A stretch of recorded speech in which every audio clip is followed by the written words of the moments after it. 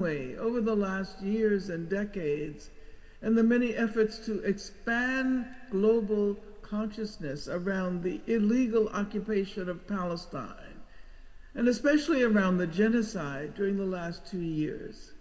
I would like to express my heartfelt thanks to Richard Falk and to all who helped organize the Gaza Tribunal and or are participating in its proceedings.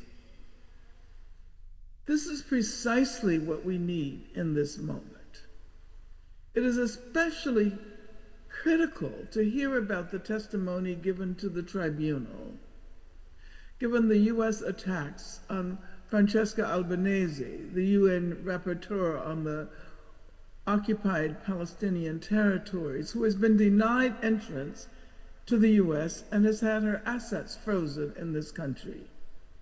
The tribunal gives us the opportunity to hear not from governments, but rather from people's voices around the world. As we bemoan the indescribable devastation in Gaza produced by Israel, and in many instances by weapons provided by the United States, we stand with the Palestinian people who, having done nothing to deserve these disastrous assaults, provide the world with the best possible examples of what it means to love freedom and self-determination, and to stand up to the most destructive forms of settler colonialism in order to affirm their insistence on our collective rights to determine our political, economic, and social destinies. In this sense, the Palestinians are standing up for those who are struggling in Congo, in Sudan, in Haiti, and by extension, are standing up for all of us. And so thank you, Gaza Tribunal, for facilitating proceedings that will allow the call for a free Palestine and the voices of freedom-loving and forward-looking people to resonate around the planet. Thank you.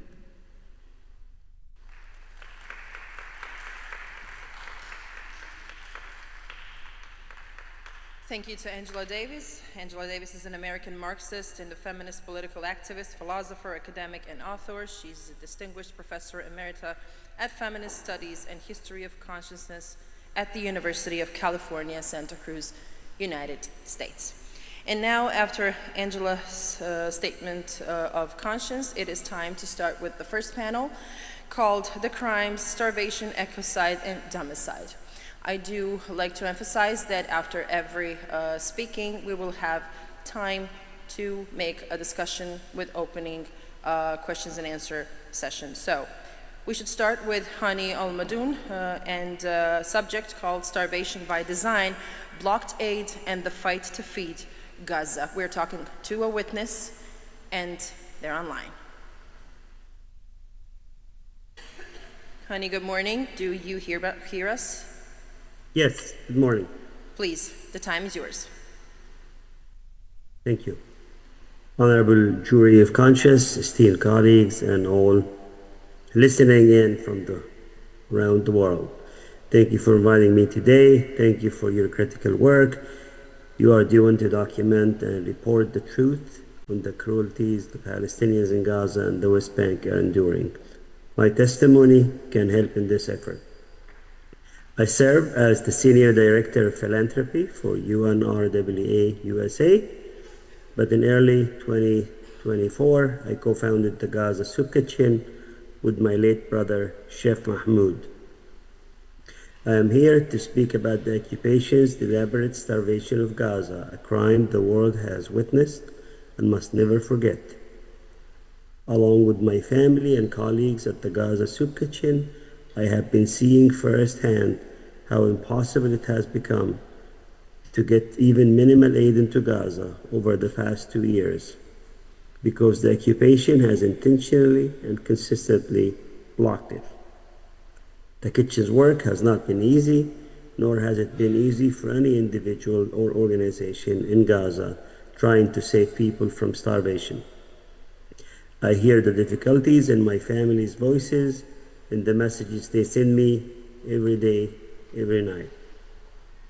They are being starved, they're watching neighbors starve, and they still try every day to find ways to feed their family, their neighbors, and friends. Ever since Israel announced its first total blockade of Gaza on October 9, 2023, it has largely blocked food, medicine, and other essentials from entering the Strip. Some minimal aid has been allowed in over the past 2 years, but never enough for the Palestinians to survive. And the occupation knows this. As The Guardian reported, Israeli government data confirms that Gaza has been systematically starved.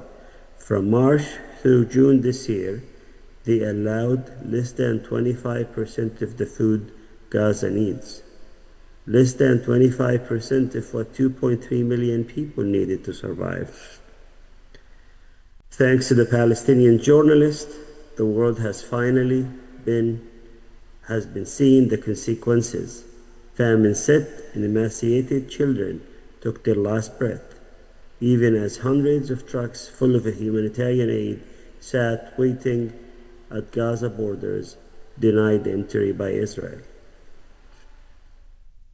With funds raised by people around the world, my family and colleagues at the Gaza Soup Kitchen have continued to serve people as best as we can.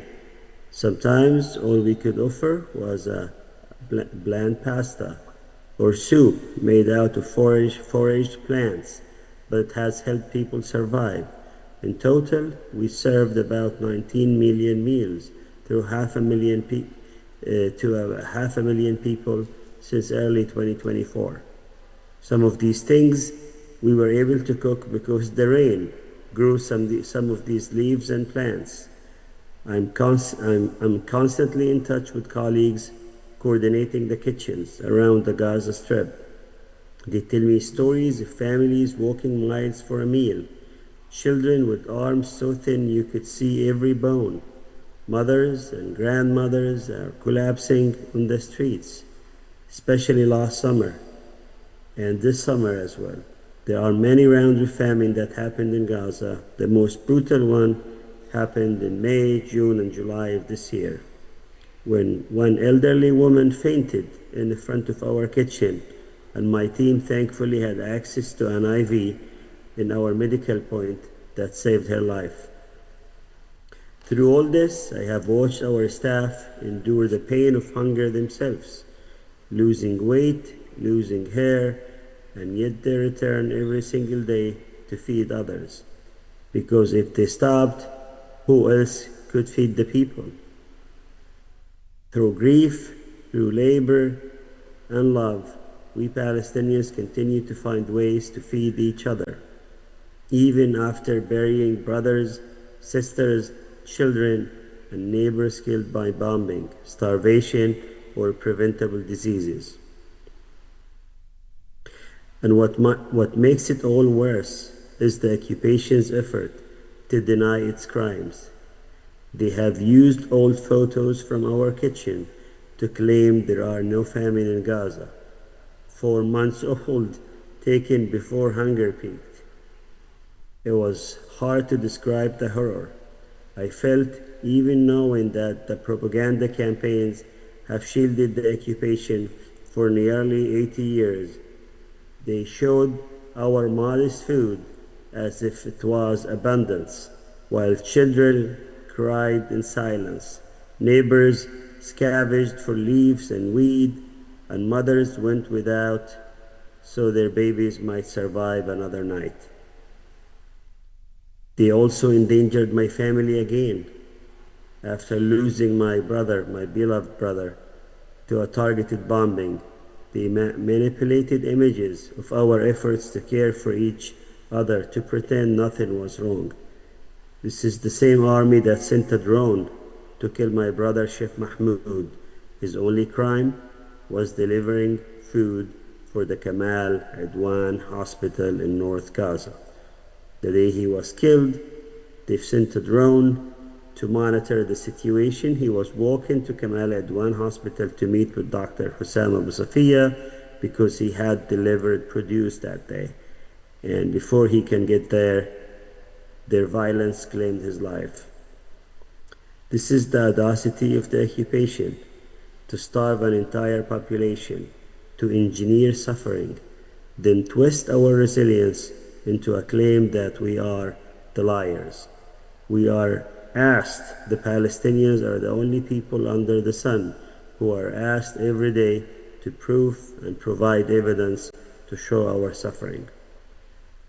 These propaganda machines show a pot of stew or meager bread to distract us from the fact that they have decimated Gaza, destroying homes, livelihood, and land. On Gaza Humanitarian Foundation aid sites, or as some call them, the Gaza Horror Foundation aid sites, Palestinians seeking help were systematically targeted. My 18-year-old cousin Samih was killed at those aid sites near Khan Yunis in August. His body was delivered to us unclothed, a violation of deeply held cultural and religious tradition. Countless other aid seekers have vanished under similar circumstances. I raise this because the campaign of lies will continue. Until today, Gaza does not have enough food. Even the agreements with the ceasefire have not been met. There are those who will act as if Gaza's suffering wasn't severe. We must not let that narrative take hold. The occupation starves Gaza, and it continues to do so. Even during the current ceasefire, aid has not flowed into Gaza as promised. And instead of 608 trucks, Gaza sees an average of only 89 trucks. We know that Gaza needs more than 608 trucks. The United Nations confirms that it does not get in sufficient amount. We must do three things. I'm here to ask you. Keep pressure on the occupation until Gaza is fully fed. Never allow anyone to question that Israel starved Gaza. Share the proof. Show the calculated design behind it. This is not an accident. This is not an act of nature. You need to name those who starved the Palestinians. 3. Push to end the siege and occupation. Because forcing famine is not new. Even before the complete blockade in 2007, the occupation limited the types of amount of nutrition and nutrients the resources were allowed into Gaza. Much of these policies remain, in addition to the genocidal practices that we're seeing. As the soup kitchen, we cannot pretend things are in dire. We witness hunger daily. We taste it in every dry mouth. We see it in every thinning arm, in every face of a father who once sang his children to sleep after dinner. We see them trying to get food for their kids, and they themselves skip these meals. We fight with what the little we have. We barter, we cook. Even getting money to Gaza has become akin to a mission impossible. How can we get our family food if we can't get the money to buy what's little in Gaza? At the Gaza Soup Kitchen, we distribute meals. We bury our loved ones and return to ladle of soup the same afternoon. This is the reality for Palestinians. This is Gaza's right now. We buried Chef Mahmoud, and the next day, my sister Chef Fatin was cooking for the community. And yet, despite the bombs, drones, rockets, and destroyed homes, we continue. Every meal, every cup of water, every tray of bread is an act of defiance, a refusal to allow our children, neighbors, and people to quietly disappear as the occupation wishes. The Gaza Soup Kitchen was never supposed to exist, but here we are, 20 months into our operation, and instead of closing soup kitchens, we're opening more because Israel continues to gift us more suffering, to test our patience, and claim the lives of many family members. So I tell you now, the Gaza Soup Kitchen is not a photo op. Gaza is not a photo op. It is a place of grief, defiance, a testament to what truly means to provide aid in times of need. The message was sent to the world this week is vital. Gaza will continue. Palestinians will continue. We will always continue. And the world must join us in doing more to name and stop these crimes against humanity. As Chef Mahmoud, my assassinated brother, who served meals to his community, used to say in Arabic, Mustamirin. Thank you.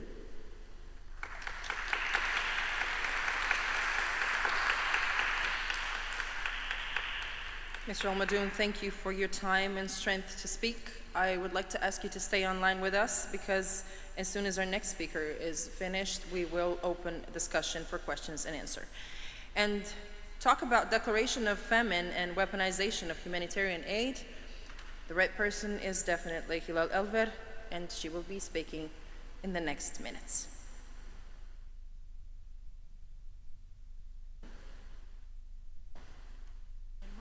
Thank you very much. Distinguished members of the Jury of Conscience, dear members of the Gaza People's Tribunal, and dear guests. My name is Hilal Elver. I served as the United Nations Special Rapporteur on the right to food from 2014 to 2020, and since 2021, I am a member of the Scientific Committee of the UN Committee on World Food Security. Over the past decade, on behalf of the United Nations, I have investigated, monitored, and reported violation of the right to food and related human rights across the world. Among the many conflicts, Palestine has always been a central place in our work, especially the right to food, the right to water, and food sovereignty have all been persistently denied to the Palestinian people. Today, I will share with you a chronology of starvation in Gaza, demonstrating how Israel has used hunger as a weapon for years, first as a tool of control during the long blockade years, and later as a genocidal instrument after October 2023. What I present is not conjecture, but documented fact drawn from UN agencies, international humanitarian organizations, and scientific assessments. Like many of you, I have watched how Western powers, especially the United States, have been complicit, silently or actively, in the continuation of Israel's assault. I have also observed from within the UN system how some reports on Gaza were sanitized, stripped of words like Israel, starvation, famine, and genocide. Because my time is limited, I will focus on the essential facts that reveal how Israel has orchestrated the most deliberate and efficient starvation campaign. The beginning of starvation, October 2023. Israeli Defense Minister Yoav Gallant declared a complete siege on Gaza. His words, no electricity, no food, no fuel. The immediate halt of essential supplies marked the start of systematic starvation policy. 2 weeks later, under international pressure, Israel slightly eased restrictions, allowing in about 1/5 of the pre-war aid flow. And the siege continued. The intention was never relief, but control. By mid-November, Israel had destroyed Gaza's last operating flour mill and closed all bakeries in the north. This eliminated the population's ability to produce bread and forced complete reliance on insufficient, unpredictable humanitarian deliveries. In December 2023, the UN's authoritative body to measure food insecurity, called Integrated Food Security Phase Classification, this is the official name, and that was the first warning. 91% of Gaza's population faced high level of acute food insecurity, and 133,000 people were at risk of famine. This is December 2023. That same month, South Africa brought Israel before the International Court of Justice, accusing it of genocide under the 1948 Genocide Convention. Escalation, January to June 2024. Israeli extremist groups known as Tsav-9 began physically blocking humanitarian convoys at Israeli crossings with full impunity. On January 26, the ICJ issued its first provisional order demanding that Israel should allow humanitarian aid and take measures to prevent genocide. Israel ignored it. By February, malnutrition in northern Gaza had skyrocketed. On February 29, the tragedy known as the Flour Massacre took place. Israeli forces opened fire on hundreds of civilians waiting for food near the Netzarim corridor, killing at least 118 and injuring more than 760. Days later, the first children died from starvation and dehydration, confirming that famine had begun. UN Special Rapporteurs warned that the risk of genocide was apparent. Israel ignored and complained about UN Special Rapporteurs has no mandate to declare famine.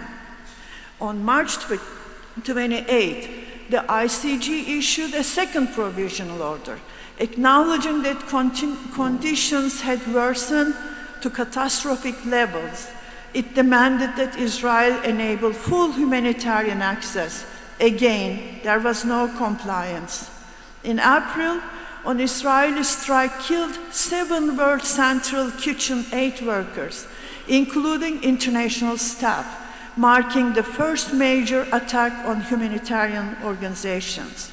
By May, civilians were being killed routinely at food distribution points. The ICJ issued a third order describing Gaza's situation as disastrous. Still, no change occurred. In June, an Israeli missile destroyed one of Gaza's last flour mills in Deir al-Bala and damaged a World Food Program warehouse, further erasing Gaza's capacity to process and store food. Late 2024, collapse and criminal responsibility. By October 24, Gaza's water and sanitation system had collapsed. The World Health Organization warned of widespread diarrheal outbreaks and dehydration, particularly among malnourished children. In October, the International Criminal Court's pre-trial Chamber 1 found reasonable grounds that Benjamin Netanyahu and Yoav Gallant bore criminal responsibility for the war crime of starvation as a method of warfare. The United States sanctioned 6 ICC judges. By the end of the year, OCHA, UN humanitarian agency, confirmed that aid entering Gaza had fallen to its lowest level since the war began. Only 2,205 trucks in the month of December compared to 15,000 per month before the conflict. 2025, famine confirmed. In January 2025, fragile ceasefire began. but it collapsed by March when Israel reinstated a total blockade and banned all international humanitarian agencies. On March 27, Israeli Supreme Court ruled that blockade of aid was legal, normalizing collective punishment. In May, the IPC, UN organization, warned again, this is fourth time, that famine was imminent. Around the same time, the US and Israel established the so-called Gaza Humanitarian Foundation, ostensibly to distribute aid. In practice, it was a privatized, militarized operation. Civilians gathering for wood were repeatedly trapped, attacked. Over 2,000 people were killed while waiting for aid. By July, 1 in 3 Gazans had gone days without food. On August 15, 2025, famine officially declared in parts of central Gaza, 640,000 people in catastrophic condition, which is famine, an entire population, 2,001 million, at that time it became 2,001 million, was in crisis level or worse. Conditions in North Gaza, even impossible to understand. They excluded northern Gaza, only put it in central Gaza. On October 10, 25, after nearly 2 years of attack, a fragile ceasefire began. Members of the jury, from this chronology, several key findings emerge. First, total blockade was not a temporary military necessity, but a deliberate strategy designed to produce what I call intermittent famine, a controlled starvation that avoids immediate mass death but ensures long-term suffering and population destruction. Second, Israel systematically destroyed Gaza's entire food system, mills, bakeries, farms, greenhouses. The purpose was not only to deny food, but to guarantee that Palestinians would remain dependent and destitute long afterwards. Third, humanitarian aid was weaponized, killed unprecedented numbers of humanitarian workers. Aid delivery sites became dead zones, what Gaza health authorities called human slaughterhouses. Fourth, the long-term damage to the ecosystem was intentional. This created economic starvation, ensuring Gaza's unlivability even after the guns stopped. Fifth, the international legal system failed. Israel openly defined them. Neither ICJ nor ICC was taken seriously. United States sanctioned ICC officials, UN Special Rapporteur on Occupied Territories, and shielded the perpetrators. This revealed the most alarming truth. Even with overwhelming evidence, international law proved powerless against political impunity. Concluding, members of the jury, famine is both biological and social humiliation, indignity, dehumanization. The Gaza famine is not a natural disaster, it's a man-made atrocity, the result of deliberate policy decision, and it was avoidable. Despite 3 ICJ orders and countless UN reports, the world watched as famine unfolded in full view. The consequences of lost lives, the collapse of life of Gaza as we know it, will endure for generations. To reverse this catastrophe, Gaza requires immediate large-scale humanitarian access. Most importantly, investigation into the war crimes of starvation is necessary and urgent. Without accountability, there can be no justice, and without justice, there can be no recovery. The deliberate starvation of Gaza's population stands as one of the gravest injustices and crimes it must never be forgotten, normalized, or forgiven. Thank you for listening. Okay.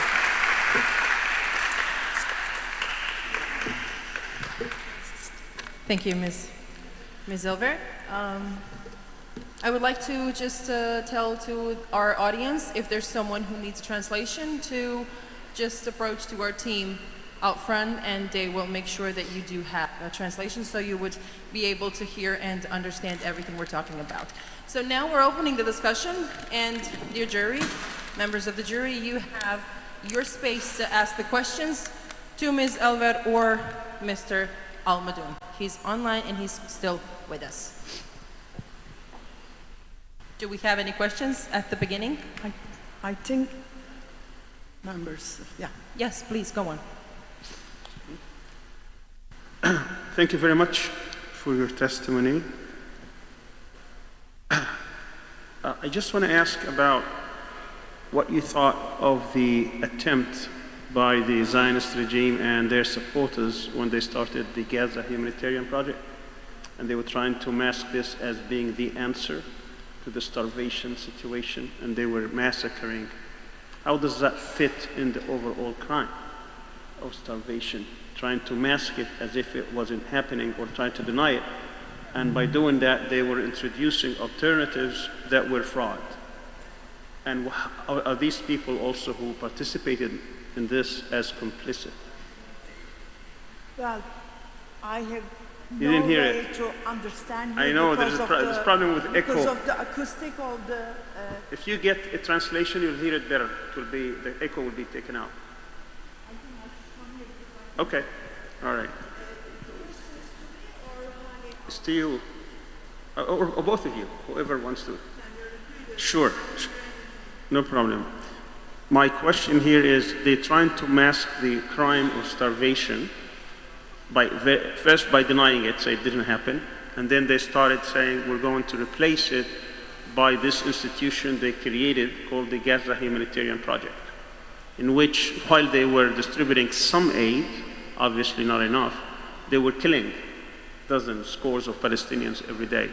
How does that fit into that crime of starvation, by trying to deny it or by trying to introduce something that says it didn't exist in the scheme of things? Okay. Sorry about this trafficking. Yeah, crime of starvation, as you know, it is the Article 7 of the Rome Statute of International Criminal Court. But unfortunately, there are not many cases about the crime of starvation so far. We don't see any kind of earlier decisions because there are several reasons, sir. Number one, when crime of starvation comes, also there are other war crimes are happening at the same times. In this case, for instance, starvation is way to the genocide. So when the accountability starts, basically the war crimes against humanity would be the starvation, but higher level is the genocide. So there is a kind of complicity about how to deal with starvation. But in starvation case, as you said, not only blocking the food, but also blocking the humanitarian aids and also destroying any kind of objects that is important, the living conditions in the place. So it's quite a big range of cases would be included crime of starvation. The difference between the genocide and starvation, you don't need a specific intention. And also you don't need the people die from starvation. You don't need this. If you make clear case, which is in Gaza, if you block the food, if you destroy bakeries and all kind of humanitarian aids, you don't need the result to be investigated or make it a crime of starvation. Easier to make it, but difficult to bring the court. That's a very complicated situation. Yes, please. Thank you. Yes, please, go on. Yes, I would like to ask about the responsibility of the gangs, Palestinian gangs, paid by the Mossad in hoarding the food, and also it seems in killing some of the people during the distribution. Can you talk about it? Okay, since the war started, or the assault started, there was some argument about Israel that Palestinian gangs are blocking, and Palestinian gangs are stealing, especially Hamas, stealing the food, bringing their own people. Several times was asked to Israeli government to make clear proof. They never find a proof on that. They never bring the proof. So it is an accusation, but not clear evidence. Definitely there was a looting, but no one knows who is doing it, and Hamas certainly was not directly connected with it. It's unknown. If the investigation starts, then we will understand on the ground, asking from Palestinian peoples, because we don't know anything. No journalist, no international, any authority can come and tell the truth. Maybe Hani Almadoan would answer this too, because he was on the ground. Yes, Hani Almadoun has Gangs an paid by the opportunity to answer Mossad too. and were hoarding the food and even seems killing some of the Palestinians. Can you tell us about it? Yeah, so just want to go back to the GHF question. Unfortunately, this is the precursor for the GHF was the CE pier, the pier that the U.S. paid millions of dollars for and served very few families, and then they dismantled. So that's one. If you remember the flour massacre, that happened at the similar initiatives before the GHF. There was some security contractors that got there, and it was chaos, and they started shooting and killing Palestinians. That's another one. It's pretty much, these attempts are ways to undermine UNRWA and the UN, not just the UNRWA. They're trying to leverage aid. They're trying to weaponize aid. That means if they control the aid, they control the population. If you need food and you're desperate, you would give me information, and then your family can eat. So that's what the issue is. In fact, yesterday there was an announcement that there is a post-GHF initiative called the Gaza Humanitarian Belt, which is a very scary proposal where they're gonna expect the Palestinians to turn weapons, and then they will give them food. I wish I was making this stuff up. This is something was in Reuters. This is a new initiative as the Gaza Humanitarian Foundation closes its doors. Some people are proposing this idea. I hope people catch up on it. Now, on the armed gangs, what is curious about the armed gangs is they just disappeared. You notice, whenever Israel is not in an area, these gangs are only functioning and only operating in areas controlled by Israel. In fact, these armed gangs only target trucks that have humanitarian aid in them. We noticed that one aid truck meant for commercial sale, nobody touches it. But if it's an aid truck to disrupt the aid, to add to the engineered suffering, these armed gangs are working in collaboration with Israel, or at least Israel looks the other way. One of our cousins, his name is Taha Al-Madhoun, he was killed this summer because he was a good Samaritan trying to protect aid from those gangs, and Israel killed him and his friends. And that tells you everything you need to know if people who want to protect aid are being targeted. You've seen some of these recent videos emerging from Gaza, where the reports confirm that some of these people who were targeted were in fact armed gangs that were coordinated with Israel. They were hoarding food, and when we run our kitchens, these folks are the only one who had lentils and white beans, and they were just causing harm for the Palestinians.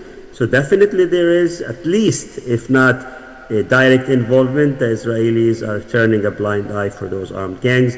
The good news, they appear to be disappearing right now. We also saw some of these food being used to provide aid for specific areas like the Abu Shabab group, Al-Astal, and where these guys are making recruitment videos telling people come join us, and they're showing fridges that have juices and meat, where the average Palestinians have not had meat in 2 years. So we're seeing this, and this is as recent as 3 weeks ago, where these armed gangs are telling people, hey, come to our area and you will have food. And those people are trying to recruit you to be a militant fighting other Palestinians. I'll stop there. Thank you. I think I don't have anything to add because he explained quite well. Thank you very much. Members of the jury, do we have any more questions? Or is it for now? Yeah, okay, so we have no more questions. Thank you, Ms. Ill.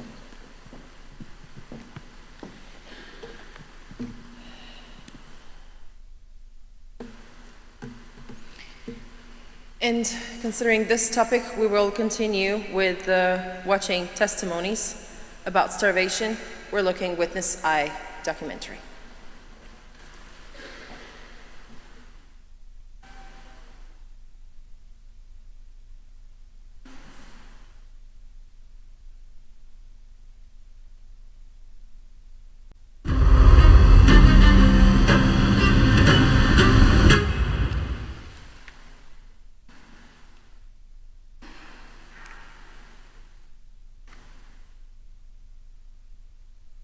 شمال غزة كيف كان الوضع؟ كم مرة تنقلت من ملجأ إلى ملجأ؟ كم مرة شعرت بالجوع ونمت في العراء؟ بالتأكيد يعني منذ 7 أكتوبر ونحن غادرنا بيوتنا، مجبرين على أن نغادر بيوتنا بعد سلسلة من الاستهدافات والقصف. عشنا ما يزيد عن 5 أيام في مدينة بيت حانون بلا طعام تحت ضربات إسرائيلية. احنا أكلنا ربما العشاء، أكلنا علف الحيوانات، تقاسمنا مع الحيوانات طعام. كان يعني مشهد مؤسي جدا. كنا لربما ننشغل عن طعام، عن تأمين طعامنا بسبب التغطية.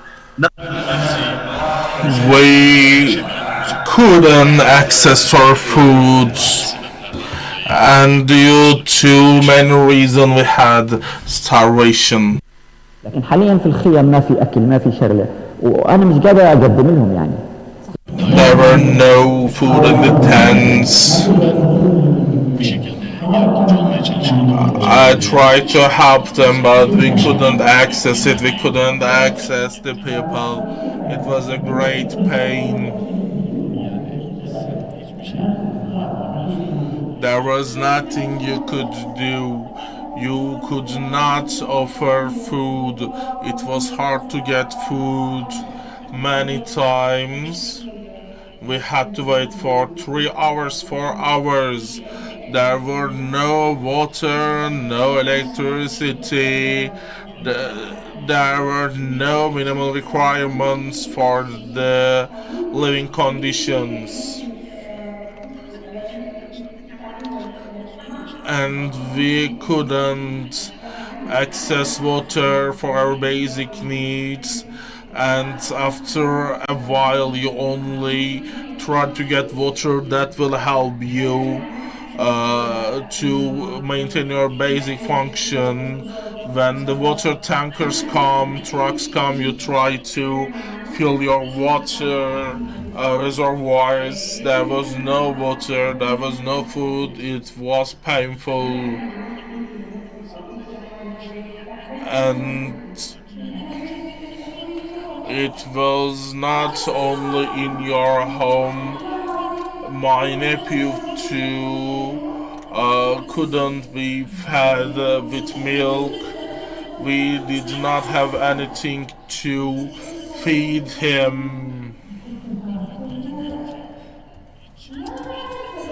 There was nothing we could give. We couldn't provide them with food. It was 2-year-old child. We in Gaza, it was hard to access the drinking water. They tried to carry the water with trucks. We couldn't find water anyway. All of the Gaza had this problem, as you know well. From the four corners of the earth, you need food aid. You require food,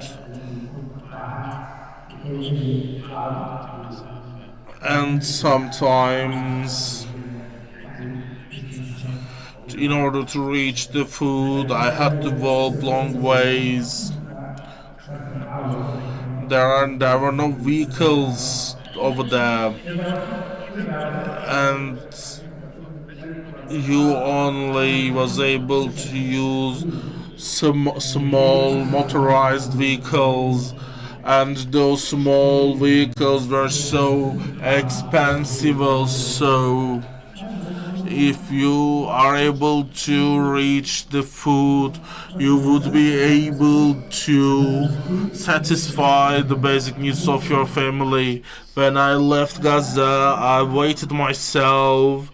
It turned out I lost 8 kilograms, and we had to live through with the minimal food that we could get our hands on. Children were dying because of starvation. My father was martyred there. He did not die because of the bombing. He died of starvation, and unfortunately they ate food, got spoiled, and he got poisoned and died.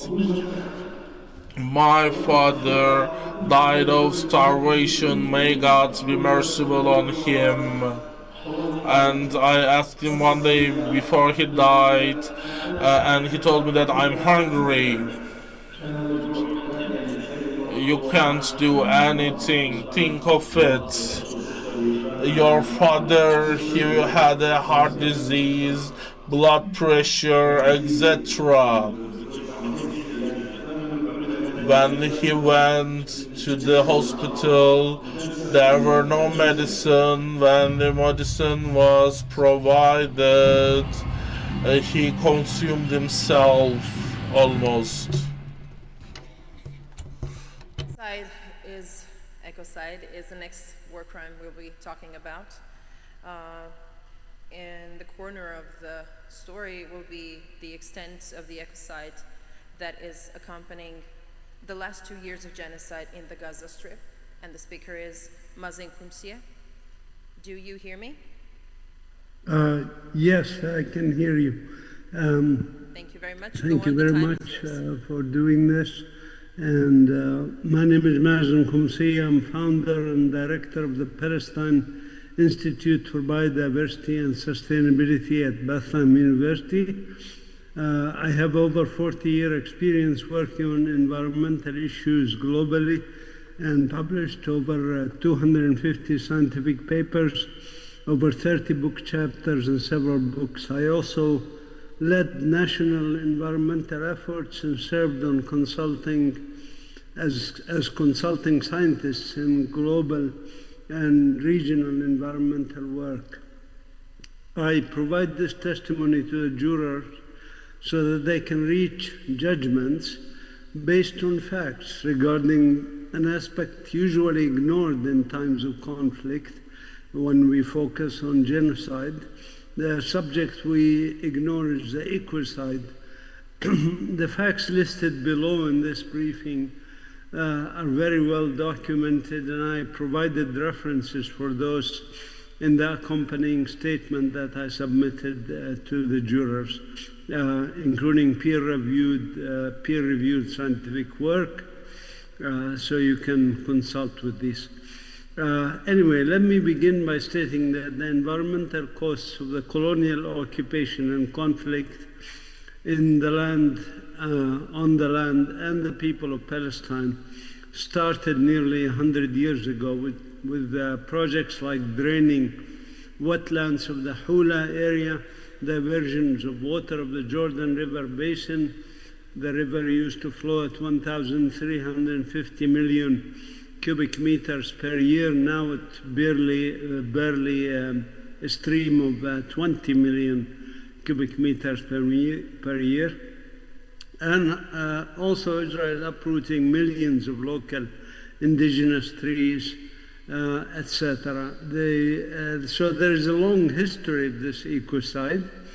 The previous damage also included bringing in dozens of invasive plant and animal species and planting a monoculture of pine trees to replace more resilient mixed wood areas.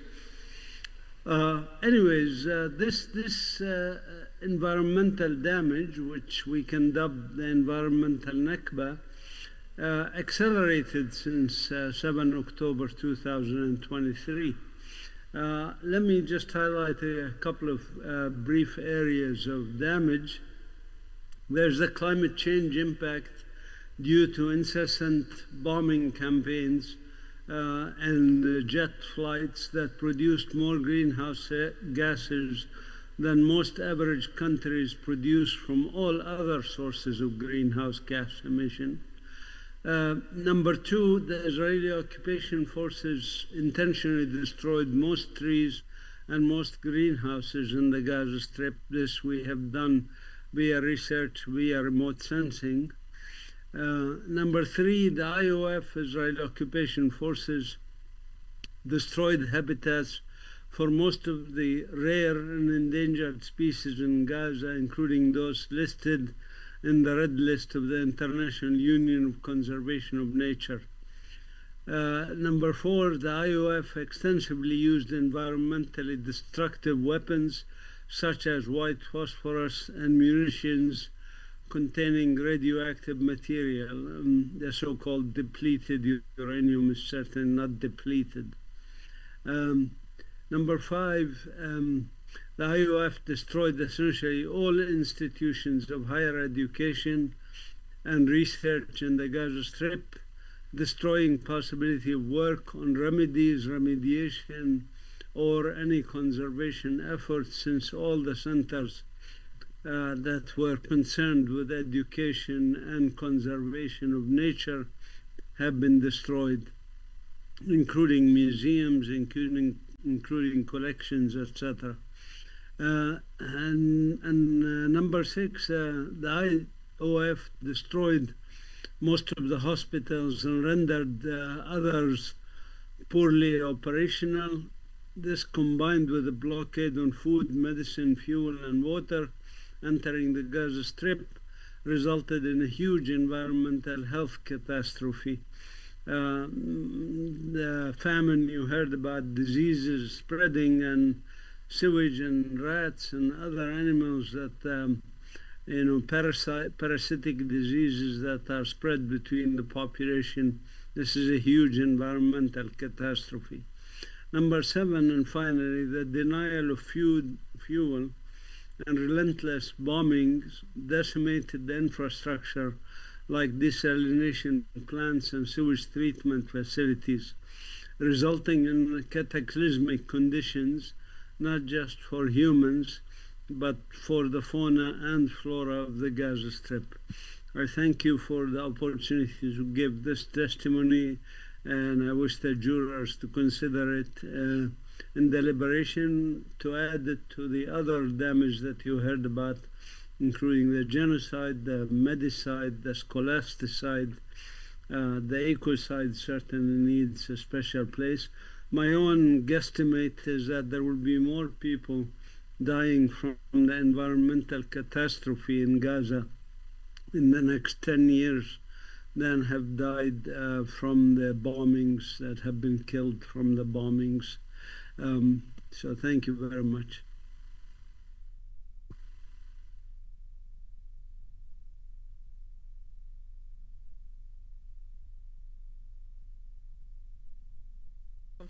Thank you very much. And the next speaker is David White, speaking about ecocide and its link to the genocide. Hello, I'm David White, Director of the Centre for Climate Crime and Climate Justice at Queen Mary University of London. Members of the Jury of Conscience, this presentation sets out the indivisible links between the genocide and the ecocide in Gaza, and a fully referenced and sourced extended version of this evidence is with the jury.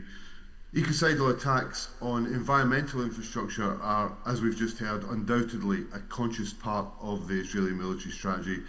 By environmental infrastructure, I mean infrastructure that ensures the integrity and cleanliness of land, water, air, and biodiversity, including agriculture and drinking water, of course, again, as we've just heard.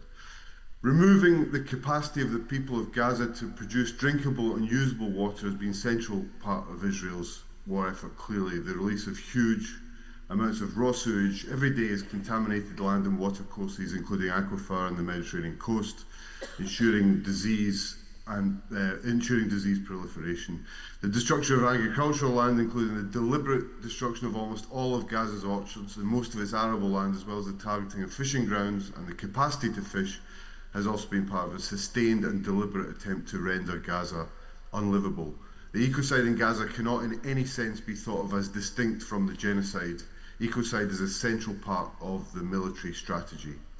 In this ecocide genocide, the annihilation of the Palestinian people is indivisible from the destruction of Palestinian land fertility, air quality, food sources and water supplies that people rely on to live.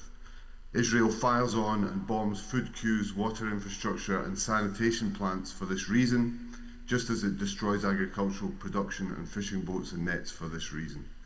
Israel has repeatedly justified such attacks by claiming that Hamas uses civilian resources for military purposes. According to Israeli officials, Hamas hides weapons in or launches attacks from civilian locations, even aid convoys, and in this way, all of the infrastructure that sustains life is transformed by the Israeli state into a legitimate military target. It's here that we see the articulation of a principle that's been central to this genocide, ecocide, that there's a symbiosis between civilian and military targets, to the point that the Israeli state argues it's pointless and at times counterproductive to separate them. So if the analysis of ecocide in previous military conflicts revealed a blurring of the distinction between civilians and combatants, the Israeli state has wholly eradicated this distinction for its own political and military operational purposes. The open declaration that all life be treated as a legitimate target can only be understood as a supreme declaration of racism. Palestinians must be categorized and treated as a homogeneous and expendable terrorist population. Palestinians must be racialized to the point that Palestinian lives are seen as nothing more than an inconvenient but expendable obstacle to achieve a military goal. While this is by no means unique in warfare, in our historical experience, Israel's genocidal attack on Gaza has perhaps seen the highest point at which this is openly boasted about and justified by its perpetrators. Israel's explicit justifications for a scorched earth military strategy raise these profound questions about why this strategy has been tolerated or sustained by the most powerful international states. It also raises crucial questions about the supine nature of the structures of international law to prevent this genocide, ecocide, and about the realpolitik of Israel's brutality. Historically, Israel has been an important channel for both European and US geopolitical interests in the Middle East.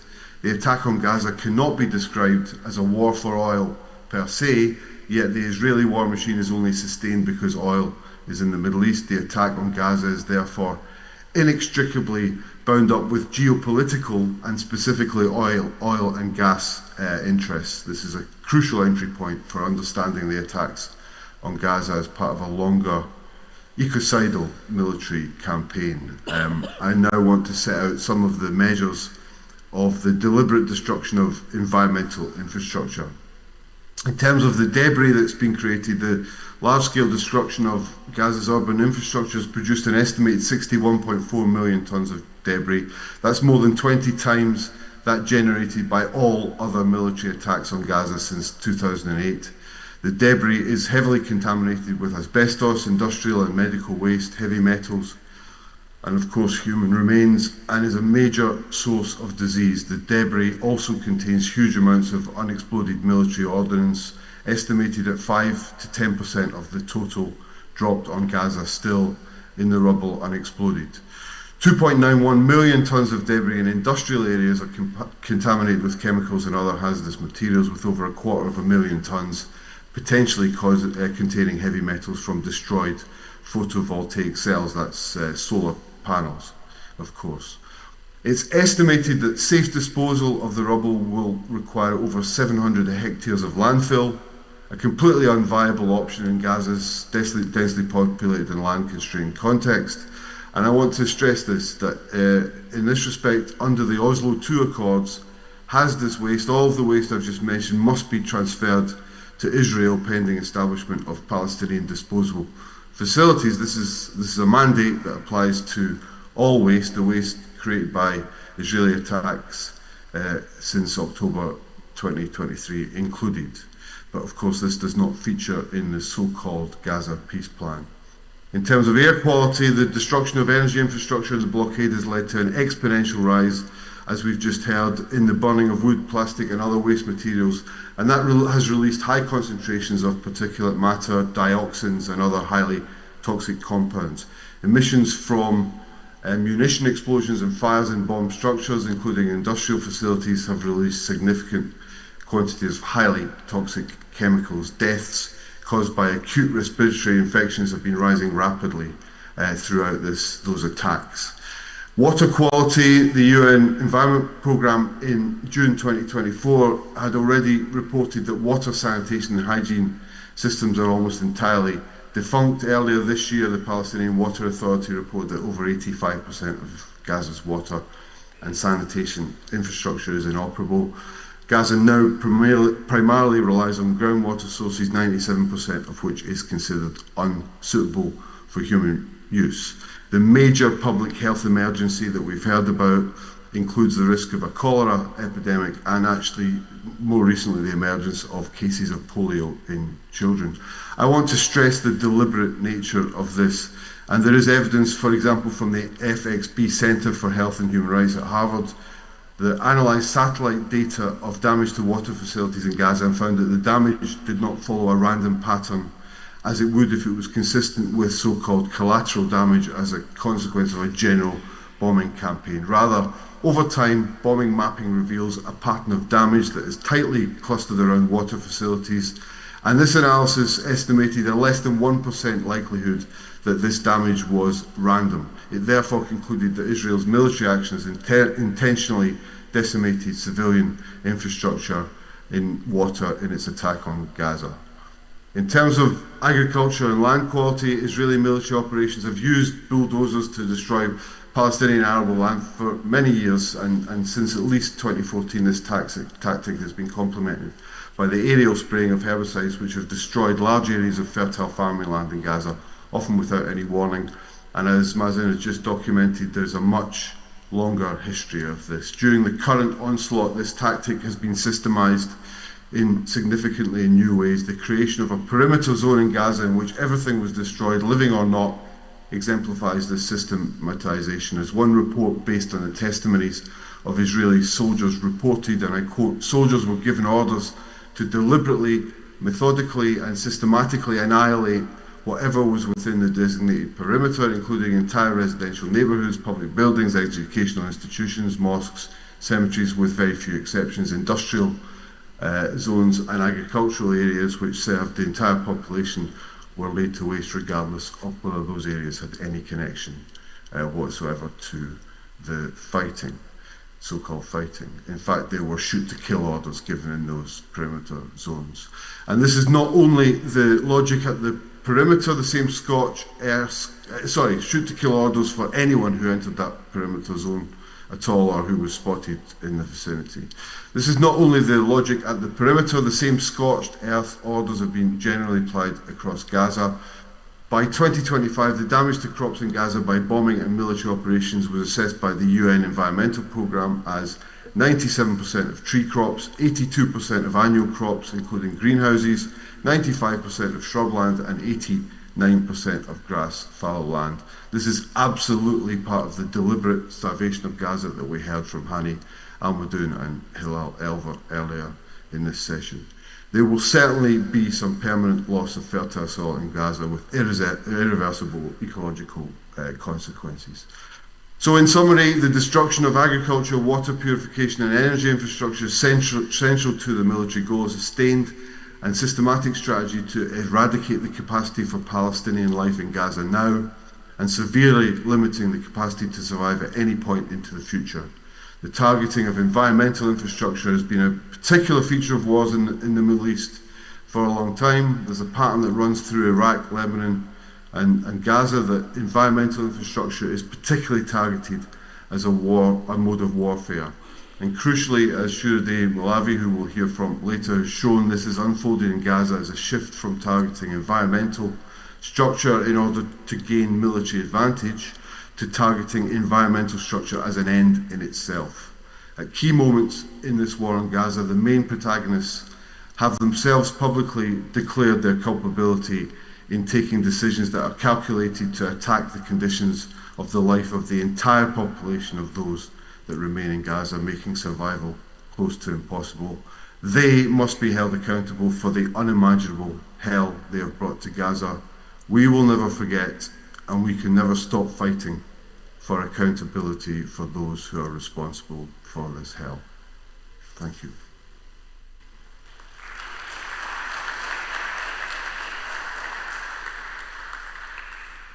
Thank you, Mr. White. And we're opening space for discussion and questions and answers. So, members of the jury, do we have any questions? Go on.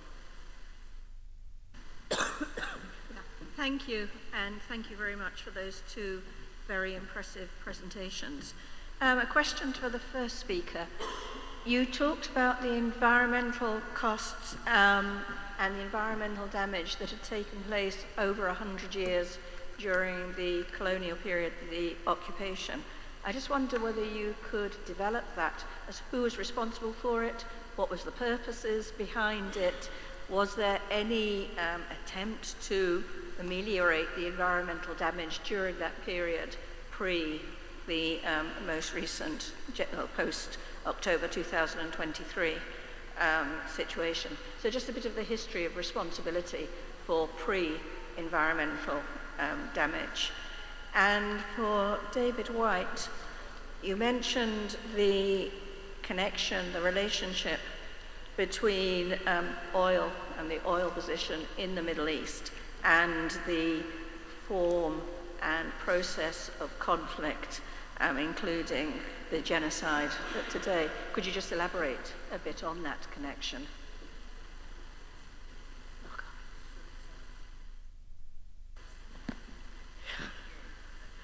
I'm sorry, I've been asked to repeat the question. So I don't know how much you heard, but for the first speaker, just whether you could say a little bit more about the environmental costs of the colonial occupation and the events prior to October 2023. Who was responsible for that environmental damage at that time? Why was it carried out? What were the purposes? And were there any attempts at responsibility with respect to that? And for the second speaker, David White, you mentioned the interrelationship between oil and the geopolitical issues in the Middle East in general and what is happening today in Gaza. Whether you could elaborate a bit further on that. Mr. Kumsi, I hope you've heard the question, so you can proceed with your answer.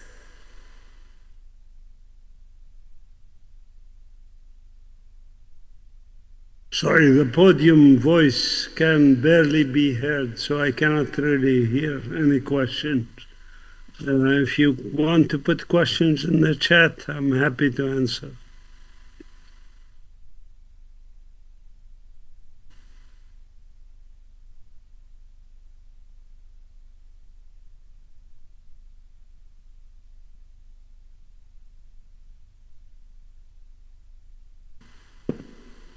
Can you hear me loud and clear?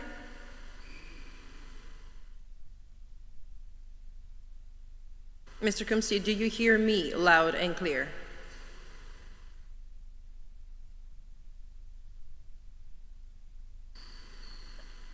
Yeah, still don't hear well. It's very, very...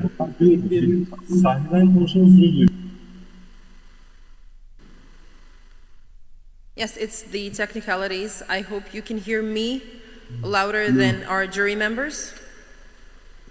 Little bit, but... A little bit.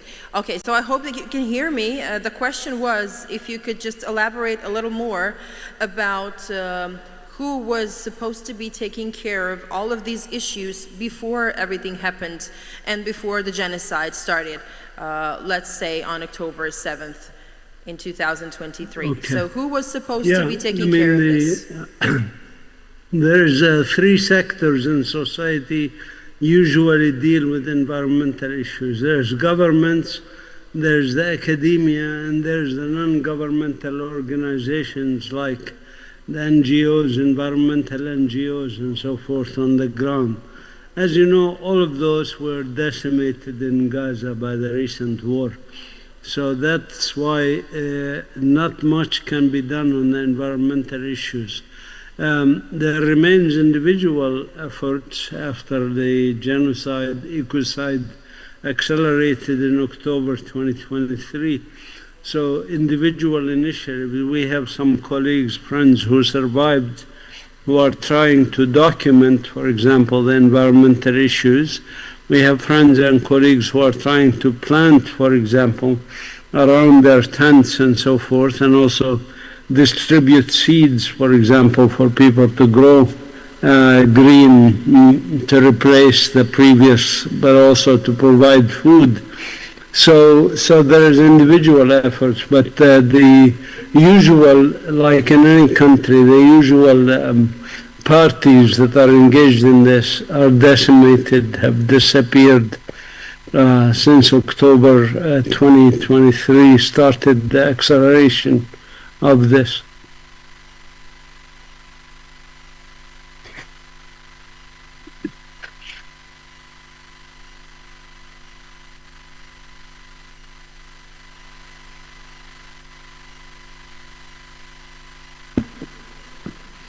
Thank you, Mr. Kumsi. Mr. White, the question for you was if you could just elaborate a little more into details about the connection between oil and genocide in Gaza.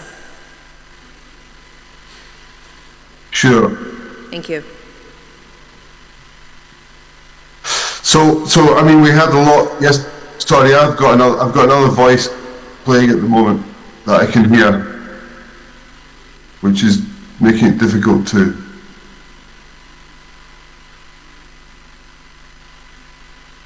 Okay, I'll try to respond, but I've got a voice coming very wildly out of the system.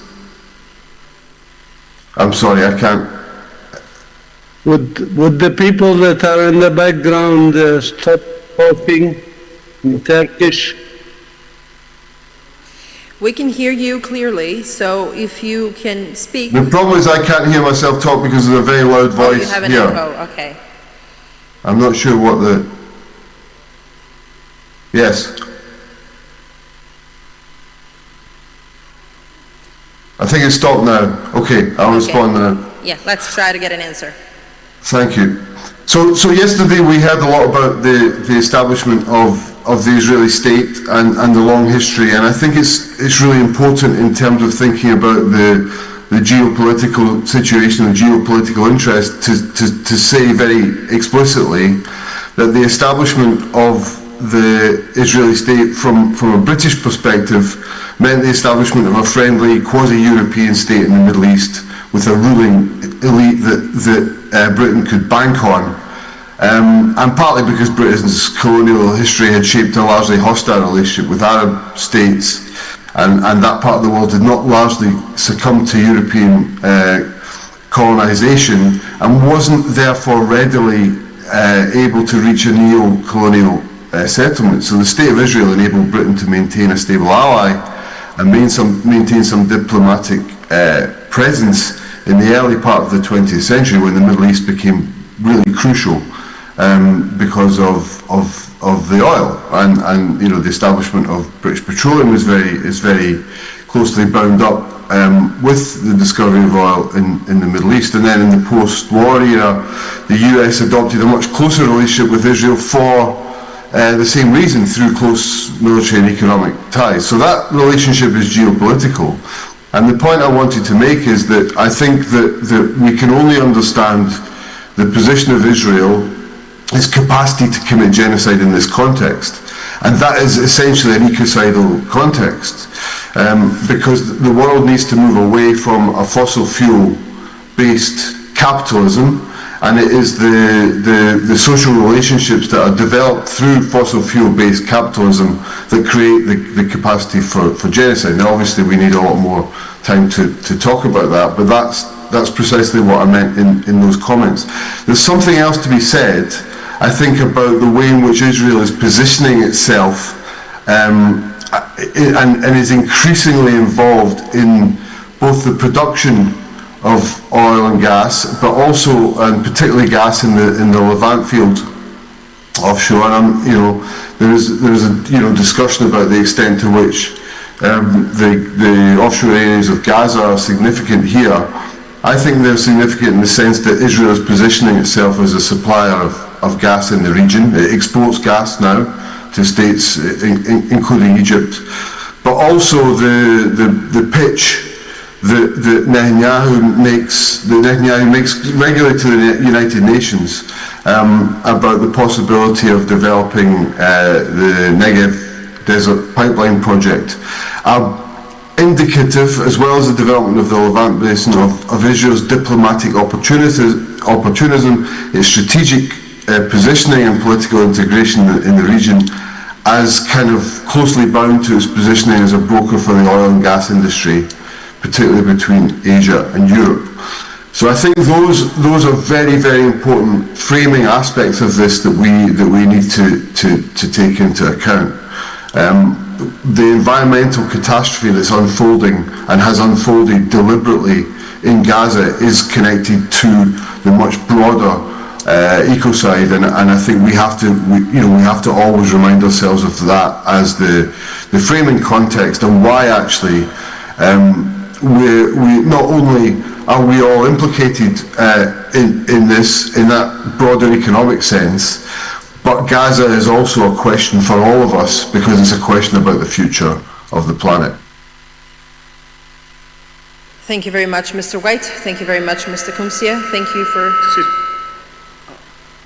Yes, we do have one more question, and if you do not hear it, I will repeat, because it's important to hear it and to hear your opinions and answers. So yes, please, thank you. Again, thank you very much for the testimonies you've presented. Is there any comment about Gaza's gas reserves off the coast of Gaza and the theft that's taking place there? And what would be the estimate in terms of the wealth that is being squandered or taken away? Also, the other natural resources like water and others in the West Bank, and other natural resources that have been plundered, have been taken, what would be the estimate of that? And finally, in your presentations, your testimonies, there were a lot of numbers. If it's possible, if you can put it in a table form, like putting the category and the loss or the cost associated with each category, it would be very helpful for us, instead of reading the whole testimony, but also to look at the numbers in one table for each speaker. Thank you very much. Mr. Kumsia, Mr. White, did you hear the questions? Yes. Yes, based on the average price of the gas currently, and the estimate of 1.4 trillion cubic feet of gas off the coast of Gaza, you can estimate that it's really billions of dollars worth of gas off the coast of Gaza. Israel is already withdrawing some of that from the areas that are in the Gaza Marine 1 and Marine 2 fields, and exporting them to Europe. So Israel is already exporting some gas that rightfully belongs to Gaza. As far as the water, 95% of Palestinian waters from the West Bank are already stolen by Israel, basically taken by Israel. The water aquifer in Gaza itself is depleted significantly for two reasons. One is that the usual recharge of the water aquifer, coastal water aquifer, is not allowed to function because Israel blocked the water coming to Wadi Gaza and other places from the Hebron Mountains in the West Bank and other places to the Gaza Strip. That's number one reason. And number two, of course, is the overconsumption of the gas fields of Gaza because of the water, aquifer in Gaza, because Gaza population, as you know, is 70% or more are refugees from 1948. They really do not belong in Gaza. These Palestinians belong in their homes and lands, in the villages and towns that were ethnically cleansed in 1948. So the increase in population in Gaza that resulted in a population of 2.3 million before this genocide, this acceleration of genocide, I should say, that's that population, 70% addition, that resulted in consumption of water, making the water aquifer depleted more, in addition to the lack of recharge. The third point I want to make about the water issue is that, of course, there's pollution of the aquifer thanks to the bombing and thanks to also Israel dumping seawater into the tunnels that the resistance has built in the Gaza Strip. This seawater, of course, seeps into the aquifer, increasing its already high salinity, so the water aquifer has become useless. The total cost of all these things is still to be calculated. How much natural resources Israel steals from Palestinians is to be calculated, but there were some estimates done by people like Dr. Abu Sitta and by Applied Research Institute and others that run into the trillions of dollars. And these are preliminary estimates of natural resources and other costs of the occupation that is happening and colonization activities. I don't know if Dr. David has something to add to this. The only thing, very briefly, the only thing I would add is that the total revenue that's estimated to come from the whole of the Levant basin, so that includes the fields off Gaza, but across that whole field which stretches up the coast and includes Gaza, Israel, Lebanon, Cyprus. It's expected to hold gas and oil resources worth 524 billion. So I mean, clearly this is huge, and that's why companies, even during the genocide, are queuing up to get their hands on licenses. And I think we have to start naming names of those companies. I'm going to name BP, the British oil company that's negotiating all through this genocide. And those are the companies that we also have to hold accountable. It's not just the Israeli state, but it's not just the European and the US state for supporting Israel, but all of those international corporate interests. In terms of providing the panel with a table, I'm more than happy to. I mean, the evidence, I've given the evidence in full and it's fully sourced, but I'm more than happy to put the estimates of the damage into a table, if that helps. I would stress that my evidence really just draws upon existing documentation that's out there already, but if that's useful for the jury, I'm more than happy to put that on the table. Yeah.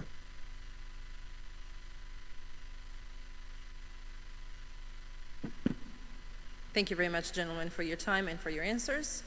And now we will conclude this part of the first session. by looking at another witness eye testimony about ecocide.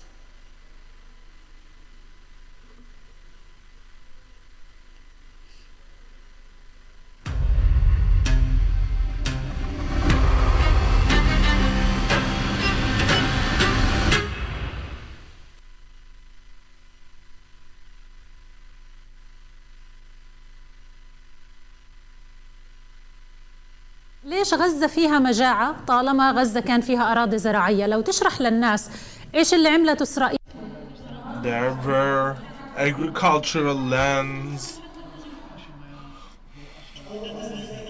If we were to use these green areas, the agricultural areas, we wouldn't be starving. And first they cut our water. These waters were for drinking.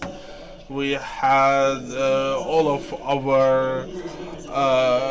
our vegetables are coming from the West area. Normally we would be exporting to Israel, but now we are importing from them before everything. But now we are having a famine. No terrain, no water, no electricity. We have nothing. And they hit our water wells. It used to be we had hammams. People used to go there. People used to farm. But now we are having a terrible, terrible situation. Now Israel aerial vehicles that act our agricultural lands and they destroy them. What I mean is, even if there is a ceasefire, there's no way the farmers to return to their lands. You're an expert on that. Yes, that's correct. It would take a long, long time for them to go back, and they will be preparing the lands once again. They would lay framework for electricity to work there. Because in all of our basins they targeted all of these, and we don't have water. Water is dirty. We used to have an occupation. We used to be able to do something 50, 60 years ago. There were huge resources. We used to have breakfast. We used to have chats with our families. We used to have tea with our loved ones. If they called me, I would go there right away. It was a good life. But now with this, I'm really shocked and I'm really sad. What did you see? My brother told me that when he went to your home, he got lost on the way and passed by. He went about 100 meters past the house, then remembered. This is the area after seeing where our home was. It doesn't exist. The area is a disaster. It's not my home. It's not my area.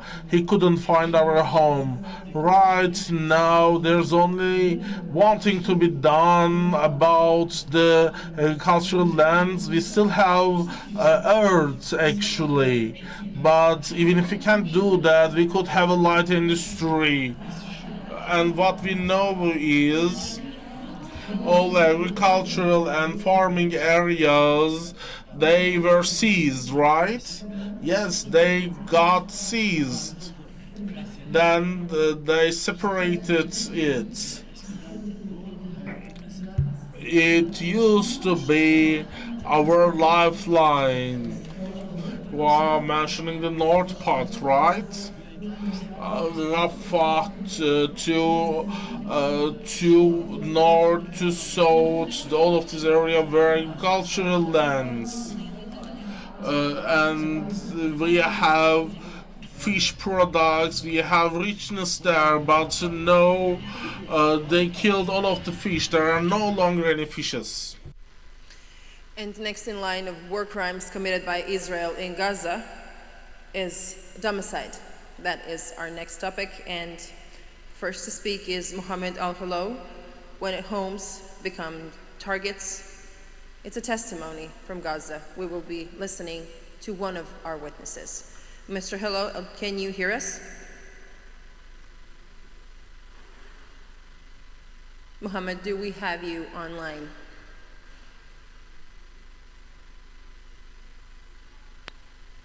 Hi, can you hear me?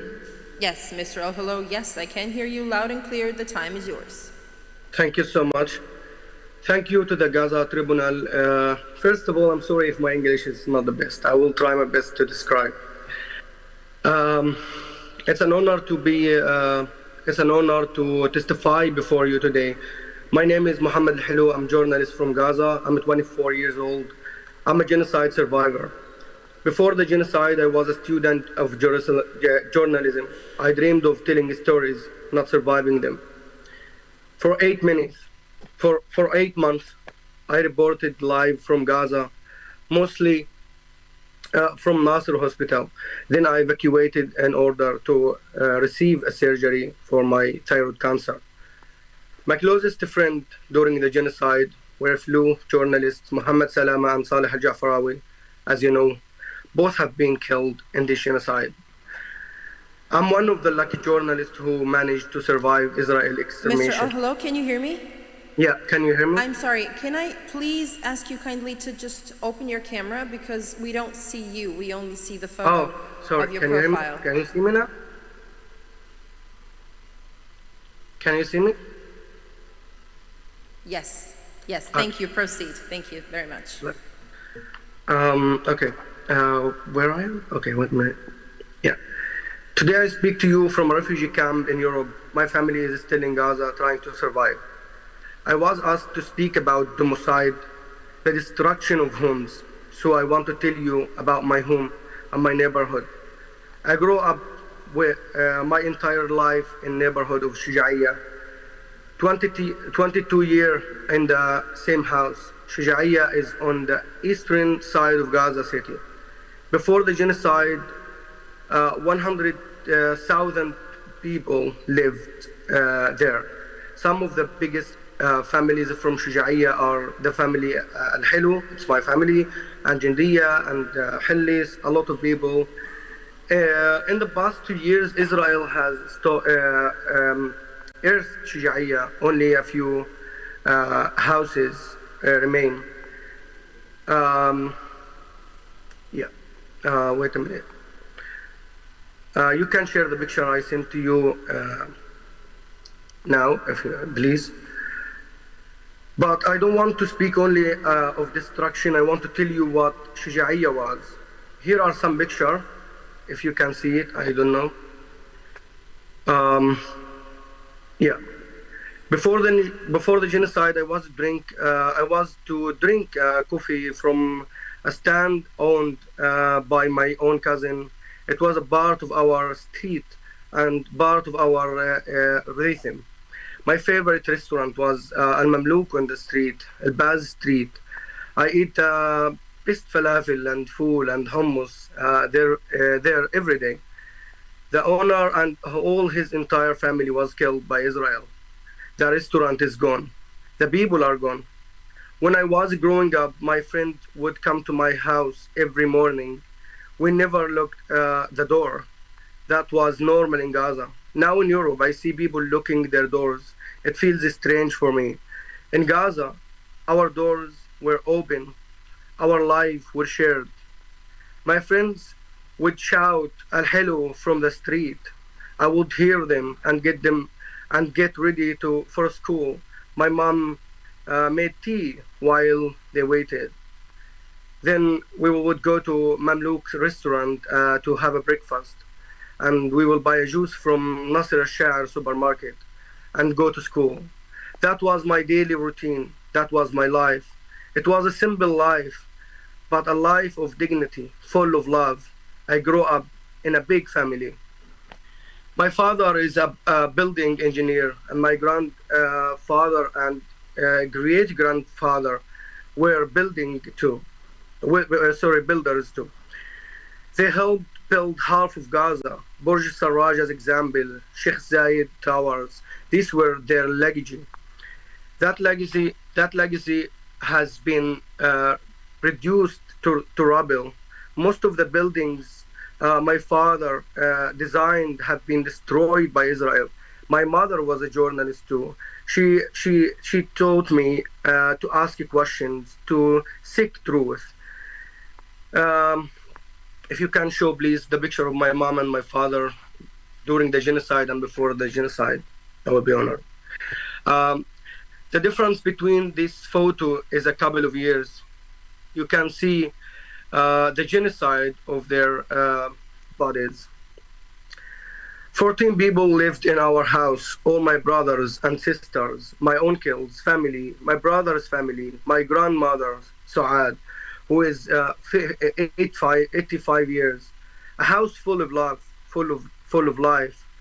In Palestine, a home is never just four walls. It's where generations live together, where neighbors are family, and where every corner holds as a story for Palestinian. Genocide is not just a physical destruction. It's a form of culture war. We used to spend summer evening on the roof building and eating orange and staying up all night. Palestine has always been famous for its orange. We used to keep, sorry, my English is really horrible. Okay. We loved our roof. I had 12 beloved cats in my house too. Our house was in El Baz Street in Shujaiya. It's important for you to know this because Israel airs the map. Streets are no longer recognizable. My dream was to get married and live next door to my family. That's how Palestinians live, close and connected to our families. That dream was erased 37 days into the genocide. Our house was destroyed in a single airstrike. That strike damaged or destroyed 70 other homes. Likely my family had fled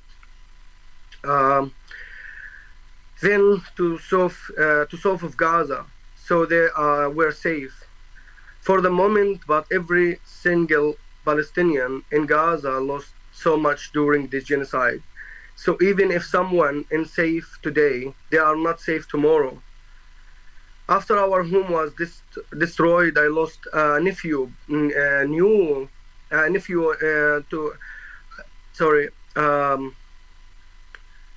I lost my nephew. He killed by starvation. He survived 2 months before his body just gave up without any Rommel or British like. Okay. In the cold Gaza nights, he returned to God without a chance at life.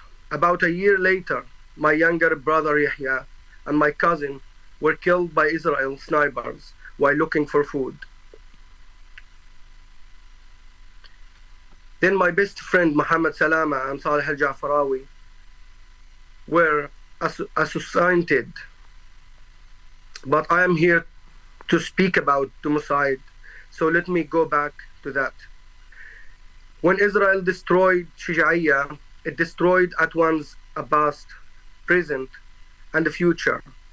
It destroyed the memories of our entire lives and our history on this land as its owners.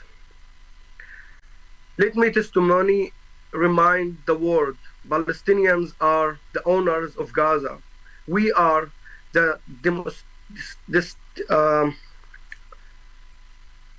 whatever. Shujaiya was a very special place, like every city or neighborhood in Palestine. It had its own unique culture. It had its own unique accent. The people of Shujaiya were known by people across all of Palestine. We had a saying in our neighborhood. We used to say, seek knowledge from China and straight from Shujaiya. That straight has been tested point measure. Before I end my testimony, I want to bring the attention of the jury something very important about the next generation, about today's Palestinian young. My nephew Akram was born during the genocide. He's almost 1 year and a half. He had never lived in a house. His entire life has been spent in a tent. Tent life is very hard. There are bugs everywhere, no comfort, no safety. It is too hot in the summer and it's too cold in the winter. It's dirty. But we try to keep it clean. But it's not our home. What does home mean to a child who has never had one?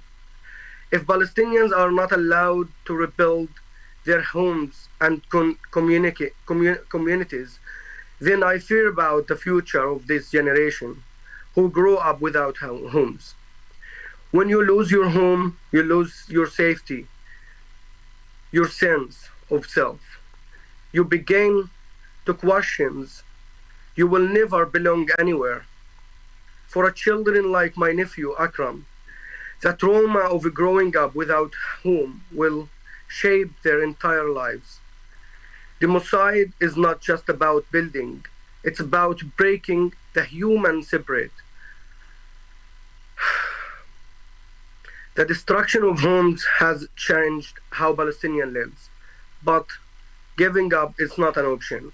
I am here today not just to testify to what was lost, but to insist that the Palestinian people will live free one day in our homes. Gaza was full of life, full of love, full of dreams. Shujaiya was my home, it was my past, and it was my future. And thought it had been destroyed, I will do everything I can do to rebuild it until I die. Israel hopes we will abandon our case so that it can do to Shujaiya what it did to Jaffa in 1948, so that it can do it to Beit Lahia what it did to Akka, and so on. But as long as one Palestinian remains on this earth, it will never succeed. I didn't choose this life, but I refuse to refuse to Chardner, and thank you, and I'm really sorry for my language and my accent. I tried my best.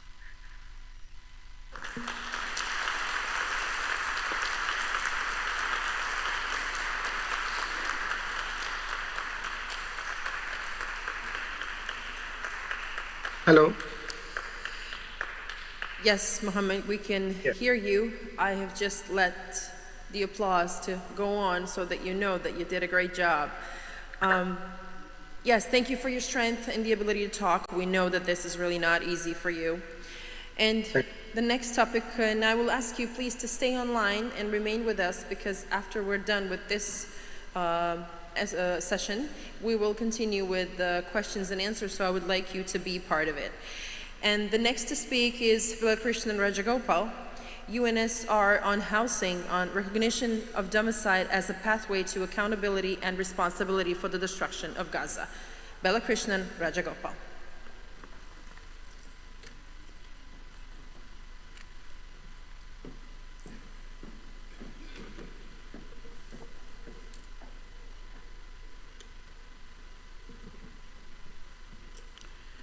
Distinguished members of the jury, my name is Balakrishnan Rajagopal. I am the current UN Special Rapporteur on the Right to Adequate Housing and a Professor of Law and Development at the Massachusetts Institute of Technology. And I am here in my academic capacity. I will address specifically the mass destruction of homes and displacement in Gaza in particular. As the so-called ceasefire in Gaza remains in tatters, hundreds of thousands of displaced people of Gaza are also returning to search for their homes, and almost in all cases finding only rubble. Northern Gaza in particular is decimated and resembles a moonscape that defies belief. Indeed, domicide, or the mass destruction of housing, residential buildings, homes, property, and civilian infrastructure needed for homes such as electricity and water, is in fact the most visible, recorded, and unique element of the war on Gaza since 2023. When such domicide is systematic and widespread and accompanied by genocidal intent, it constitutes war crimes, crimes against humanity, and genocide, most visibly seen in Gaza. The level of destruction in Gaza is more acute than even the worst examples in terms of scale and ferocity. Hiroshima, Nagasaki, Dresden, or Tokyo, all during World War II, or the bombing of Aleppo or Mariupol in recent times. The jury should be aware that more than 90% of all housing has been destroyed in Gaza, and Israel has dropped more than 200,000 tons of bombs on Gaza, which is more than the equivalent of 13 nuclear bombs dropped on Hiroshima. Almost all civilian infrastructure such as water, electricity, and sanitation, or services including schools, universities, and hospitals have been obliterated or damaged. Under international law, such infrastructure and services form part of the definition of adequate housing. Almost 94% of all hospitals, 95% of school buildings, and almost 89% of all water, sanitation, and hygiene infrastructure have been destroyed or damaged. The attacks have targeted tents, IDP and refugee camps, and religious and cultural sites. Almost all of the population of Gaza of 2.3 million have been displaced, half of them children, often multiple times from one place to another. More than 2 million people are homeless. More have been rendered homeless in a shorter time in Gaza than in any other conflict in recent memory. Despite this catastrophe in Gaza, massive destruction of housing is not condemned or criminalized on its own terms under international law. Homes are supposed to be qualified protected objects under international humanitarian law, but they can lose that status too easily if there is some link with the military objective, however far-fetched. Norms such as proportionality and necessity in international humanitarian law have not proved capable of preventing mass destruction of housing. Indeed, the normative, moral, and political black hole in which mass destruction of housing exists is one major reason why I propose the term domicide to the UN General Assembly to name it, understand it, condemn it, and prevent it. The jury should take into account that the humanitarian, psychological, and cultural impacts of domicide are profound, as we just heard. A home is not just four walls and a roof, but a repository of memories, hopes, and aspirations. Destruction of a home leads to profound psychological loss and trauma. People mourn when they lose their homes and lives of dead ones, but not necessarily the loss of other items, even those essential for human survival. The mass destruction of housing and the neighborhood leads to the disintegration of community life, an intangible heritage which leads to profound cultural loss. Then there is the humanitarian impact of loss of a secure and safe place against the wind, cold, and heat, especially for infants, small children, older persons, and disabled individuals, as well as the gendered impact of lack of privacy on women. Indeed, destruction of a home destroys the possibility of enjoying so many other rights which depend on it. The ability to cook, access water and sanitation, or attend school. Housing is a gateway right to other rights, including the right to self-determination, because self-determination depends on having control over land. Destruction of homes, which results in the displacement, leads to the inability to enjoy self-determination over the land on which homes stand, which is why housing and land rights can never be separated. Domicide is, when seen through the prisms of housing and land, an attack on a people and their self-determination. The Israeli occupation and annexation of Palestine, along with policies of apartheid, focus so much on control of land and housing for this reason. Ultimately, domicide, whether slow and incremental or rapid and genocidal is the main tool of converting occupation to annexation. Yet the law and politics of domicile remain non-existent or underdeveloped, hidden in the blind spots of international law. Homes are allegedly protected objects under international humanitarian law, but are regularly bombed without limits. In fact, as the world urbanizes more, war has become more urban, targeting the built environment, as we have seen in Gaza, which was 77% urban before the outbreak of war in October 2023. Israel's use of artificial intelligence through systems such as Lavender, Gospel, and Where is Daddy, the IDF's systematic demolition of residential buildings using explosives, robots, and D9 Caterpillar bulldozers, and the overall pattern of mass bombardment of buildings, judging by its scale and ferocity, show that the destruction of residential buildings and civil infrastructure has been intentional, disproportionate, and unnecessary for any plausible military objective. Indeed, the pattern of destruction goes beyond Gaza and can be seen in the West Bank as well, for example, in the use of Caterpillar bulldozers. Despite these facts, there is little promise thus far that anyone would be prosecuted for such war crimes, although many countries do have laws to prosecute violations of war crimes on the basis of universal jurisdiction. Unfortunately, the record is bleak. There have been no convictions of anyone for mass destruction of housing and war crimes trials of the past. The definitions of crimes against humanity and genocide in the Rome Statute of the International Criminal Court do not include mass destruction of homes. South Africa has alleged before the International Court of Justice in its case against Israel that rendering the territory uninhabitable through massive destruction of homes and related civilian infrastructure actually constitutes genocide under the Genocide Convention. If that argument is upheld by the ICJ, it might offer a glimmer of hope that law is still relevant to control the inhumanity of domicide. I urge this tribunal to respectfully issue a finding that bolsters this line of argument. Under international law, Israel and the other states and private entities that committed or became complicit in domicide in Gaza through their supply of weapons, machinery, products, and expertise remain both accountable and responsible. Accountability is a language of legal and moral liability that usually attaches to individuals or private entities, while responsibility, especially state responsibility, is a well-established doctrine of international law. It is indeed a fundamental rule of established international law that states are responsible for their wrongful acts and must provide reparation to restore all rights. This will be a long struggle, and this tribunal is an important milestone in that quest. Indeed, the tribunal may want to consider how its ruling can influence the strengthening of the politics of solidarity, which must trump the politics of domination and subjugation, which remains operating systems of world order. As law strives to be a language of not just domination and power, but of legitimacy to establish its hegemony, alternative narratives of legitimacy are emerging and are possible, which can shape a law and politics of counter-hegemony. I urge the tribunal to approach its analysis and findings in that spirit. Finally, I urge the tribunal to consider the impact of domicide on immediate survival needs and longer-term rebuilding of Gaza. Despite the current ceasefire, immediate shelter needs of almost 2 million people loom large. This is complicated by two factors.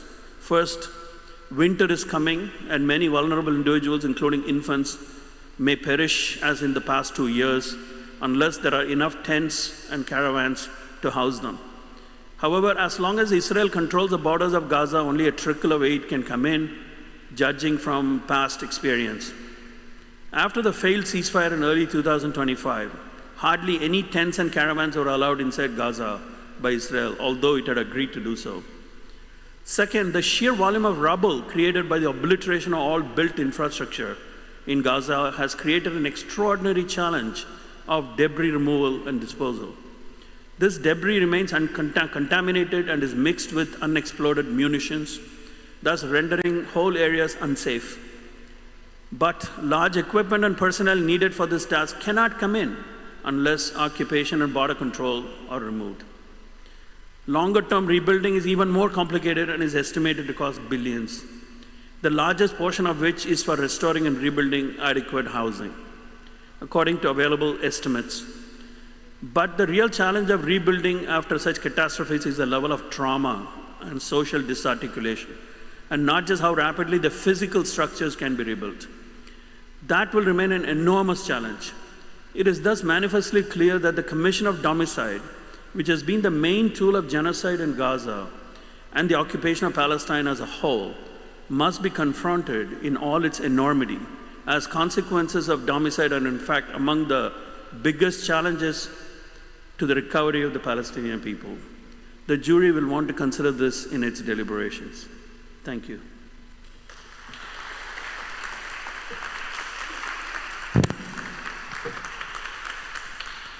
Thank you, Mr. Rajagopal. I would like to ask our team to play a video of a Mohammed.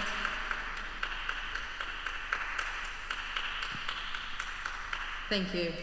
Thank you very much. We all know homes are essential parts of our lives, and since Mohammed has been speaking about a loss of one, it's time to see a video.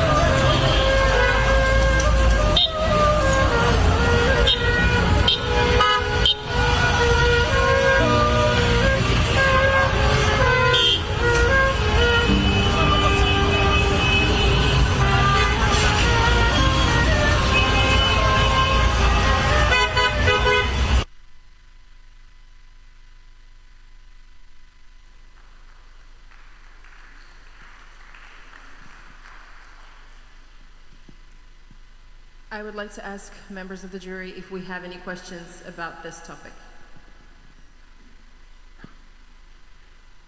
Thank you very much, Mr. Rajagopal, for your presentation.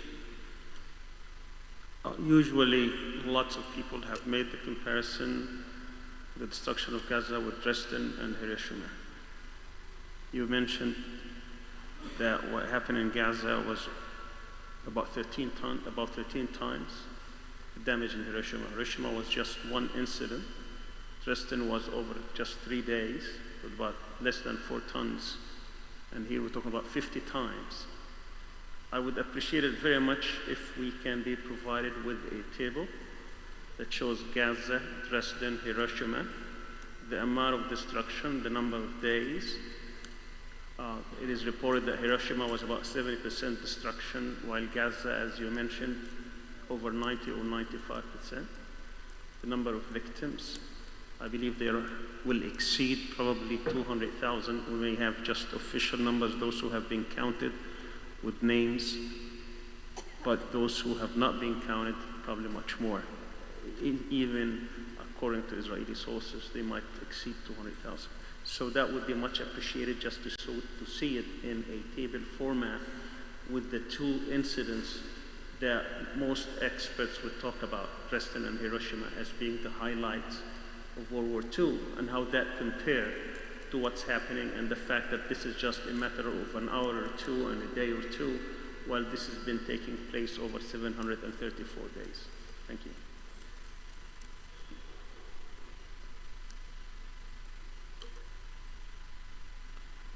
Of course,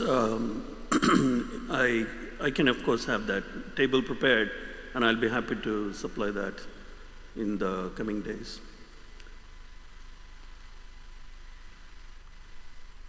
Thank you very much. Do we have any questions for Mohammed?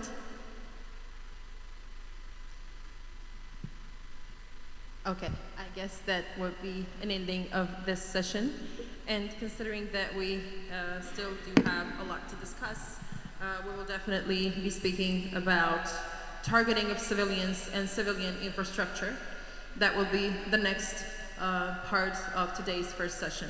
So we will be discussing medical systems and discussing everything that has not been working in Gaza for the past 2 years, all those medical facilities that have been destroyed, and inability of Gazans to have an approach to medical conditions, to medications and everything they need as an essence for healthy and possible survival of the genocide in Gaza. So Dr. Javid Abdul Manaim will be the first to talk, deliberate mass harm to civilians, destruction of the healthcare system, food as a weapon of war, bearing witness to genocide in Gaza. So we will be listening another witness testimony.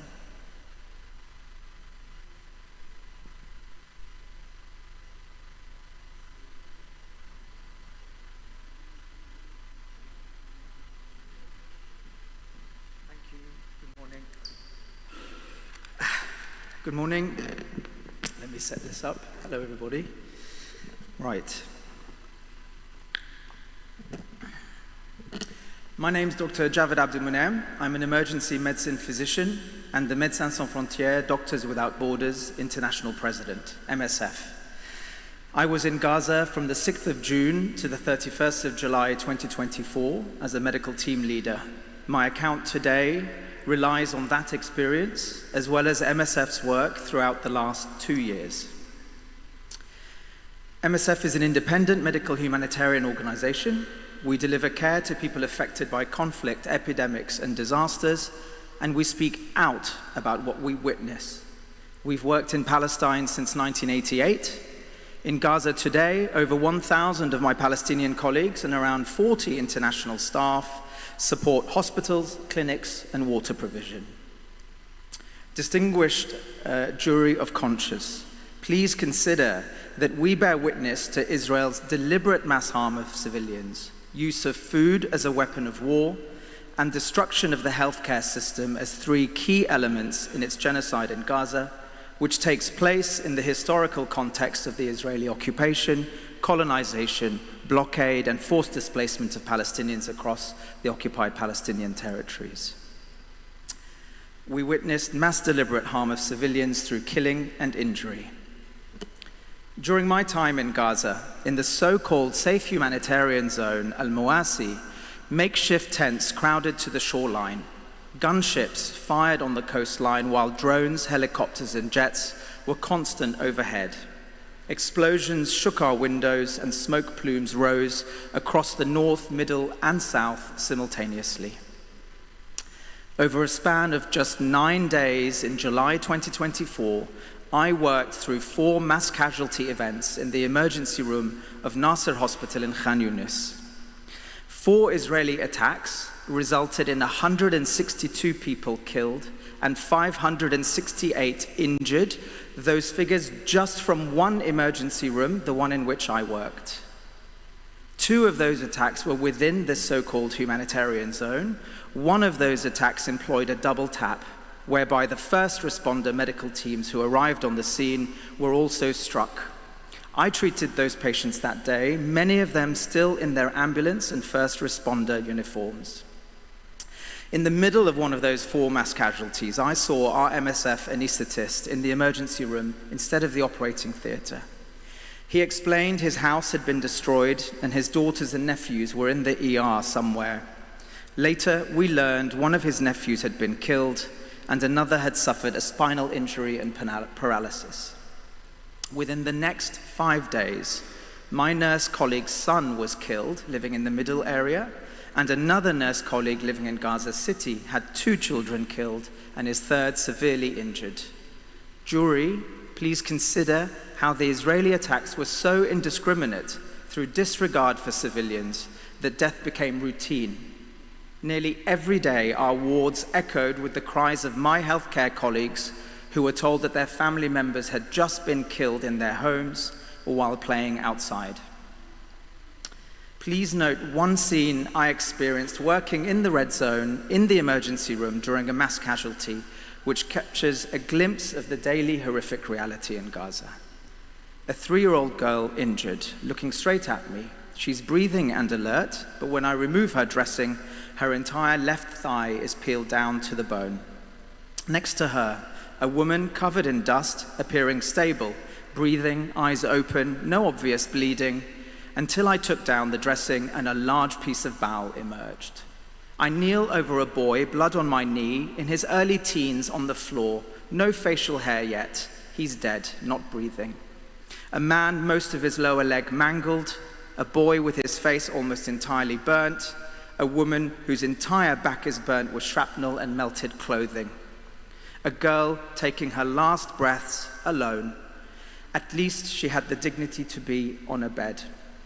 These are just 7 of the 730 injured or killed in 9 days in one emergency room in which I worked a year ago, and the same violence has continued every week that there hasn't been a ceasefire. Members of the jury, I would also like you to consider that during my time in Gaza in June 2024, the Nusayrat hostage rescue produced catastrophic civilian casualties, something I witnessed with my own eyes. The disproportion between the 4 Israelis rescued and the nearly 980 Palestinians killed and wounded that day is an affront to humanity. The entire trauma system was overwhelmed from middle area to south. In our trauma unit in Nasser alone, we took in 19 patients transferred from Al-Aqsa Hospital. The last child admitted from that attack was discharged 42 days later from our ward. He'd suffered an amputated forearm, a brain injury with memory loss and seizures, and still had a metal external fixator attached to his femur. Less than 7 days after that attack, as I waited to cross the Netzarim corridor, I witnessed the murder of 2 fishermen on the beach.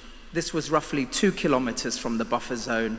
Each was killed with a single shot from behind as they ran away, one to the neck and one to the heart.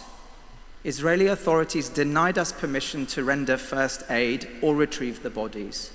Their friends crept up the beach, retrieved the bodies, and carried them away, still clutching one of their fishing nets. 2, how Israeli authorities used food as a weapon of war. The deliberate use of food as a weapon in Gaza saw hunger reach unprecedented levels, with famine confirmed by the IPC in August 2025, as you've heard. This is not hunger, it's deliberate starvation. At the MSF clinic in Gaza City, in the north of the Strip, the number of people enrolled for malnutrition by the 2nd week of July had quadrupled in the previous month, while rates of severe malnutrition in children under 5 tripled in 2 weeks of July alone. In Gaza City, as of August the 9th, we had 1,599 people enrolled for outpatient malnutrition treatment. 42% of those children are under 5 years old, and over half are pregnant and breastfeeding women. A week-long survey at our clinics across Gaza this July showed 1/4 of pregnant and breastfeeding women and children were malnourished. Our 4 outpatient feeding centers were overwhelmed, facing demand driven by deliberate starvation. Members of the jury, during this time, people were forced to seek food at the Israeli and UN-led militarized food distribution sites run by the so-called Gaza Humanitarian Fund, GHF. Distributions at GHF sites were accompanied by extreme violence. Palestinian men, women, and children seeking food came under fire from Israeli soldiers and from American security contractors. Our teams on the ground treated people with gunshot wounds, barbed wire lacerations, and crush injuries from stampedes, all sustained while trying to receive aid at GHF sites. Between 7th of June and 24th of July 2025, in just 6.5 weeks, in just 2 of our facilities, we received 1,380 injured individuals and 28 dead from 2 GHF sites. The anatomical precision of those injuries suggests intentional targeting rather than indiscriminate fire. And this is only a fraction of the total injured and killed seeking food aid at GHF sites. These are just the patients we saw in our own clinics. Esteemed jury, our colleague Abdullah Hamad was killed on the 3rd of July this year. Israeli forces deliberately targeted a group of people, including Abdullah, without warning as they waited for aid trucks to collect flour in Khan Yunis. Jury, we highlight that the famine and deaths at food aid sites were not accidental. They were deliberately orchestrated by Israel.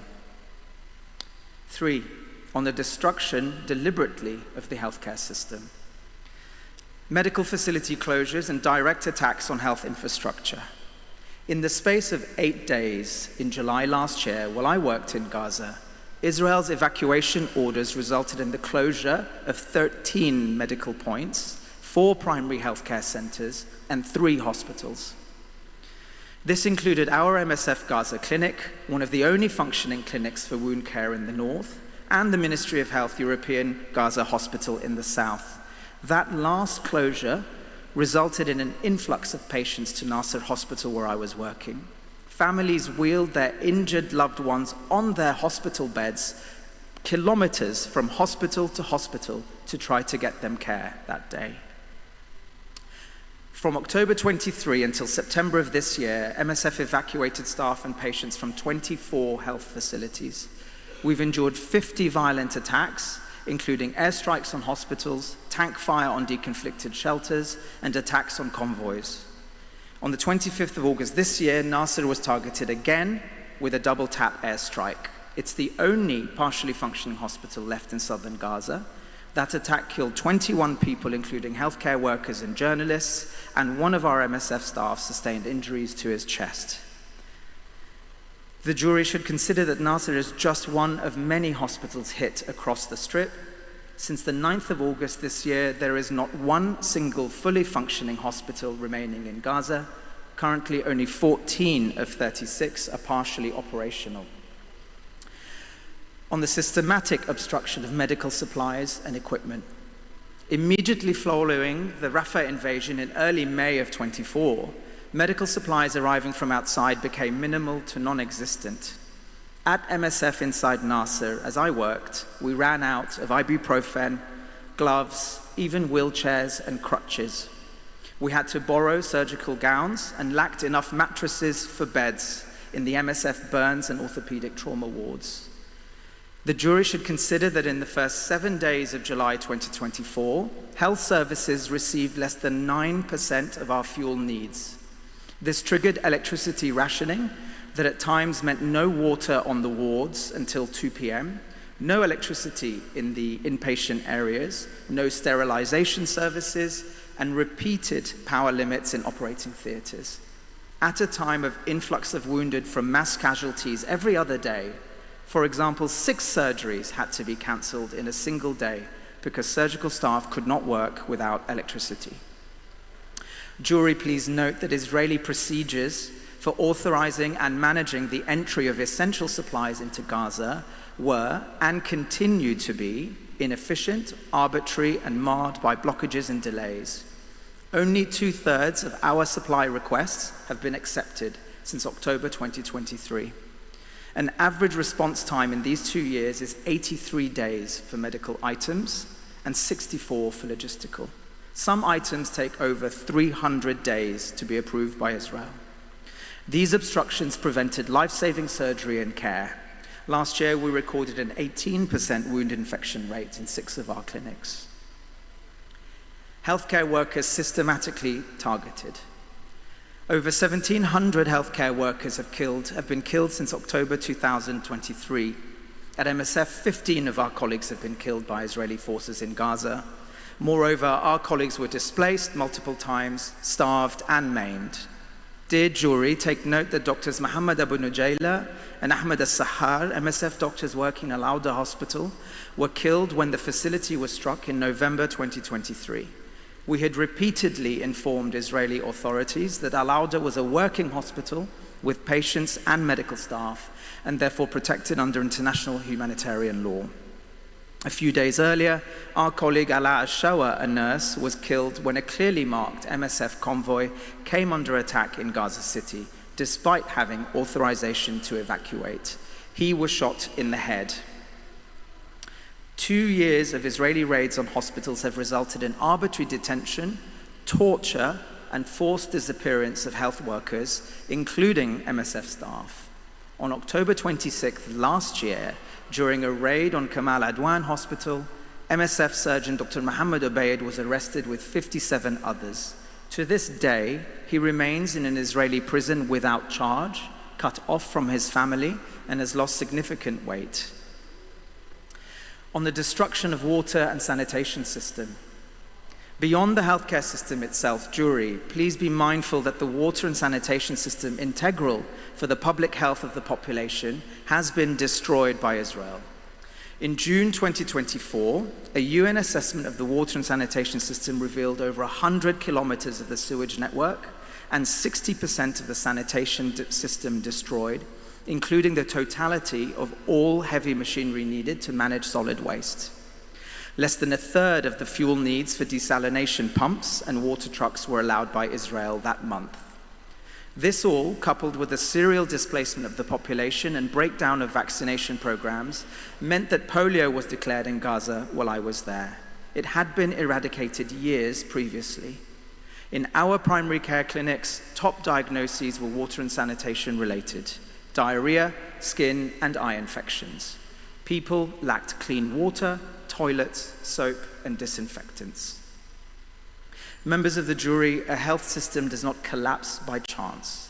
It's destroyed when hospitals are deliberately struck, supplies are choked off, healthcare workers are killed or detained, and the water and sanitation system is ruined. As Gaza's health infrastructure collapsed, civilians are left without life-saving care. Patients with trauma injuries, chronic diseases, cancer, communicable illnesses, malnourished children, and pregnant women are dying from preventable causes. I ask you to recognize this for what it is: the deliberate dismantling of the means to survive. Conclusion: deliberate mass harm to civilians, food as a weapon of war, destruction of the healthcare system. Under these headings, I've described Israeli actions that in our witnessing and experience reflect a systematic and deliberate pattern of destruction targeting the population in Gaza. The genocide is far from over. Aid is still not flowing in at scale. A humanitarian catastrophe continues to unfold, and there remains an urgent need for credible accountability mechanisms to deliver justice for the thousands killed and injured by Israeli actions over the past 2 years. Thank you.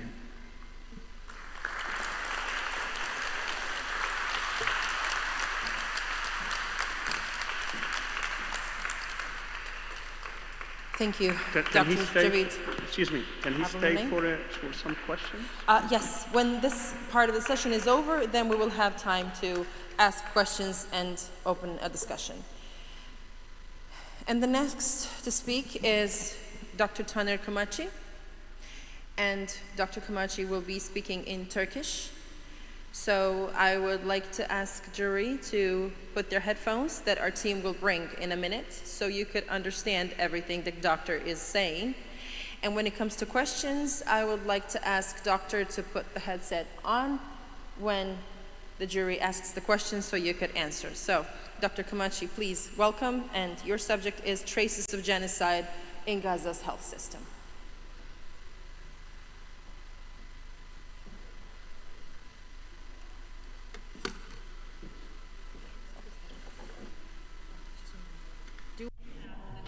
Already?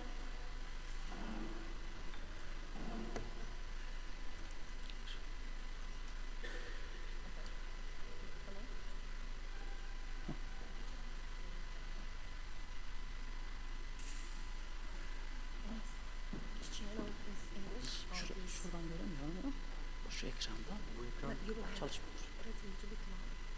İndiğin yer, şurada görüyorsunuz. Tamam, tamam.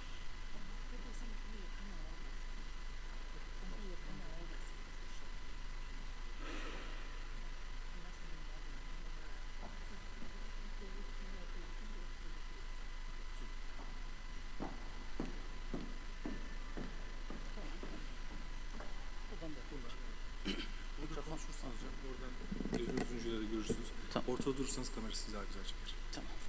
Siz ortaya koyun.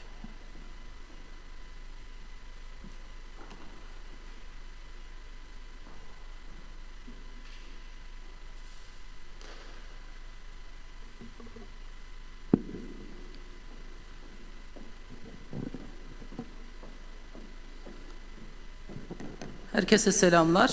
Greetings, everyone. Esteemed jury, my name is Taner Kamacı. I'm a doctor focusing on children. I was in Gaza for 15 days, working as a doctor on the field, treating the wounded.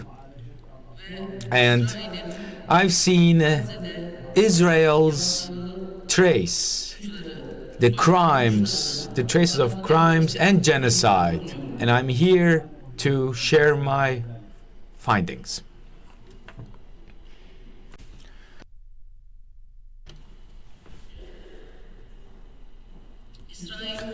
Israel in Gaza has committed various crimes, I'm sure, but as a health personnel, I especially focus on health and focus on Israel's crimes on health.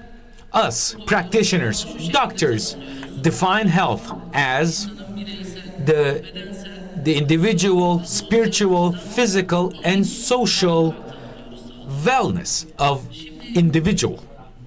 So, 2 years, every day, the streets and houses were bombarded. Electricity, water, and its food taken away. Drugs, ambulance, and hospitals in need. How can these people can be fine physically, spiritually, or socially? Israel, in these 2 years, have affected all of people of Gaza, exploiting their need for health. Israel's atrocities in terms of health systems are summarized in a couple, let's say, titles. One is the fundamental necessities for health system and their restriction. For a healthy life, before anything else, we need shelter, electricity, clean water, necessary food and supplements. These are the needs. Sewage systems, extraction or vaccination of children are needs.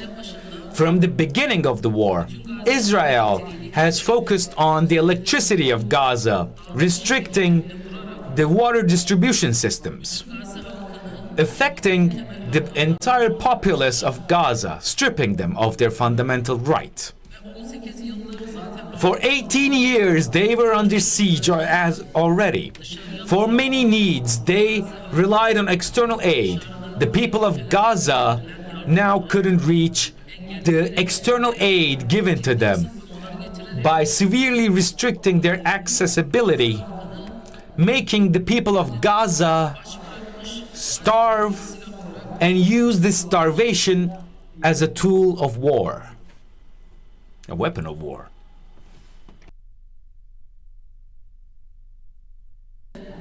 In 2 years, 154 children and total of 460 people died from malnutrition alone. This has been reported. In my time in Gaza, I've seen these in hospitals, in the hallways of hospitals, on the ground, wrapped in a blanket, lying on the ground or outside the hospital, just with a sheet or a blanket or maybe some nylon covers, not protecting themselves from heat or cold, in tents haphazardly built, having trouble finding even bread, waiting behind tankers for hours for drinking water, not being able to sate their toilet needs, waiting in lines for hours. I've seen these and I've witnessed all of them. Israel's actions and atrocities in Gaza include the bombardment of health institutions. Based on the Gaza statistics from the Ministry of Health, before October 7th, they had 38 hospitals and more than 100 smaller institutions for health. But in 2 years, the 34 of the 38 hospitals are partially or completely bombarded, rendering them useless. Of 157 healthcare centers, 103 of them are completely demolished, and of 197 ambulances, they were intentionally targeted and destroyed.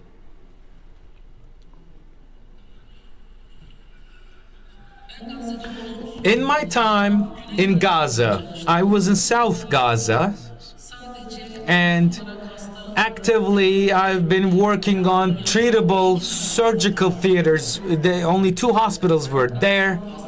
I was in Gaza European Hospital. Aqsa Martyrs Hospitals was at the other hospital. The south of Gaza, all their emergencies and the wounded were only in these 2 hospitals. And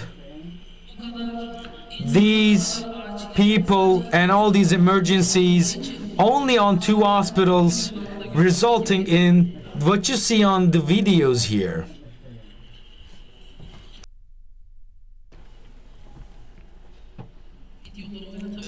Can we play these videos? Maybe the technical team can help us. All the wounded and the emergency treatments only could be treated in 2 hospitals. Their emergency clinics would work 24/7, always busy. Surgical theaters were working constantly on treatment of patients. Sometimes emergency surgery patients had to wait in line for hours. And in Gaza, I've also witnessed that ambulances, since most of them were damaged by Israel, sometimes patients would be carried on horseback or with horse carriages, coming to emergency where their intestines are ripped, arms and legs just ripped from their bodies, carried alongside them. In this video, this is my video. This is from the European Hospital Emergency Clinic. Tens of children, as you can see. Such a war we see where the emergency are filled with children.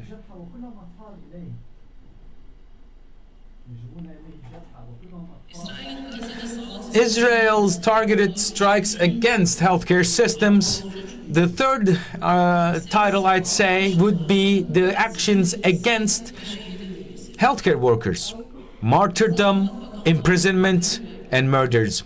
Based on the Gaza Ministry of Health, from October 7th to this day, 1,722 personnel were martyred by Israel. 362 personnel were imprisoned or captured, and most of them are not heard of ever since.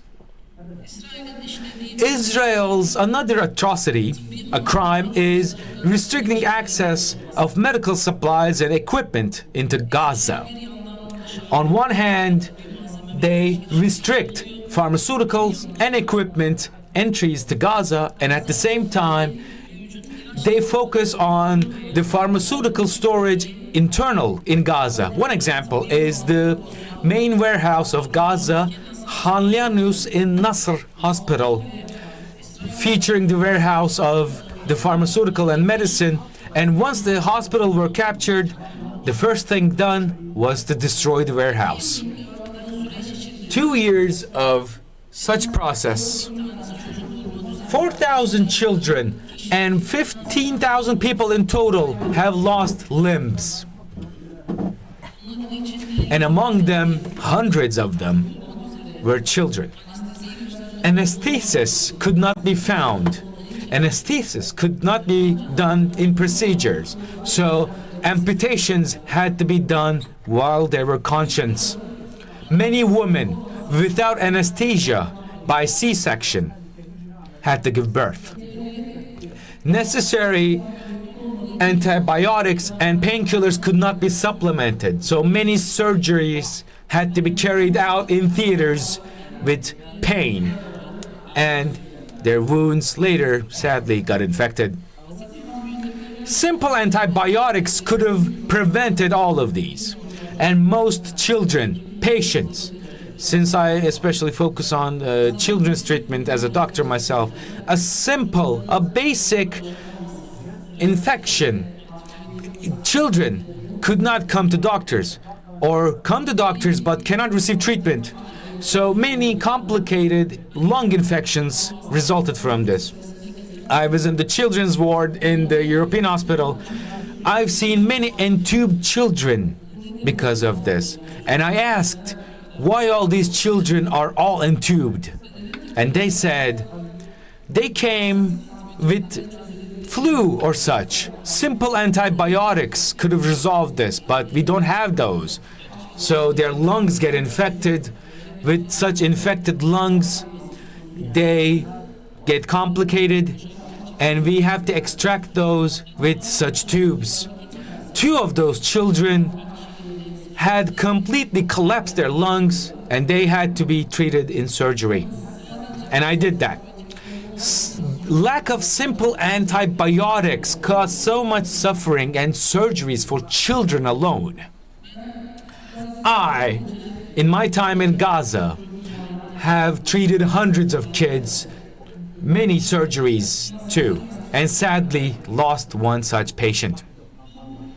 This, what you see on the screen, is my day 1 and my first surgery. A 15-year-old boy playing on the street got struck by an Israeli sniper from the hip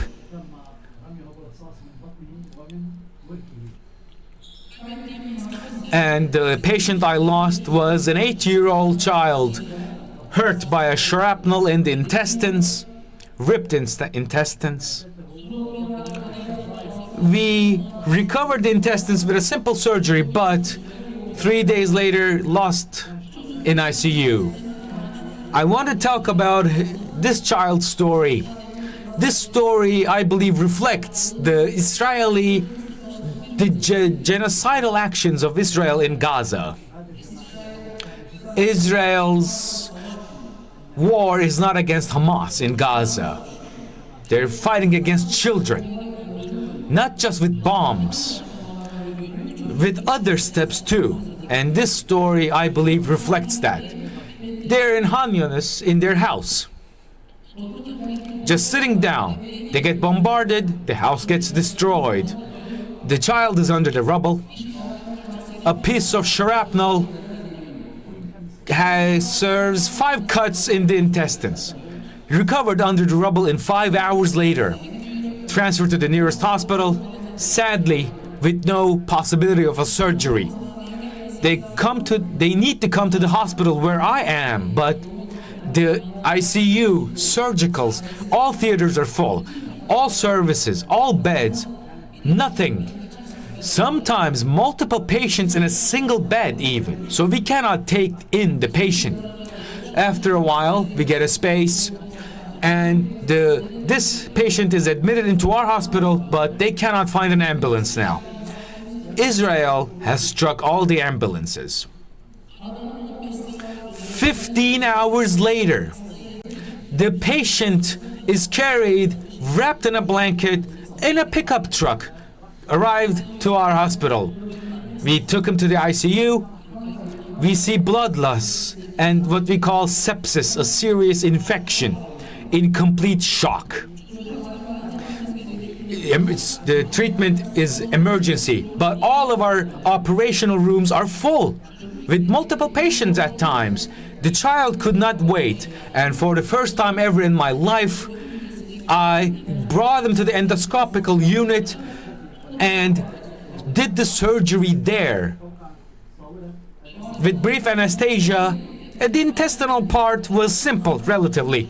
But post-surgery, I could not give them antibiotics or other serums, nor blood, necessary blood. And 3 days later, they passed away. Look at the stages here. It's not just the bomb. It's the rubble. The rubble's extraction equipment is also struck. Ambulances are struck. Hospital pharmaceutical resources are struck. Multiple aspects are struck in this strikes. That's why it's not a war, it's a genocide, as we say it. And now, before your presence to everybody, I wish to I ask you this. What kid deserves this across the globe? Please look at this picture. This is the result of an Israel's bomb. It got ripped into two, had to one side the body, to torso to other side. And a journalist shoots this Elisal Sharif and serves this to the world. And Israel bombs that journalist too a couple of months later. So we are trying to declare the genocide of Israel to the world, but their prime minister goes to the world and says that we will be taking revenge from all who speak against Israel. What is this in the legal language?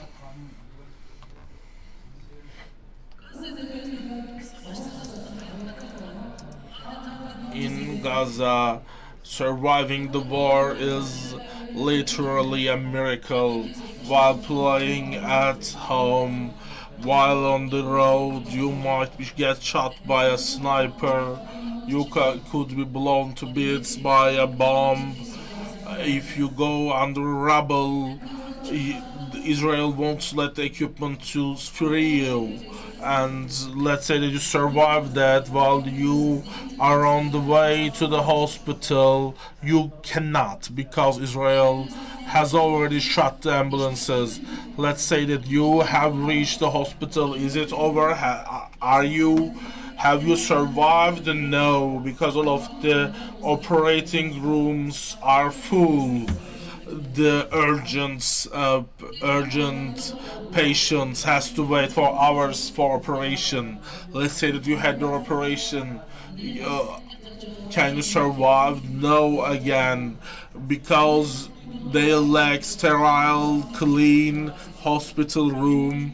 No antibiotics, no painkillers. Why? Because Israel has blocked them all. Let's say that you had your surgery. Let's say that they are going to discharge you. You have bandages all over you. You are going to go home, right? Has this child survived? No, they no longer have a house to go. Maybe they have lost all of their family and they are now alone in the world.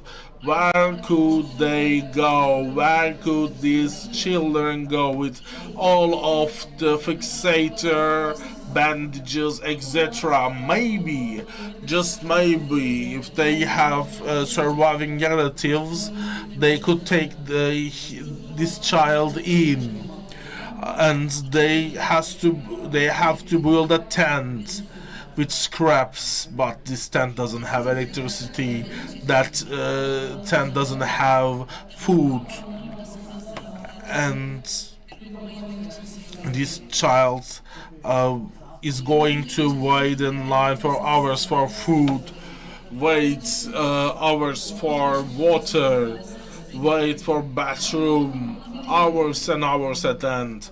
They won't even remember to bathe. They will forget what bathing means. They will feel the pain of their relatives. Also, they will have to endure their injuries. Ain't that genocide?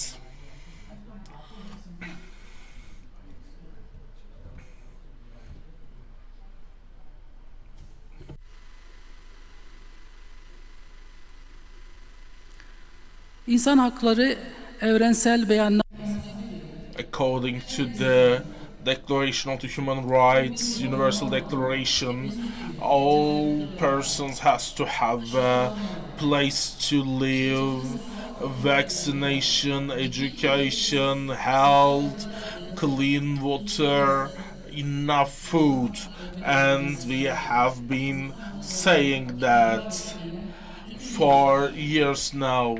They have violated the Universal Human Rights Agreement per the international law.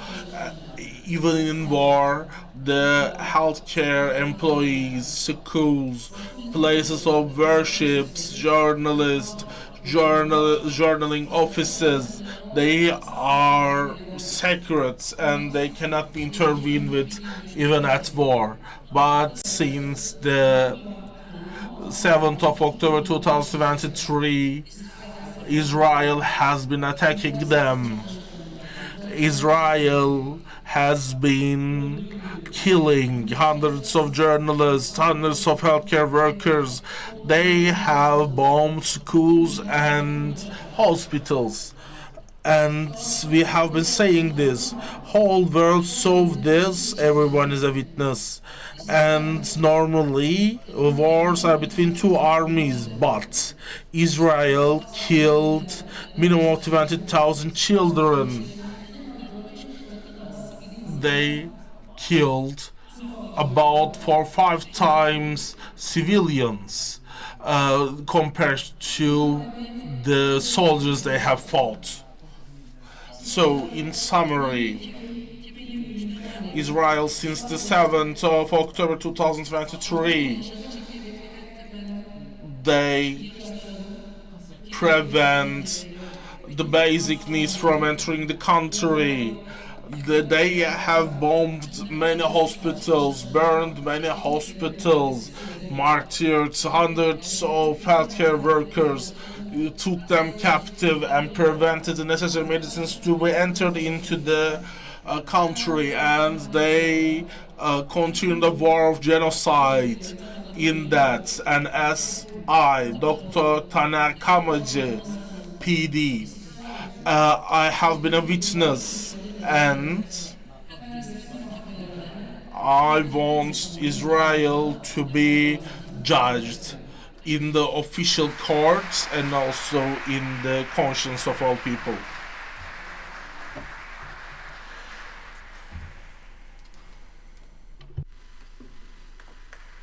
Teşekkür ederim. Machi. I understand that we all have a lot to say when it comes to genocide in Gaza and ongoing war and ongoing genocide. But I would like to ask, please, all of the other speakers to stick to those timelines that we gave them in order for everyone to have a place and time to speak and say what they want. So, evidence for the systematic Israeli attacks on Palestinian healthcare personnel and the destruction of preconditions of public health and for public health is our next topic, and the speaker is Dr. Mads Gilbert.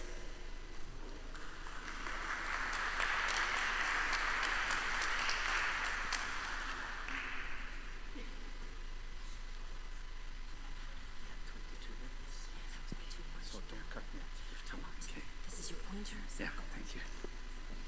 Please try to speed up. I will. Absolutely. Can I have the first slide, please? Assalamu alaikum. Good morning, everyone.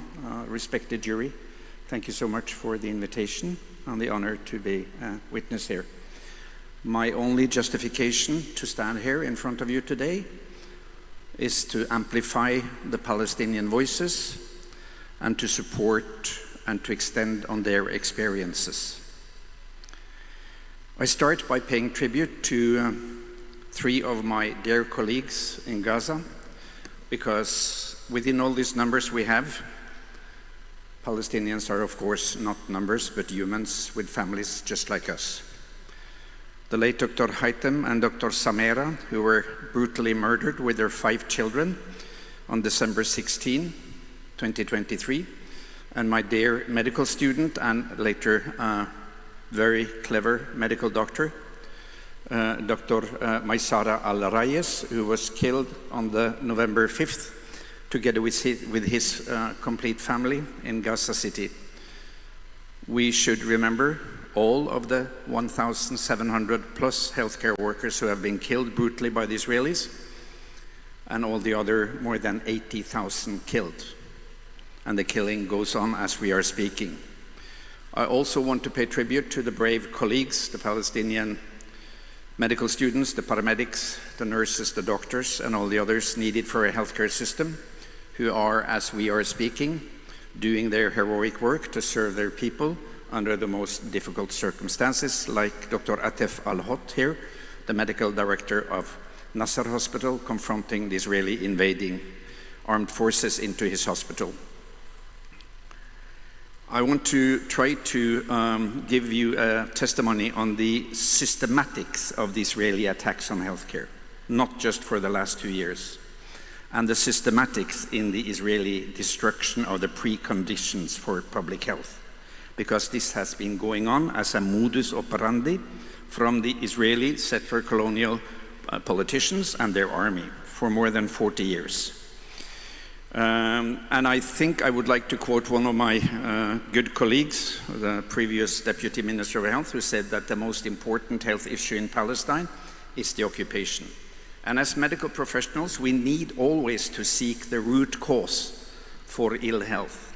And I totally subscribe to the fact that in Palestine, the root cause of ill health is the Israeli occupation, and unless that is dealt with, there will continue to be ill health. And being doctors going there only to soak the blood from the floor, we will become part of the problem if we don't stop the bleeding. The Palestinian healthcare workers are experts in improvising and finding solutions. In fact, the world experts. They should teach us. They carry the weight of healthcare in occupied Palestine, both Gaza and the West Bank, and they are the key witnesses. That's my position. And I will share with you some of my own experiences through the 42 years that I have been working as a medical doctor, anesthesiologist and emergency doctor with the Palestinians. So as a scientist, I want to share my sources with you and what is the basis for what I call evidence-based solidarity. Number one, my local contacts, the families, the patients in Gaza and in the West Bank that I have been dealing with. And of course, my own clinical experiences. The Minister of Health in Gaza, the UN bodies that are providing regular reports, the critical media, and of course, peer-reviewed evidence-based research and science. So I'd like to point to the fact that throughout the 2 last years, we've had weekly updated reports on any number that could be gathered in Gaza through in particular, UN OCHA's reports, the weekly reports, and all the reports, validated reports on the attacks on the healthcare system. And in addition, the science. There has been a large body of peer-reviewed science published through the last 2 years, and I'd be happy to provide the jury with an updated list of references. So the most important source of knowledge, I think, is this UN OCHA weekly report, and they have produced nothing less than 328 such reports since the 7th of October. And if you look at this graph, you can see the 2 graphs indicating the number of killed and injured. These 2 graphs, and this is from October 15, so it's a very updated one. Then there was a study that was published in January this year in The Lancet, showing that when you critically review the numbers produced the first 12 months after October 7th, there is actually a 41% underreporting of the numbers, 41%. So if you take the number in this report, the last one, and you multiply by 1.41, the actual number of killed is not 67,000 plus, but 95,000 plus. And if you add to that the 10 to 20,000 lost or buried or missing in the rubble of the bombed buildings, we have surpassed 100,000 killed in Palestine, in Gaza. And don't forget that 3 out of 4 are women and children, and between 80 and 90% are civilians. So those are the rude numbers, the crude numbers. Also important documentation sources are the experiences you have yourself and my experiences with the Palestinian families and in particular the patients that I have met.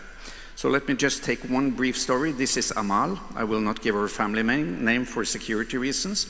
Here we received her in Shifa Hospital in January 2009 during the Operation Cast Lead. She had been buried in the bombed house after a massacre in Zaytun.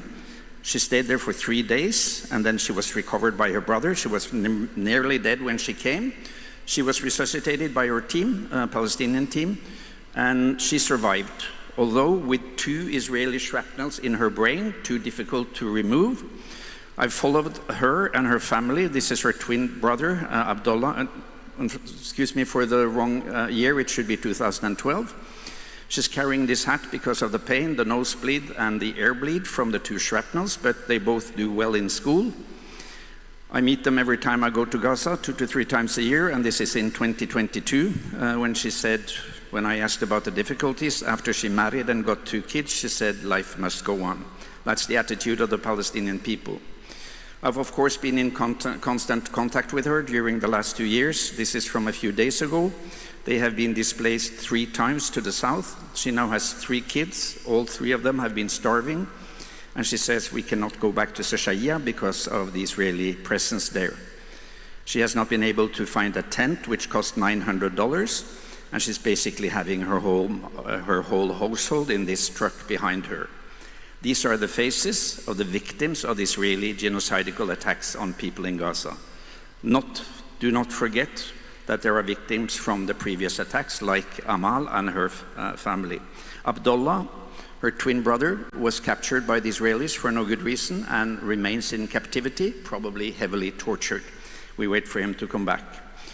So Amal and her family are our responsibility. And it is horrible to just see that after 2 years of these horrendous crimes perpetrated in Gaza, it goes on, and we have not been able to stop it. After each bombing, there is hectic activity in the operating rooms. This is in Shifa after one of the bombings, not noticed in the media at all. In September 2019, a young boy who was hit on his motor bicycle delivering pizza.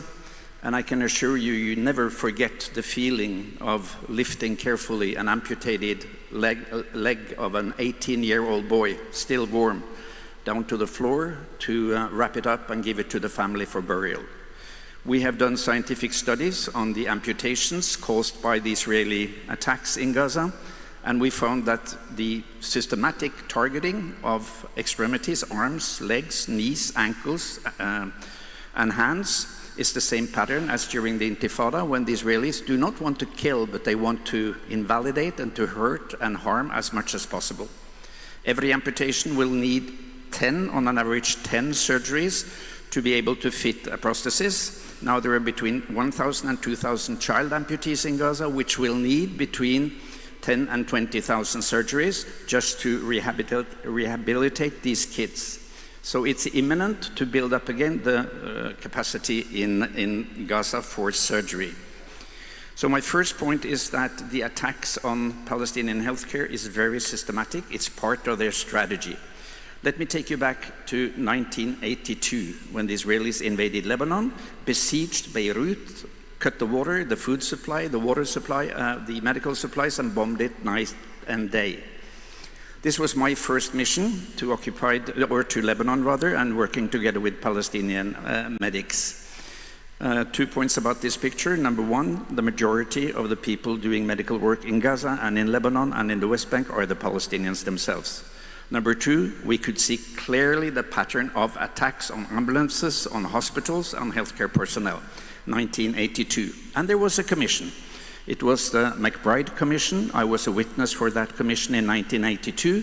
And if you look at the second page of the complete report, you can see that the vice chairman was Professor Richard Falk. I suggest we give him a big hand for having been standing out for so long, 41 years. Thank you, Richard. And my second point is that despite all these reports, this is the Goldstone report from 2009, This is the inquiry report from 2014, when the attack was just as bad on healthcare, and the UN report and also the Tribunal in Brussels actually documented, and that's important, but it did not change the impunity of the Israeli war machine. They continued, despite all this documentation that we have had through all these years of the same pattern of attacking healthcare, civilians, schools, all these different types of brutal war crimes. So the evidence of the long-standing Israeli attacks on Palestinian healthcare and healthcare workers is overwhelming. I'll just give you, as a scientist, some numbers. This is from the health cluster, which is which has been reporting weekly also from Gaza after October 2023. The yellow bars on this graph are the hospitals that are in function, the gray bars, non-functional. And this is 6 weeks, the first 6 weeks after October 7. So on October 8th, there were 34 partially functioning hospitals. On November 14, only 8. This is the result of the systematic attacks on healthcare in Gaza, in order to rob the people of the cornerstone of safety in a society, which is a hospital and healthcare. And when you rob the people of that safety, the intention is, of course, to have more people killed and dying from complications, and it is to kill the will to resist. That's the objective of the attack on healthcare. And the invasion of the hospitals, as you know, has been followed by rampage, by vandalization of MR machines, of ICU machinery, the cancer hospital for children, the cancer hospital for adults. Everything is sort of systematically destroyed. And in 2024, UN reported nearly 600 attacks on healthcare in Gaza. And you know, this is one of the well-known ones, the attack on El Ahli Arab Hospital. And here, Dr. Abu Safiya, the head of Kamal Adwan, still imprisoned, along with 301 other healthcare workers still in prison, being tortured. So the pattern is systematic, attacks on hospitals and on healthcare workers. WHO has a dashboard, and you can see the internet address there, and you can actually search for attacks on healthcare all over the world. And here I've done a search with the search term Occupied Palestinian Territory, West Bank and Gaza, and you can see the numbers of attacks, of killed, of injured, during the last 2 years, from October 10 to October 22 this year. And the numbers sum up to 2,853 killed or wounded patients and healthcare workers in Gaza for the last 2 years, 4 per day or 1 every 6 hours. Extremely systematic. And this is a clear modus for the last 20 years, systematic attacks. If you do the same search on the same dashboard, but go 20 years back, which I've done in this search, you can see the numbers of attacks, of killed and of wounded, and I've summed it up for you. So there has been 4,243 Palestinian patients and healthcare workers killed or injured over the last 20 years, in more than 6,500 Israeli attacks on healthcare in Gaza and the West Bank. Staggering numbers, with full impunity. They can continue to stop the water supply, the power supply, the supply of medicine, napkins, food for the patients, food for the staff, everything to strangulate and to kill the healthcare system. Completely systematic. And I took this picture in March 2008, one of the Red Crescent Hilal ambulances. And the second video is from February 2024. Same. They attack the ambulances, they kill the ambulance paramedics without any mercy, despite the fact that they are marked, uniformed, all according to international law. They are allowed to continue these attacks on the core part of the life-saving system in the society. And of course we all remember, or we should remember, the numbers. At least 2,415 Life-saving personnel, that is ambulance personnel, civil defense, medical staff, have been killed over the last 2 years.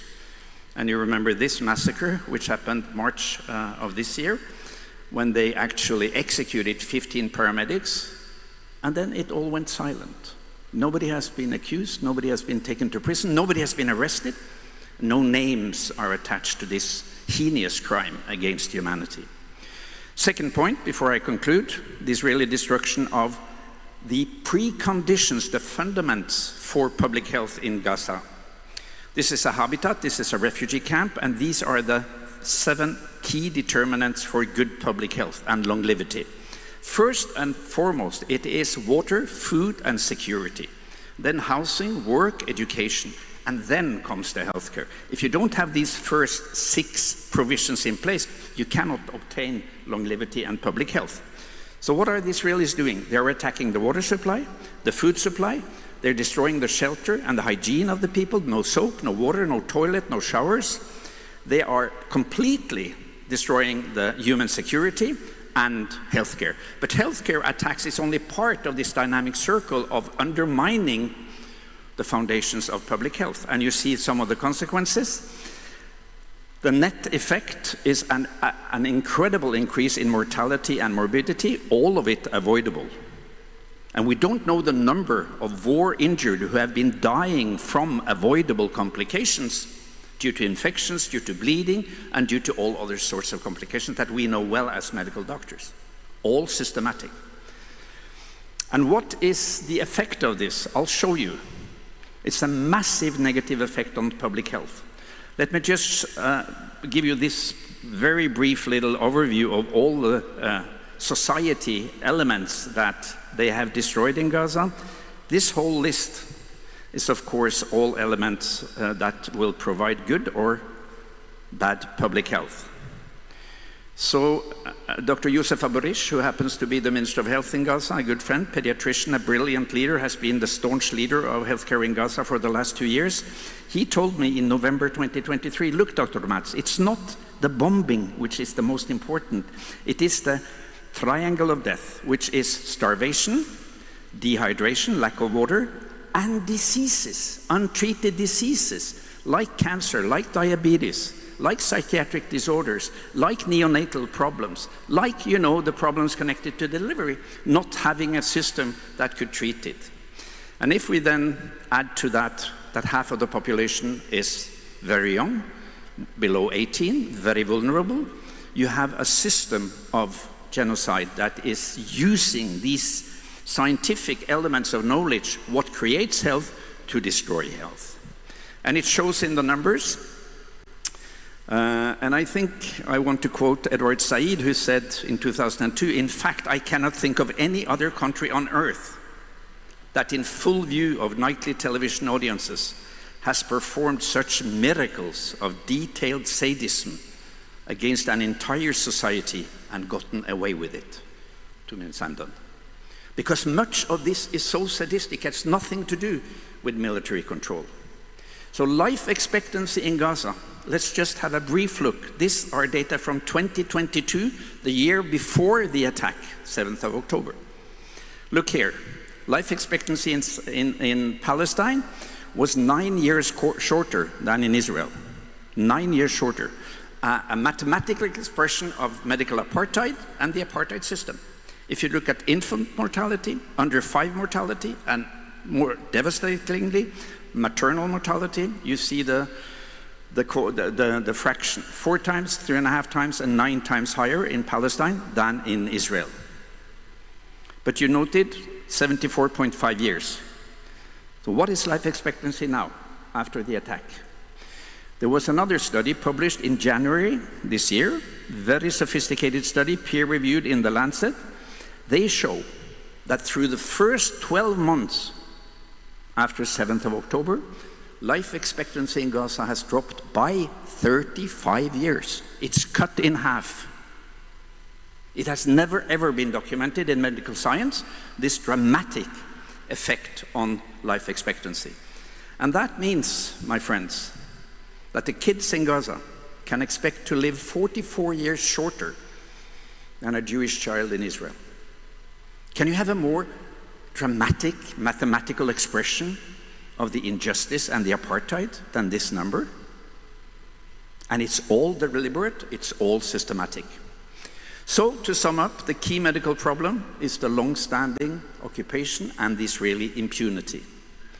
And as Desmond Tutu said, if you are neutral in situations of injustice, you have chosen the side of the oppressor.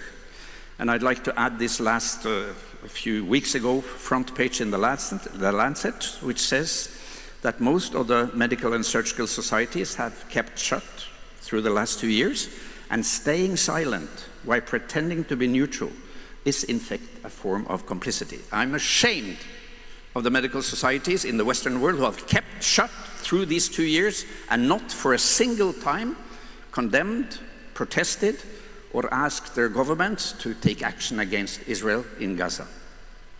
We will never forget, and we will never forgive. But we will continue our work. The Gaza Tribunal has produced very important new insight, but the fundamental problem, the root cause remains, and that is the Israeli occupation, the Israeli settler colonial apartheid project, and the Israeli impunity. So what do we do now, my friends? I know for sure that what I will do is to continue advocacy, support our Palestinian brothers and sisters. I will support the resistance and also the Palestinian armed resistance, which is just as legal as the Ukrainian armed resistance against Russia. And I will say to all of you, to resist is to exist, and let us pay tribute to our brothers and sisters in Palestine. Shukran jazilan.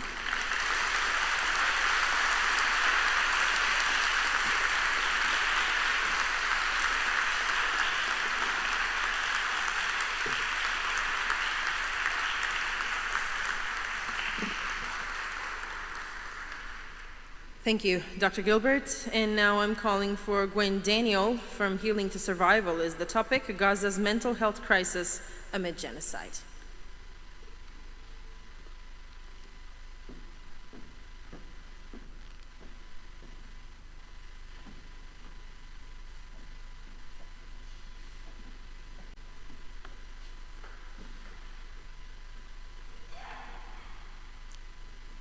Thank you, distinguished jury panel, for allowing me to speak about this really important topic. Can I just check that people can hear me? Okay. So my name is Gwen Daniel, and I'm a systemic family psychotherapist who lives in the UK and who has worked for many years, okay, thank you, with colleagues in Gaza. How do we understand mental health in the context of a genocide, an ongoing genocide? One of the criteria for genocide is causing serious bodily and mental harm to members of the group. The mental harm is one that we all know about. It radiates out of the epicenter of murder and destruction, but it sometimes receives less attention, even though every single witness here bears testimony to the suffering and the extremes that people are subjected to. In this presentation, I want to share some principles for understanding and responding to the mental health crisis in Gaza, to speak about some of the components of the genocide and their psychological impacts, and then to discuss what are the minimum requirements for any recovery. And I just want to say that my talk is profoundly informed by my colleagues of the Palestine Trauma Center and the Gaza Community Mental Health Program, whom I've met with regularly and have learnt from them all the extremes of suffering that they and their families have been subjected to. So what is an ethical approach to mental health? The effect of 2 years of genocide on the mental health of the population of Gaza is incalculable. We have to be very modest in even trying to assess the impact of it. We have to be humiliation. Humility is a really important part of how we think about the extremes of suffering. As my Palestinian colleagues always comment, there is no post-trauma. Trauma is continuous and ongoing and has been for generations. So while many individually focused interventions for trauma may be helpful, the only ethical responses to collective trauma on this scale are those which address decades of political violence and the need for self-determination and liberation. And that means supporting interventions which embrace activism and modes of resistance. It means speaking about impacts, but it also means speaking about responses. And it means supporting those mental health practitioners already operating in Gaza, have been operating throughout the course of the genocide. Mental health workers have been continuing to work with children, families, in the same way that the doctors of Gaza have never given up on their duties. It means foregrounding the cultural norms, the collective values and the aspirations of Palestinians themselves, and being extremely wary of Western models of therapeutic intervention developed in those very countries that are complicit in the genocide. As mental health practitioners, we endorse the principles of the Gaza Solidarity Health Declaration, which many physicians here have signed, and which apply to medical as well as physical illness. So, just to say a couple of things about the traumatic impact of 2 years of virtually continuous bombardment, killing, mutilation, overkilling, as many of my colleagues have described it, of living in a death zone, of the feelings of numbness, shock, people describing feeling they are already dead or longing to be among the dead. No time to grieve because survival and protection of the living is paramount. So grief can remain frozen. Unfreezing, expressing all the grief and pain of loss, is something that can only be determined by the people affected. It cannot be determined by outside professionals. The destruction of the infrastructure, the laying waste to homes, hospitals, schools, and mosques, does not only constitute physical destruction, it aims at the heart and soul of the community, its collective consciousness and its systems of mutual support. This has profound impacts on mental health, as indeed it is intended to.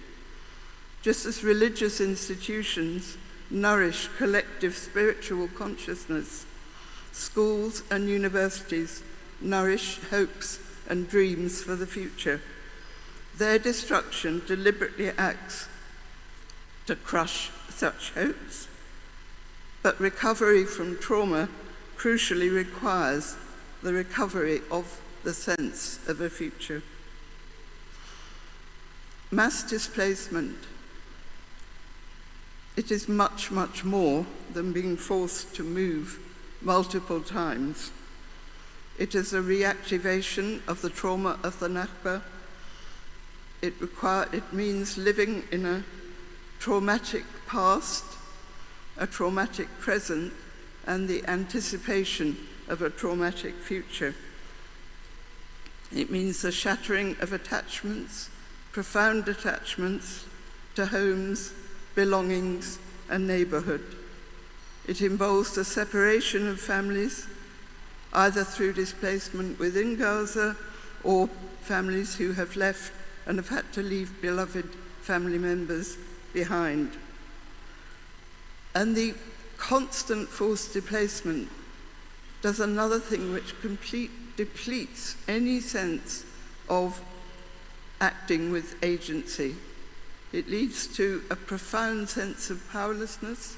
People cannot even take control, as in any other war zone, by leaving, because they are not allowed to leave. Gaza is unique, I think, in being one of the very few areas where people are imprisoned within the war zone. We've heard about mass starvation, and I will just highlight a couple of aspects of the psychological impacts of mass starvation. And they include the profound impact, as our colleagues have spoken, of parents feeling guilt, shame, and helplessness at not being able to feed their starving children and witnessing them crying with hunger. This has the potential to profoundly disrupt the relationship between parent and child, and likewise for mothers who are too malnourished to breastfeed, they are deprived of that precious bonding with their children that breastfeeding produces. I will say a few things about the impact on children. This has been described by UNICEF and others as a war on children. And we have to remember that in a settler colonial society, children are not intended to have a future. Children are a demographic threat rather than a resource to be celebrated. Nearly 40,000 children have lost one or both parents in this genocide. And within Gaza, children who are bereaved of a parent or both parents, would normally be cared for by extended family. But of course, extended families too have been wiped out or are too debilitated to be able to fulfill this task. We know from studies of trauma on children that the exposure to constant states of fear, hyperarousal, will have permanent impacts on children's brains, because there are no contexts where children can calm and recover from those states of hyperarousal. We also know that the way to help children in those situations is the provision of a calm environment, a structure, a routine, such as we know schools, which are so enormously valued by the children of Gaza and their parents, can provide. So the reintroduction of schooling is going to be absolutely crucial. We also know that children have had to fulfill adult responsibilities, which for many of them have been unmanageable beyond their physical and psychological capacities. Looking after younger siblings, fetching food, fuel, and water, helping elderly or disabled relatives. So to summarize, the mental health impacts in Gaza cannot be encapsulated by the conventional means of mapping rates of psychological symptoms displayed by individual members of a population. The impact on an entire population of being subjected to such immeasurable suffering requires a different approach.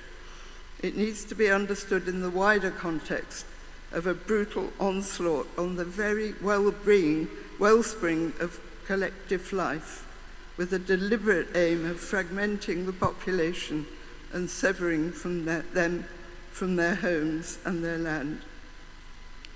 Now, our knowledge of trauma includes understanding the basic conditions for recovery: safety, the restoration of agency over extreme powerlessness, accountability, restitution, and justice. None of these conditions exist, nor are even envisaged in the so-called peace plan. while the need is massive and overwhelming, interventions must include the resources of those mental health practitioners within Gaza to continue their work.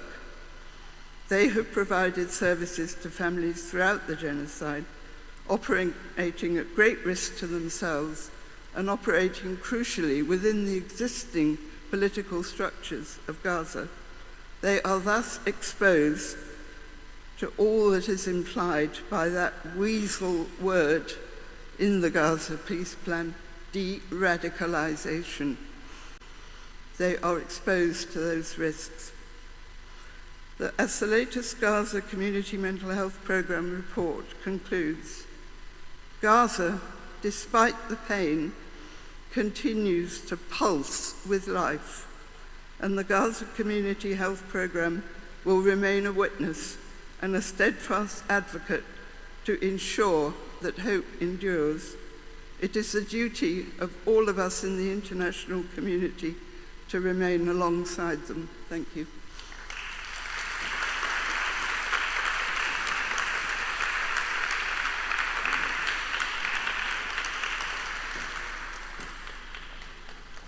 Thank you, Dr. Daniel. Now I'm opening space for questions and answers. And before we start, I would like to please kindly ask for our speakers to be really sharp and short because we are kind of tight with time. Yes. Okay. Right, thank you. Two questions. The first question to Dr. Gilbert. First of all, I don't know where he is. Thank you so much for a really excellent lecture. My question relates to the destruction, the motive behind the destruction of healthcare facilities and healthcare practitioners. Now, you mentioned, of course, understand that this aids in the genocide of a whole people. If you deprive them of any means of recovering from the damage that you've already done, then you can make sure that even more of them are dead. But my question really is, do you care to speculate on the thing you mentioned, which is the sadistic aspect of this, the depravity that the Israeli military have shown? That's the first question to Dr. Gilbert. Shall I ask the second one, or when he's finished, I ask the second? I can take the first one. No, yeah, let's first. Sure, because there's a... Okay, I answer? Thank you so much for the question. It was, if I could elaborate on the sadism in the attacks on healthcare. Yes, I can. It's very easy.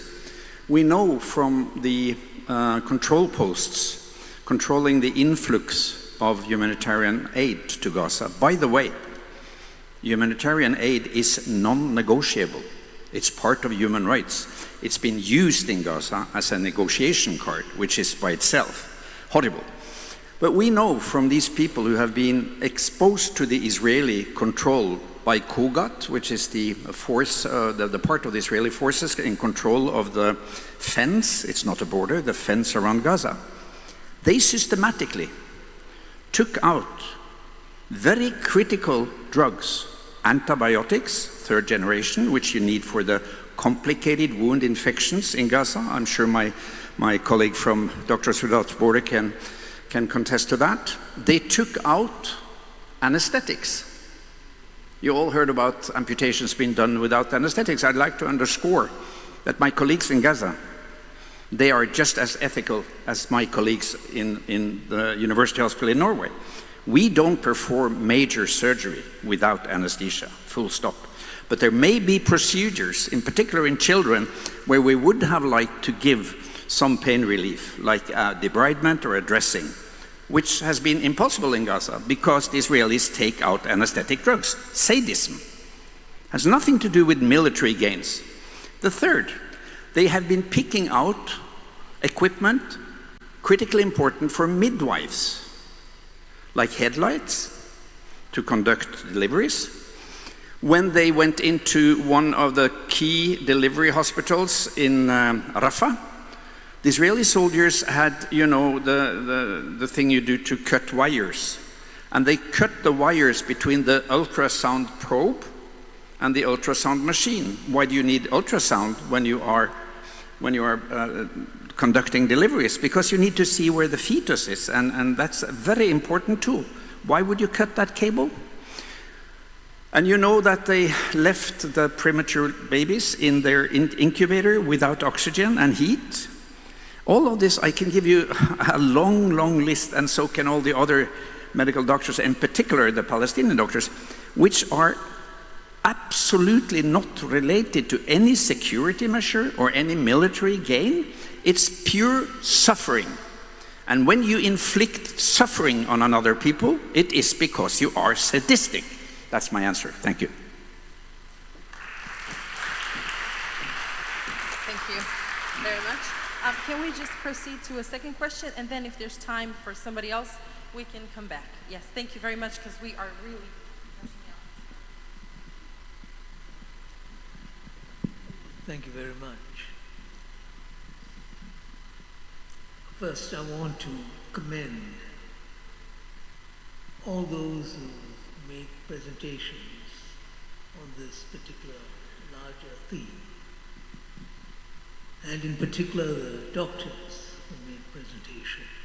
I may be wrong, but I think there were 3 doctors in all who made presentations, because their presentations carry a message which is different in some respects from what all the other presentations have conveyed to us.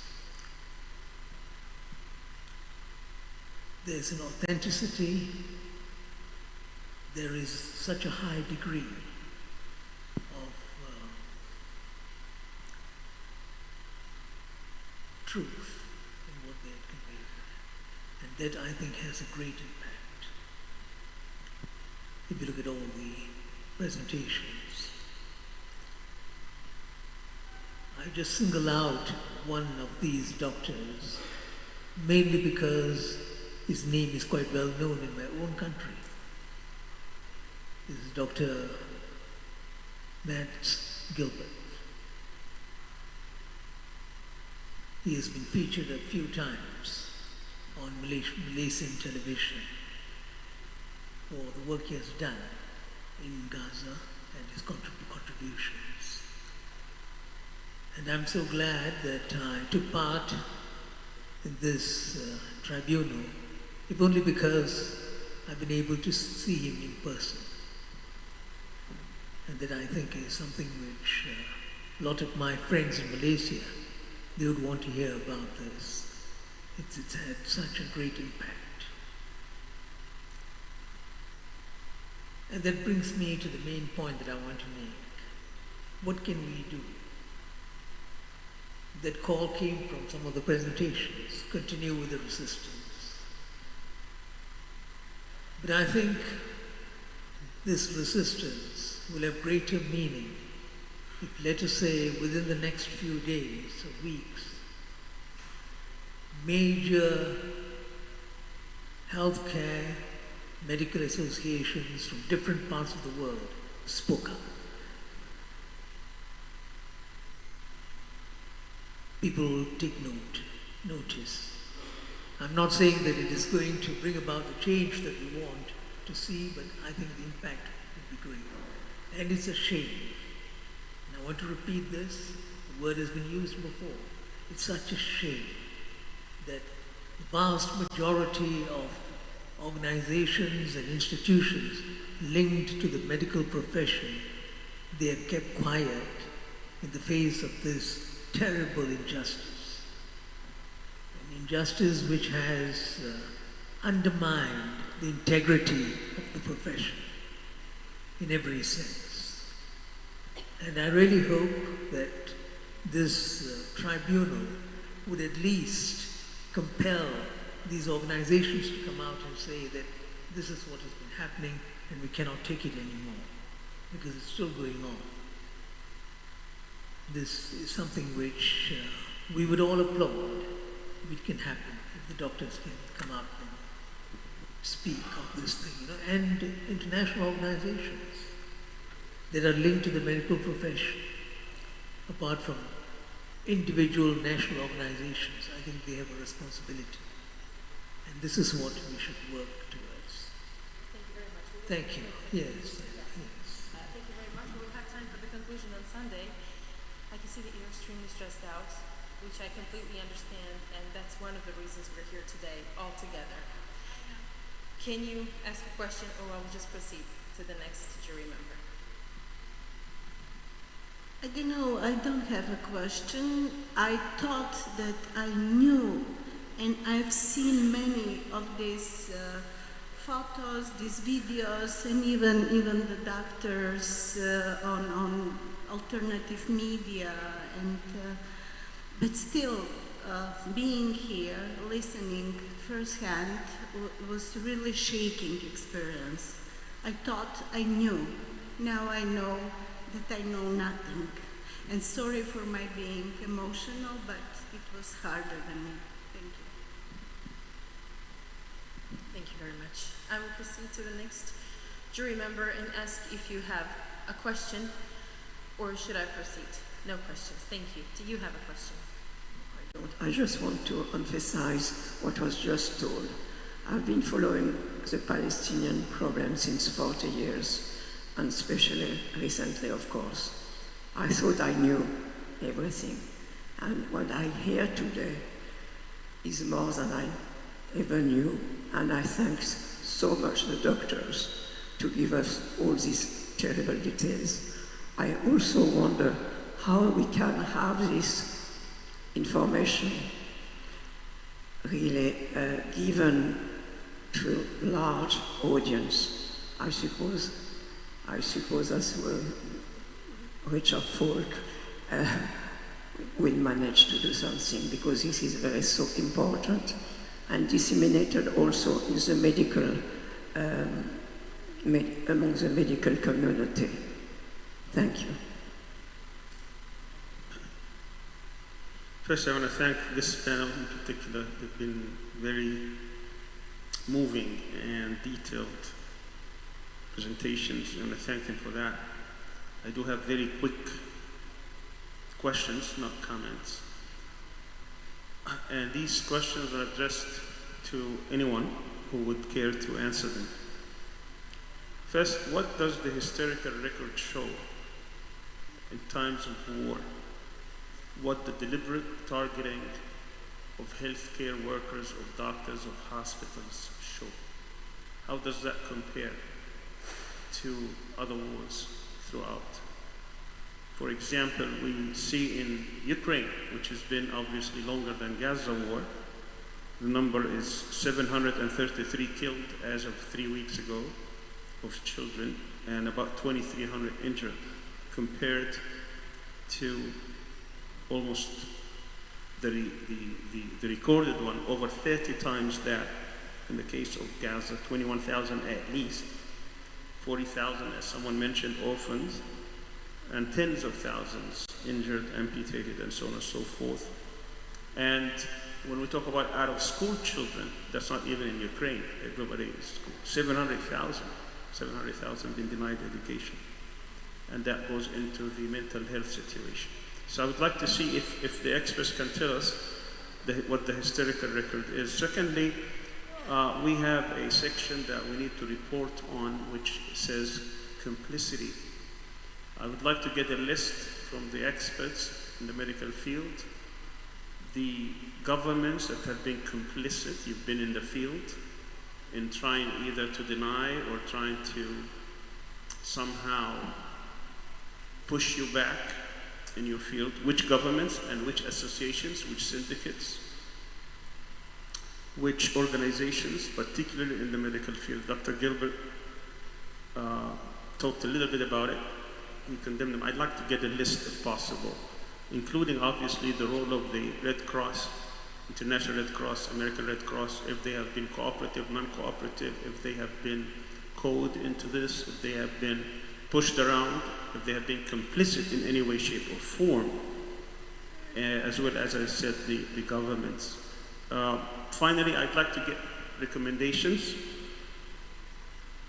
from the experts on what they would recommend in this area, so we can look at them. Thank you so much, and if you care to comment, please do so. Dr. Javid, are you in the mood to answer, if it's okay for you? Thank you.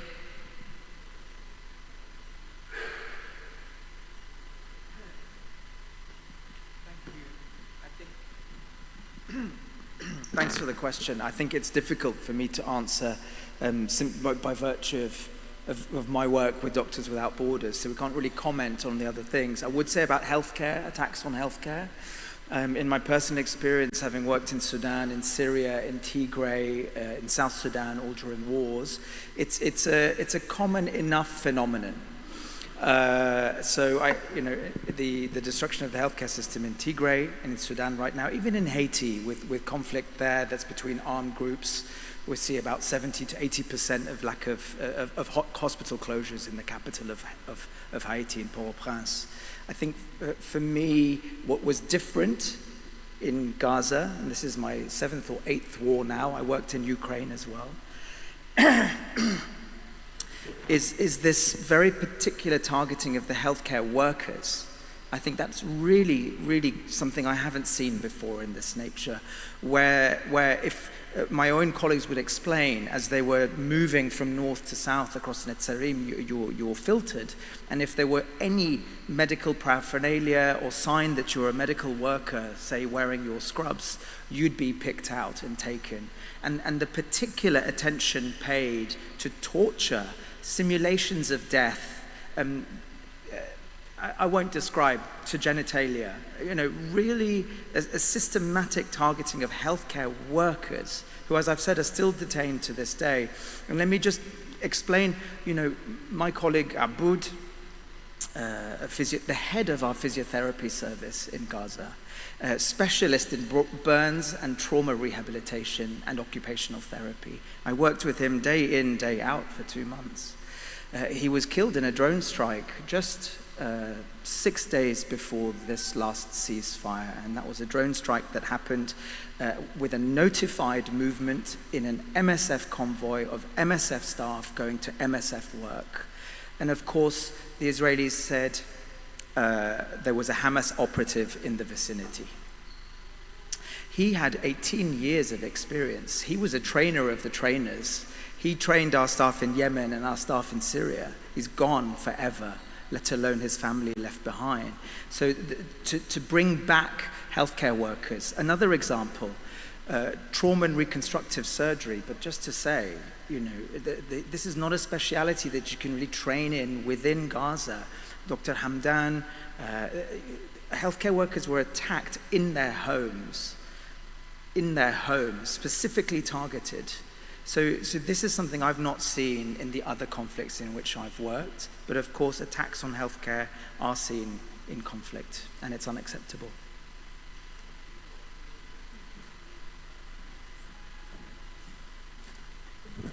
Thank you for the question. Complicity? Yes. The point about my presentation was to show you the overwhelming amount of documentation from week to week that has been presented to the world audience, including all the ministries of foreign affairs in Europe. I'm a white European. I still struggle with my colonized mind. But the response from all these white colonial powers, pre-colonial and colonial powers in Europe, has been to completely silence the facts on the ground. Now, we have been discussing for 80 years the complicity of Holocaust. Yet, at the time of Holocaust, the flow of information was much more meager than it was today. Still, we are complaining and accusing those then in power for turning the blind eye and turning a deaf ear to what they pretty much knew what's going on in the Ministry of Foreign Affairs in the European countries and in the United States. And in 46, 47, when the Genocide Convention was established, the slogan was, never again. And here we go, again. And never again means never again for everyone. And the deep-rooted fundamental problem pertaining to your question about sadism is that all these Western governments and Minister of Foreign Affairs and Minister of Development and what have you, when they are allowing 600 Palestinian children to be killed for each one of the 33 Israeli children killed on the 7th of October, which is completely condemnable. But the ratio is such an affront to any decent human being because that ratio is based on one single quality, and that is racism.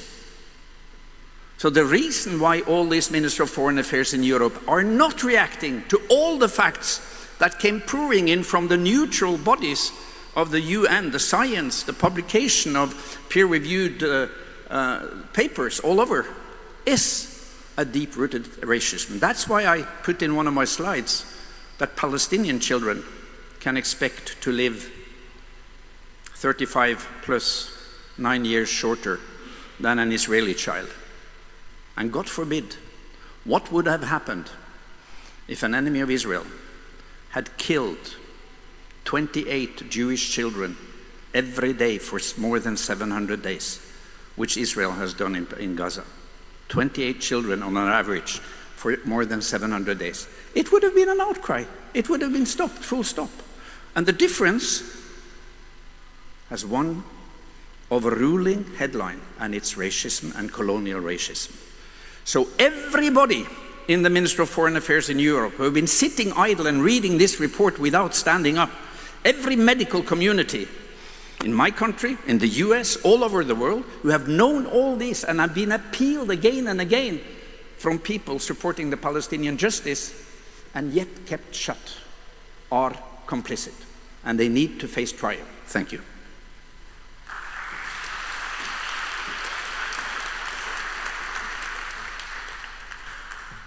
Thank you very much. Thank you to all of our speakers for this extremely important subject and topic. Yes, Gwen, please.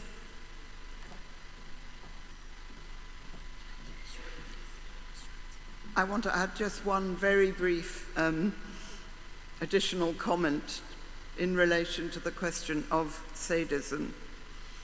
Because sadism is not an intrinsic quality of any people or any person. It has to be related to the lack of any boundaries whatsoever on behavior. So when we think about sadism, whether we think about domestic abuse or abuse on this scale, if we speak about no consequences for an action, then sadism, brutality, and abuse can flourish. There's nothing to stop it. And in fact, the more it flourishes, the more it happens, because it goes into a runaway.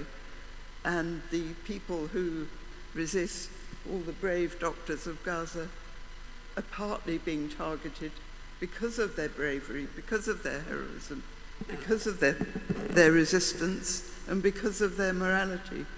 So I think we need to really hold on to the absolute relationship between sadism and impunity. Thank you.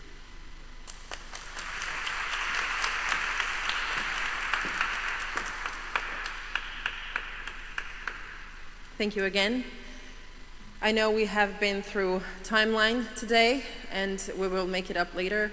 I am sorry, but on the other hand, it was really important to hear all of these testimonies, all of these experiences, all of these information and data that do prove all of the segments of the genocide that is ongoing in Gaza. So now I will invite you kindly for a lunch break, and then I will see you here at 2 o'clock. Thank you.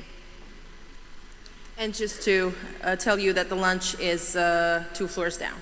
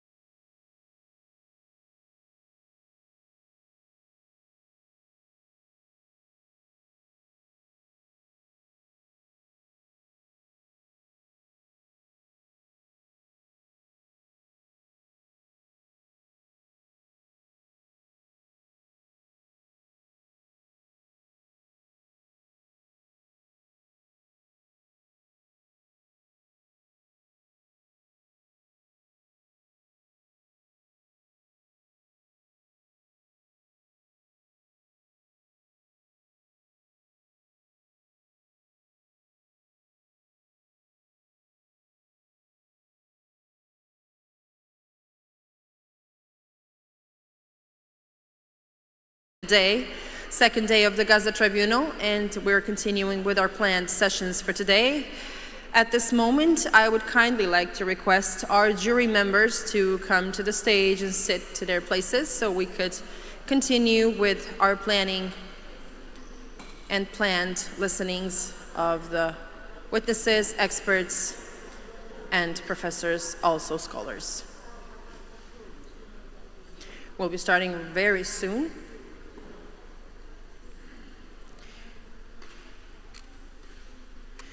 So yes, good afternoon once again, and we will continue as it is planned. And in the next few minutes, we will be looking at the witness eye testimonies about targeting of medical infrastructure, aid, and staff.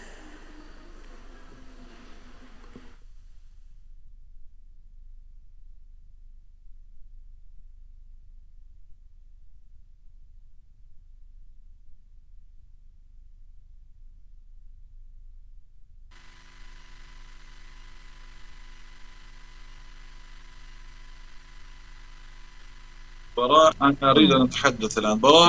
براء رحمة الله عليه كان برفقة حسين محيسن، كان مدير لإسعاف الطوارئ في غزة، وأخونا وائل العطار رحمة الله عليه.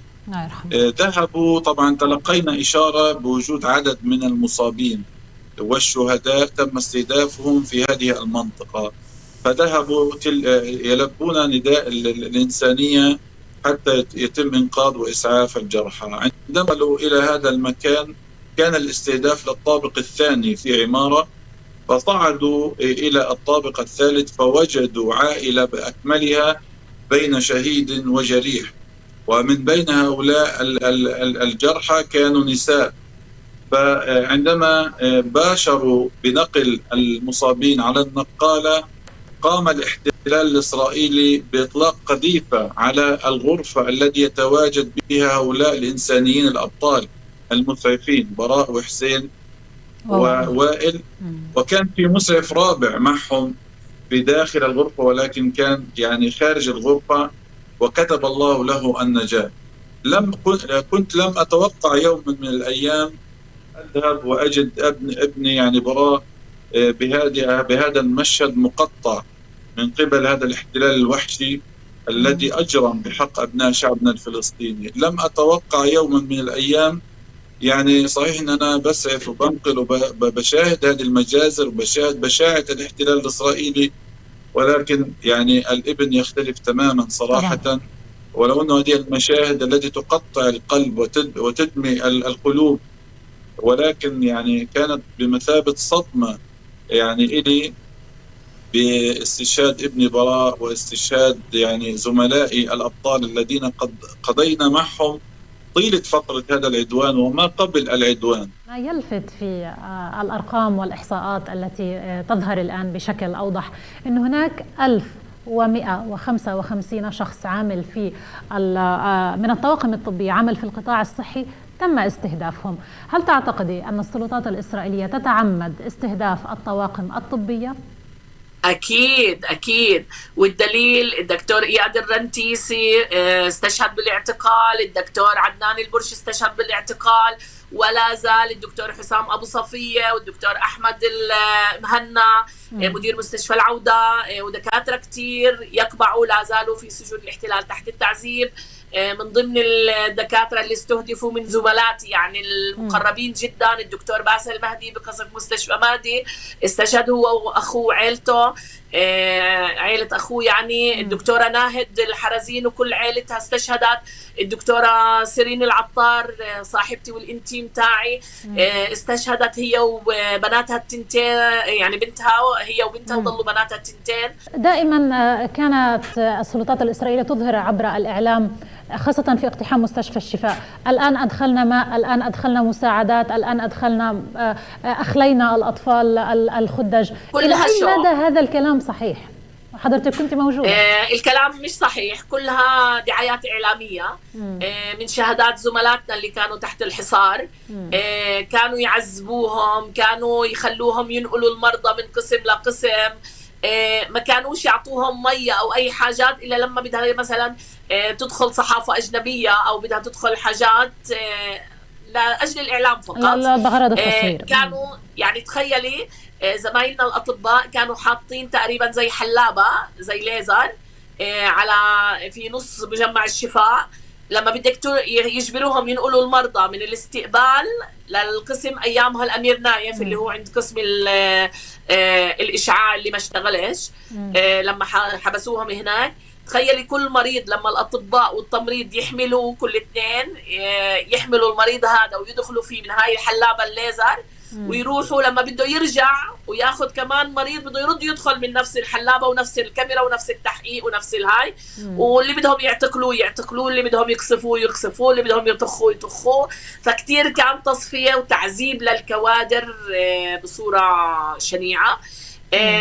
كانوا يتحججوا ودائما بكذبوا كذبتهم انه في انفاق تحت المستشفى وفي مسلحين. نهائيا ما كانش حدا يقرب عند المستشفى.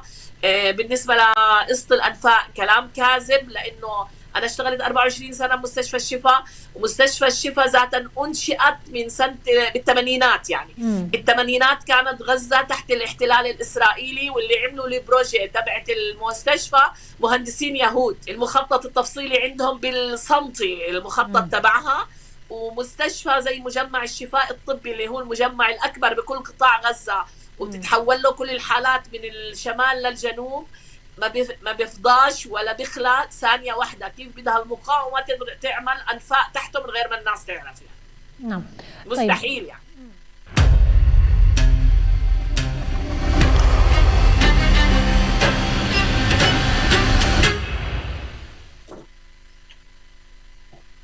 Sorry. Before we start, I would like to kindly request from our speakers to try to stick with the time frame, considering we do have a lot to say until the end of the day, and we really do want to give everyone an opportunity to say what they have. So we start with our first speaker saying, "We're not numbers," and he's giving a voice to the youth of Palestine, Ahmed Al-Nouk.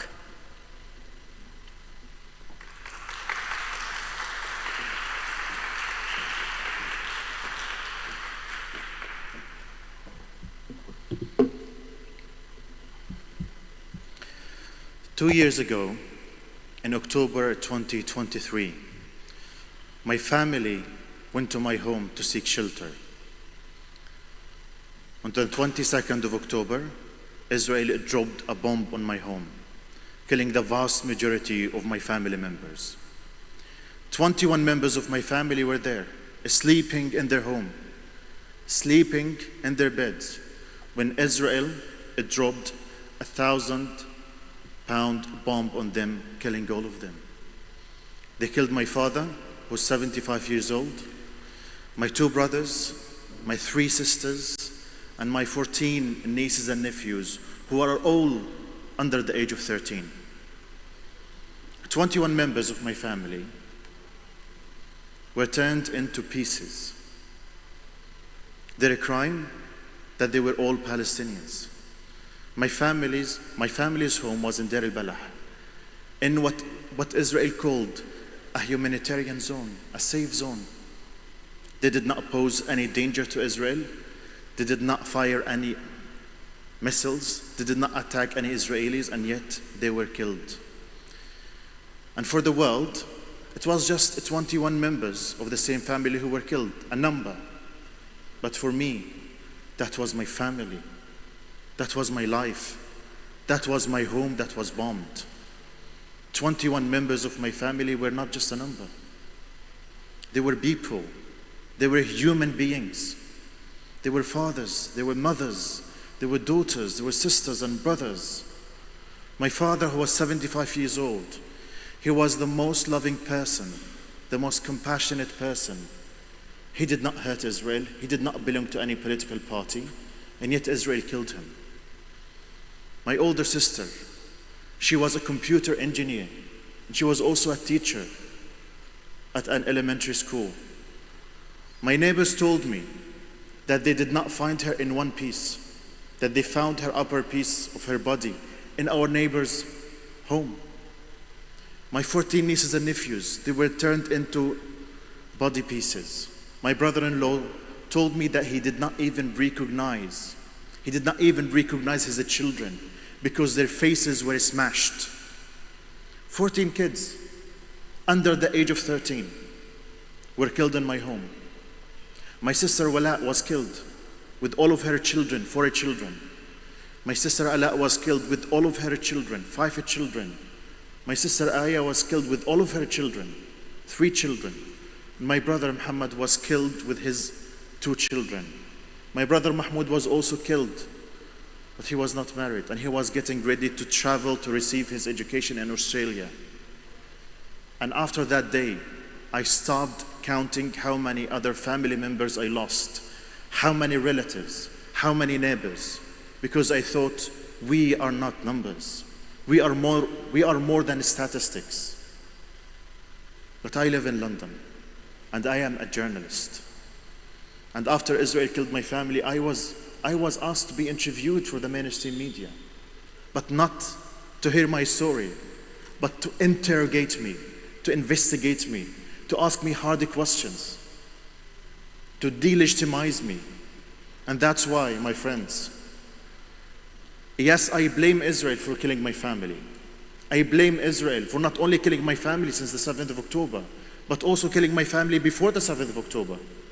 They killed my mother in 2020 because she was a cancer patient and they did not allow her to receive a treatment. They also killed my other brother in 2014 in that war. And 77 years ago, they also killed my grandparents in the Nakba. This genocide did not start on October the 7th, and it did not end 2 years after October the 7th. This genocide has always been ongoing for the past 77 years. And what enabled this genocide, what enabled this apartheid and occupation of the Palestinian land is not only the Israeli system, is not only the Israeli government, but also the governments worldwide who aided and abetted the genocide, who supported Israel blindly. It is also the media, the Western media, who gave Israel the cover and the atmosphere to bomb and to kill as many Palestinians as they desire. This was the first time in history that we watch a live stream genocide. We have been watching a genocide happening in front of our eyes.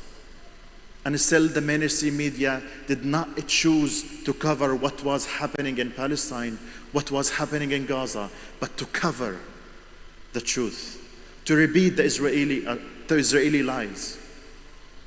They were only parroting the Israeli lies over and over and over because they were interested in the continuation of the genocide in Palestine.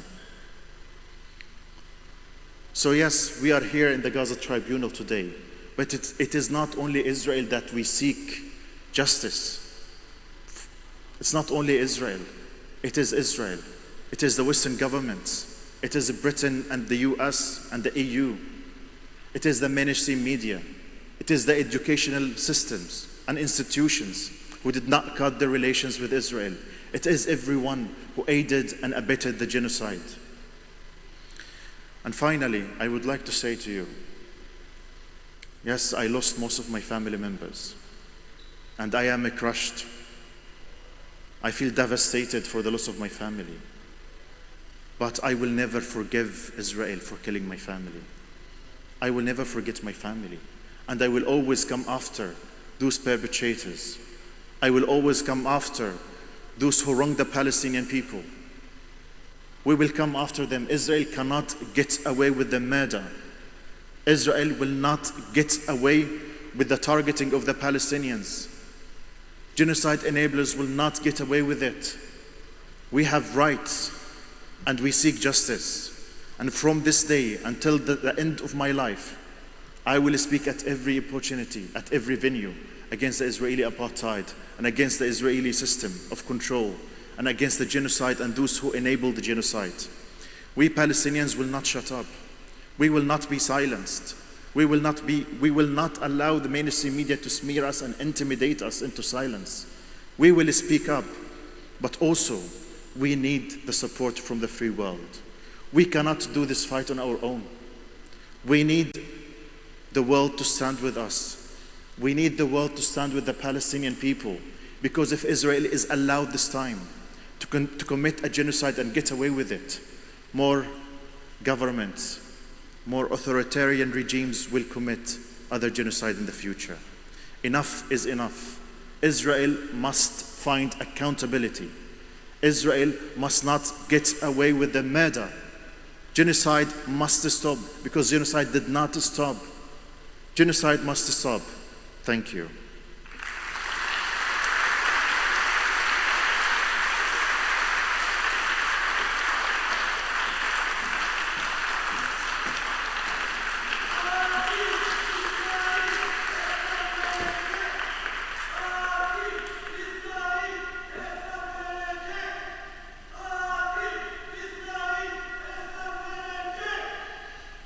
Thank you, Ahmed. And the next to speak is Sahar Francis about sexual assault and mass imprisonment.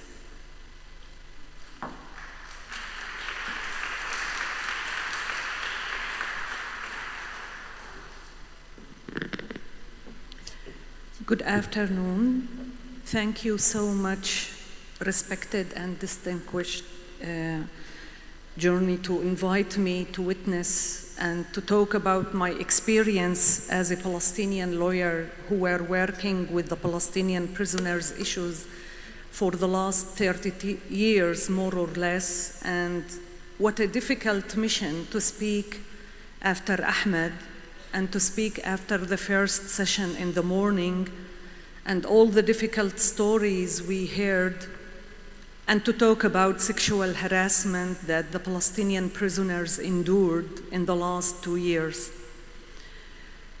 First, allow me to remind ourselves that it really started in 1948 when Israel was using the issue of imprisonment and mass incarceration as the main tool and the main weapon in the hands of the new state to oppress, to control, and to erase the Palestinian society and people who remained inside the state after the creation of the state, and they imposed military regime on them up till 1966. And they continued with developing this military regime, military laws, and ways of oppression after the occupation in 1967. So torture, arbitrary detention, mass detention campaigns, unfair trial procedures, lack of health treatment, solitary confinement, degrading treatment, killings inside the prisons, holding the bodies of the prisoners. None of these practices actually started after October 23. Nothing of these practices were new or that we didn't document it for decades. All these grave violations the Palestinian prisoners were facing in a very, very systematic way, of course, in different phases and in different contexts since 48 till the genocide started. But what happened after the genocide on October 23, this was a very serious, significant increase in the mass arrest campaigns in relation to the short period. Because in the first Intifada and in the second Intifada, of course, thousands of people were arrested, but not in such a short period of 2 years to arrest more than 30,000 people from all Palestine, like from the West Bank, from Gaza, from 48 areas. It was a serious deterioration on the level of the lives of these prisoners and the conditions that these prisoners faced inside the detention facilities and in the prisons immediately from day one, couple of hours after Hamas attack on the 7th of October. The prison security units with the prison guards raided the cells and the rooms of the prisoners, and they started to subject them for very severe torture, physical attacks, and lots of abuses. The total number of the prisoners before the 7th of October was 5,200 people. Currently, there's 9,100. This is after releasing almost 2,000 in the exchange deal last week. This includes 400 children that they are still in prison. This includes 53 women that they are still in prison. This includes more than 5,000 detainees held arbitrarily without any legal procedures according to the practice of administrative detention and unlawful competent. I can talk actually for hours about the conditions and the severe violations that these prisoners faced after the 7th of October. But I think I preferred, and it's really, believe me, very, very difficult to describe and talk about the level of torture and what they suffered in these months. Maybe it's enough to mention that already 80 people died. Just last week, we lost 2 detainees for healthcare, lack of healthcare inside the prison. 80 people died in custody since the beginning of the genocide, where their bodies are still kept with the Israeli prison system. Allow me to read just few of the stories, the testimonies of the prisoners. And me and my colleagues in the Damir Prisoner Support and Human Rights Association, we visited in the last 2 years more than 900 people. So you can imagine the amount of testimonies and evidences and information we collected in the last 2 years. The first testimony is for a prisoner, R.A., I would name him. He was arrested from the Gaza Strip with his son.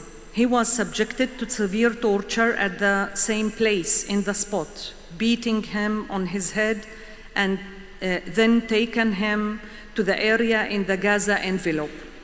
On the way, the beating and torture continued. Upon reaching the area in the envelope, his clothes were changed and he was placed in the barracks. The barracks is the local name for the detention facility, for 5 days without being interrogated, without being questioned.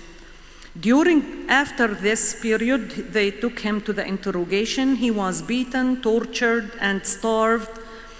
He was made to sit on gravel and was prevented from moving. He was stuck on his face, and one of his ribs were broken. Every movement he made was accompanied by beating. After 3 months, he was taken back for further interrogation. He remained in the same barracks for 80 days, during which he was subjected for beatings and torture, including being sodomized with a stick twice, once at the beginning of his detention and once after 3 months.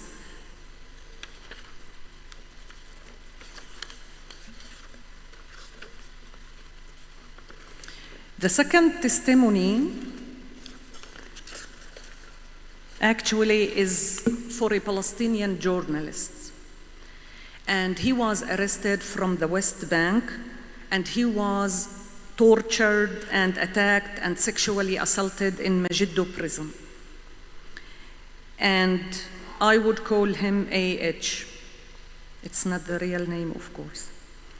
And when he describes that one day in Megiddo prison, he needed medical treatment, and the guards brought him to the way to the clinic, and in the way they were beating him and attacking him.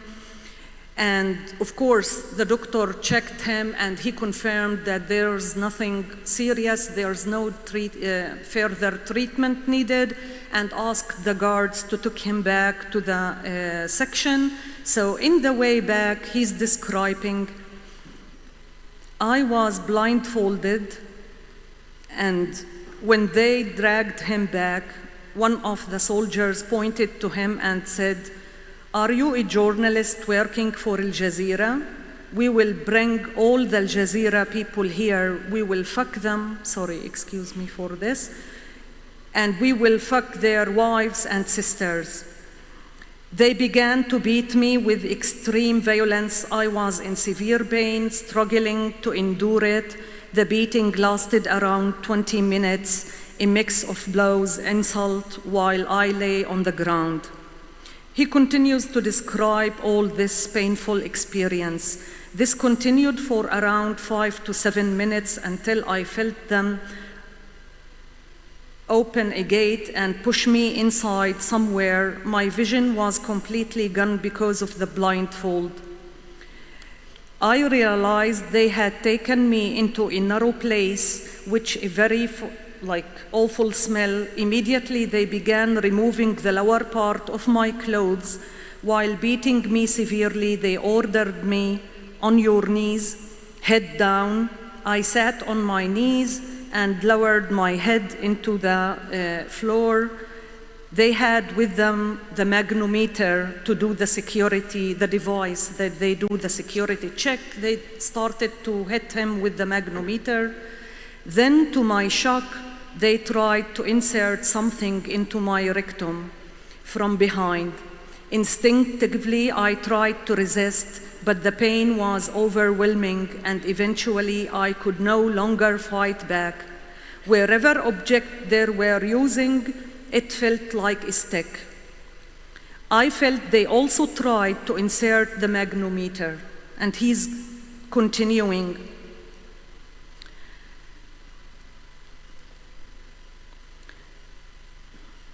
The stick was not only inserted, but moved inside repeatedly.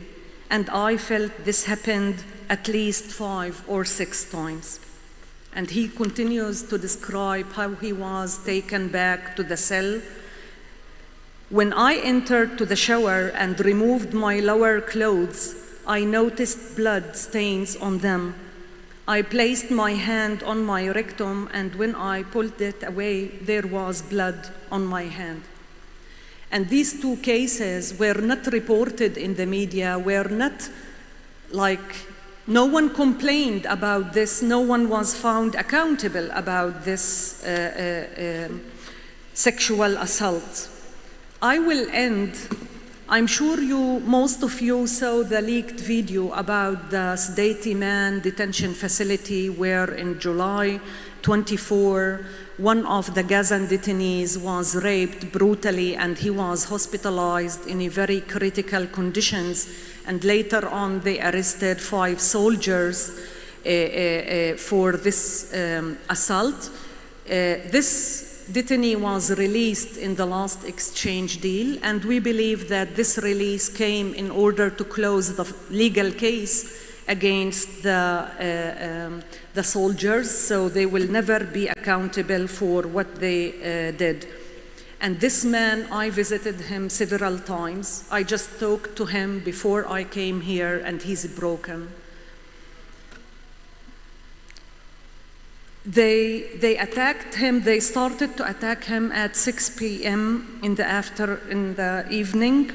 They just took him from his cell and they pushed him for an area that is not the cameras in the Sdeti Man section cannot reach it, where there's no video of the cameras, of the security cameras of the detention facility. But they were 7 to 10 soldiers, and they started to beat him and attack him very severely. He says that it lasted more or less half an hour. Then he was starting to feel exhausted, lying on the ground, unable to breathe, and kept telling them to let me breathe because I felt pain all over my body. I was lying on my stomach with everyone around me, and they continued to shock me. I felt a soldier insert a button from behind when my pants came down. They were all standing around and hitting me. They removed the blindfold in the middle of the beatings. And when I turned around, I saw the soldier that was pushing the button in his anus. The soldier lifted the button and tried to put it in my mouth while speaking in Arabic. I refused to open my mouth. So he placed it on the ground and forced me to grab it and put it in my mouth. Later, they took him back to his mattress and they told him not to dare to even tell a doctor because otherwise they will come back for him. I will end that without accountability, there's no justice.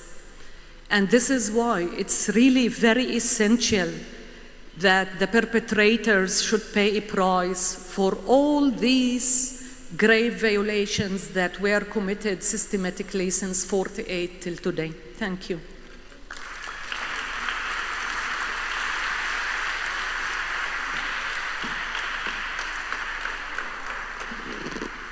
Thank you, Ms. Francis. Repricide, how Israel's genocide in Gaza targets the present and the future of Palestinian life. Please welcome Hala Shuman.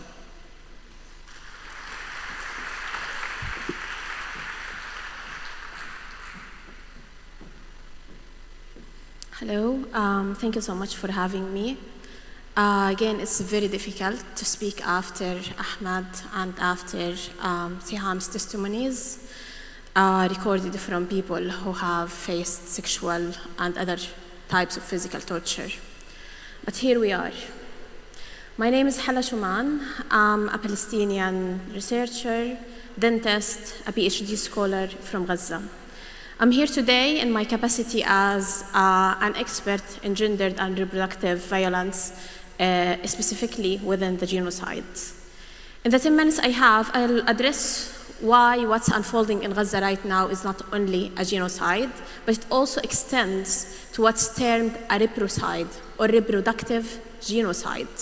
And it's about the systematic targeting of reproductive health and capacities in a community and in Gaza in order to eliminate their present, but also their future. To eliminate the mothers, the infants, fathers, sons' capacity to conceive, carry, birth, feed, heal, and also raise the next generation. The jury should be aware what reprocide means.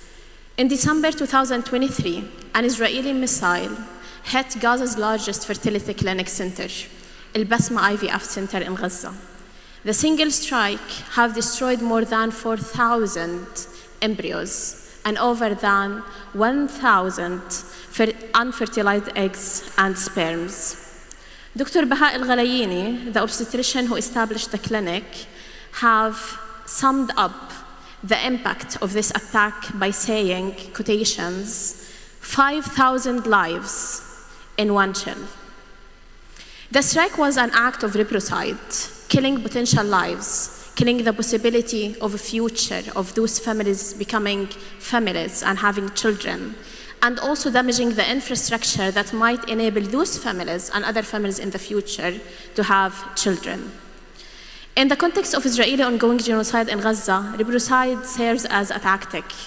In the Genocide Convention, there is some mention of the prevention of birth, like imposing measures intended to prevent birth within particular national, ethnic, or religious group and modality, and this is part of the genocide. However, reprocide extends that to a temporal dimension affecting the present and the future, but also it's extending it to affecting not only prevention of birth, but affecting the family continuity, annihilation of whole families, thousands of extended families in Gaza, preventing of lineages, and affecting the psyche and ability of reproduction. Reprocide or reproductive genocide includes direct attacks on family, on health, killing families, killing parents, killing the partners and widowing the other one so they can't reproduce, bombing maternity clinics and hospitals, killing gynecologists and specialists, or indirect measures as in the ability to have safe reproduction, the siege that serves, that prevents a pregnant woman from and infants from safety, power cuts that stop incubators working, blockade that withdraw anesthetics, antibiotics, and other medications needed for such safety pregnancy and safety delivery. And also sexualized violence in sexual violence capacity, but also in prevention of intimacy with the overcrowding and the forced displacement of women and men in Gaza. I'll be talking about the anatomy of reproducide within three main strategies or three main forms, and I will benefit mainly from testimonies from people who are inside Gaza or they have served inside Gaza. The first type or strategy that Israel uses is obstetric violence or obstetric collapse. And I'll be reading a testimony by a husband. His name is Karim Abu Sharia from Gaza. And he says, quotation, "On 19th November 2023, my wife Amina Abu Sharia was 9 months pregnant. At about 2 a.m., we were in Saftawi area of North Gaza when her labor started suddenly. A military operation was due to begin that night on Jabalia. No one could leave their homes. We tried calling ambulances, no answer. The situation became critical, so I decided to risk transporting her by car. I told my wife, either we reach Sahaba Hospital or Baptist Hospital, or the aircraft target us on the road and we die trying. Trying is better than watching you die without trying. I carried my wife and went down from our 6th floor apartment. On the staircase, and seemingly from fear, my wife couldn't hold and give birth on the stairs. Unfortunately, only my sister and her mother were present. We had no supplies, we were unprepared. My wife fainted and she bled a lot. We even used the lights cautiously because aircrafts were flying very low and monitoring everything. At the same hour, shells began falling on the street, around building, and on the top floor. We moved down to a lower floor on the 3rd floor, and 2 days later, this same 5th floor was bombed by Israel while we were in the same building. But we survived because we were 2 floors under. The violent genocide that made pregnancies risky, delivery very dangerous, being able to reach to hospitals, to maternity clinics, and find physicians who are able of delivering safely is all part of this obstetric violence. The other strategy that Israel uses for reproducide is domicide and forced displacement. Since October 2023, Israeli attacks have damaged or destroyed nearly 70% of Gaza structure, including 92% of its housing units. With more than 135,000 homes destroyed, families are crammed into tents without privacy or sanitation. Women give birth on roads or in tents, on rubble, overcrowded classrooms. The forced displacement does not only mean suffering, loss of belonging or personal place, but also it's designed to be violent against even the family as a unit. Another testimony on that from Nancy Abu Musa from Gaza. Quotation, "I was 6 months pregnant with twins. I walked almost 10 kilometers, 18 hours, from Nasser Street, Gaza City, toward the south. I pushed my husband in a wheelchair. It was overcrowded and full of danger, fire belts from Israeli bombing and drones. We couldn't rest. When we reached the south, my water broke. I didn't want to deliver. I was terrified for them. In the crush of people, labor surprised me. My eyes caught a tiny body dropping to the ground. I spread the only blanket we had, and on the bare asphalt at Nueri Hill, I gave birth to 2 babies whom this world offered nothing but quick death. They didn't cry, they didn't face hunger. They knew only one displacement and one final absence." End of quote. Domicide, the destruction of homes, creation of reproduction violence, is not abstract. It's about the loss of homes, loss of walls, loss of ability to go to the hospital again, losing this infrastructure that's very important for intimacy, but also for reproduction and safely reproduction. The third and last strategy I'll talk about today is targeting men and boys and sexual violence, which many of the testimonies that were shared before I will not repeat.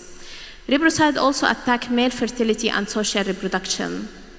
The British surgeon Nick Minard, interviewed on Sky News on the 25 July 2025, said, quotation, "One day, 12 days ago, 4 young teenage boys came in, all whom had been shot in testicles, deliberately so. The clustering was far too obvious to be coincidental." End of quote. Such clusters, gunshot wounds to the genitals and pelvis are acts of deliberate rebrocide and maiming of women, of children, boys and men. UN investigators and mandate holders record systematic pattern of sexual violence against Palestinian detainees, as mentioned before, not only by raping them and all of that, but also by beating their genitals until they bleed and until they have problems. Commissioner and others also confirmed the participation of both male and female soldiers in sexual assaults, especially on male detainees with female soldiers. Their attacks and the resulting PTSD, post-traumatic disorder, from those attacks are other problems underscores the systematic sexualized nature of Israeli custodial torture and reprocidal acts within this Israeli intentional genocide. That's directly affecting the ability to be intimate and the ability to reproduce. Furthermore, the broader conditions of bombing more than 90% of homes means that people don't have the ability to be intimate. They don't have safe spaces, private spaces for that, which again affects their sexual health, but also their reproductive health. Before people think that the reprocide and the reproductive violence have just started with this genocide, we need to remember that reproductive violence is part of the Israeli long-term plan of colonialism and settler colonialism, annihilation and replacement of the Palestinians. It's a long-term policy and strategy used by Israel. What happened after 2023, October the 7th, is only exaggeration of the use of this tactic and strategy. The jury should recognize that what's unfolding in Gaza is not only genocide, it extends to become reprocide, the destruction of reproductive life in the present and also in the future. This understanding broadens the field of accountability. It links obstetric collapse, starvation, domicide, and sexual violence to reproductive matrix. It exposes temporality of genocide, not just the kill of what is present, but also the future and ability to live.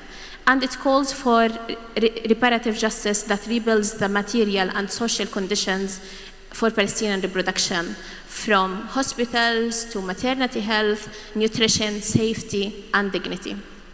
A grieving father from Gaza said, "We're not hatcheries that can just produce children." He is right. Reprocide is not about numbers alone. It's not just about how many children, women, and men have been killed. It's about whether a mother can labor without terror and fear, whether a father can hold his child without bleeding from shackles, whether a newborn can be warmed and fed and doesn't face this brutality. I urge the jury to name these crimes from what they are: reprocidal campaign to erase Palestinians' existence in both present and future. Recognition of reprocide is a step toward accountability and toward rebuilding the conditions in which Palestinian life, birth can continue. Thank you.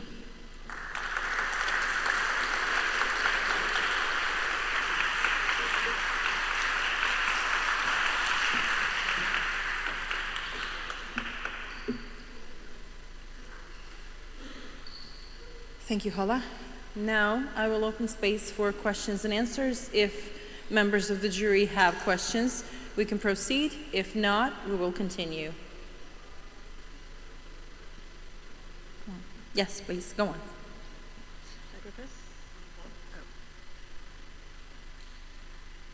Now you're on. Quick question. Are all these cases documented someplace? Or are they just anecdotal? I'm sorry, what? all these cases that have been cited today, is there a central place where they are documented?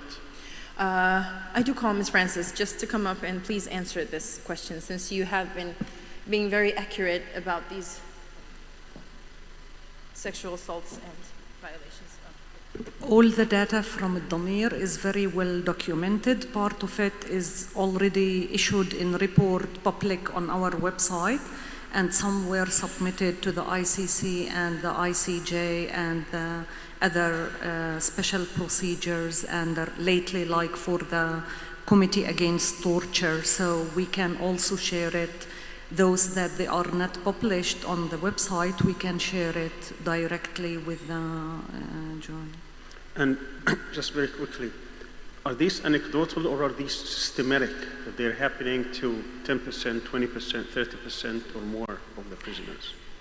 The problem in the sexual harassment issues, like from my experience, I visited more than 145 detainees alone from Gaza. Very few of them shared with me this harsh experience.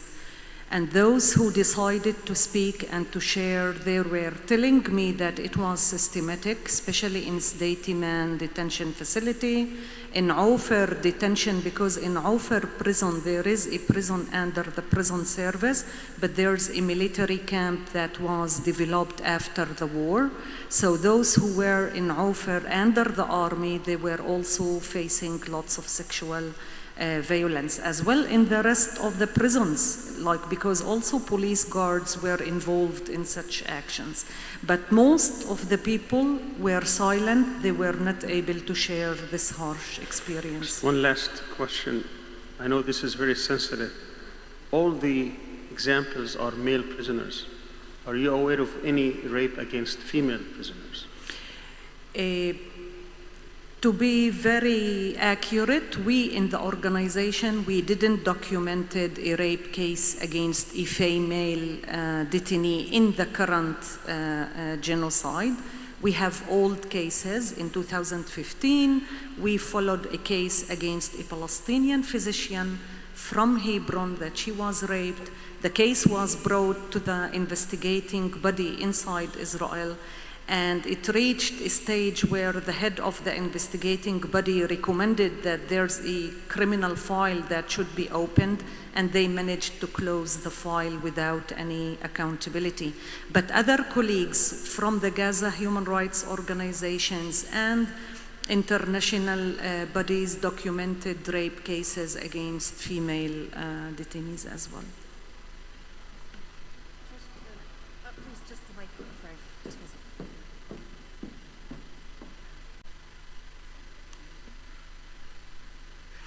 Just a question to you about, there have been many reports of the Israelis removing body parts from Palestinian prisoners. Can you say something about that? Yes. So also in the issue of the organs and taking organs, I don't have a scientific confirmation and evidence on such issues. And there is like discussion whether it happens or not, but to be very clear, we don't have as an organizations any proof, any legal proof that this is happening. There's so many different circumstances why families would suspect that there's stealing organs, especially even before the war. Like this is a long history in the Palestinian prisoners context, because they keep the bodies in frozen situations. So, and when they give it back, they force the families to bury them immediately within 2 hours in very difficult conditions. Most of the cases were buried without implementing proper autopsy on it to prove whether, and the families were suspecting that they're taking cornea, exactly, because of the way how it looked after being for several years in frozen positions. Thank you. Are all the cases of detention recorded by the Israelis, or do we have the phenomenon we've seen in other countries of essentially disappearance? People who've apparently been arrested but are never again heard of. You mean registered the violations? No, registered that they have been arrested and have been taken into detention, and so there's a record of where the person is. So not all of them, because in the war, like after the genocide started, there's hundreds of cases of disappeared people where we communicated as lawyers with the army, and we were informed in several cases that the person is not arrested, is not there, and we informed the family that obviously he's not in prison, and in the exchange deal, some of them, they were released back. So they were literally forced disappeared for 2 years or 1 year and a half. Okay, thank you. And can I follow up on an earlier question? Just one quick one. Is it for Ms. Francis or? Either. Okay, it's okay. We know that sexual violence against women occurs in just about every conflict situation. And my colleague has asked about sexual violence against females in detention. What about sexual violence against females outside the detention situation in the areas of the genocide in the Gaza Strip? Is that occurring? Do we know? Do we have any evidence, information about that? I assume this is a question for Ms. Francis too. Yep. Right, yes. Ms. Francis, please. Thank you, sorry. So of course, it's very common, especially on checkpoints, on when they raid the houses, for example, to arrest someone, they would abuse and harass the whole family members, including women. And lots of stories were documented either by us or other colleagues in the Gaza genocide on all these checkpoints that they invented internally in the Gaza Strip when we're forcing family to move from one area to another. There were lots of sexual harassment, and there were very severe cases where the Committee Against Discrimination on the UN level documented very strong cases about rape and sexual assault in the Gaza Strip against women that they were never detained. Some of them, they were executed as well. So it happened a lot. And for the detainees, of course, they face a lot of sexual harassment.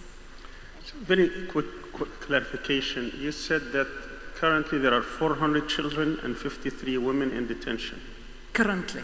Even though the Trump plan called that all women and children would be released.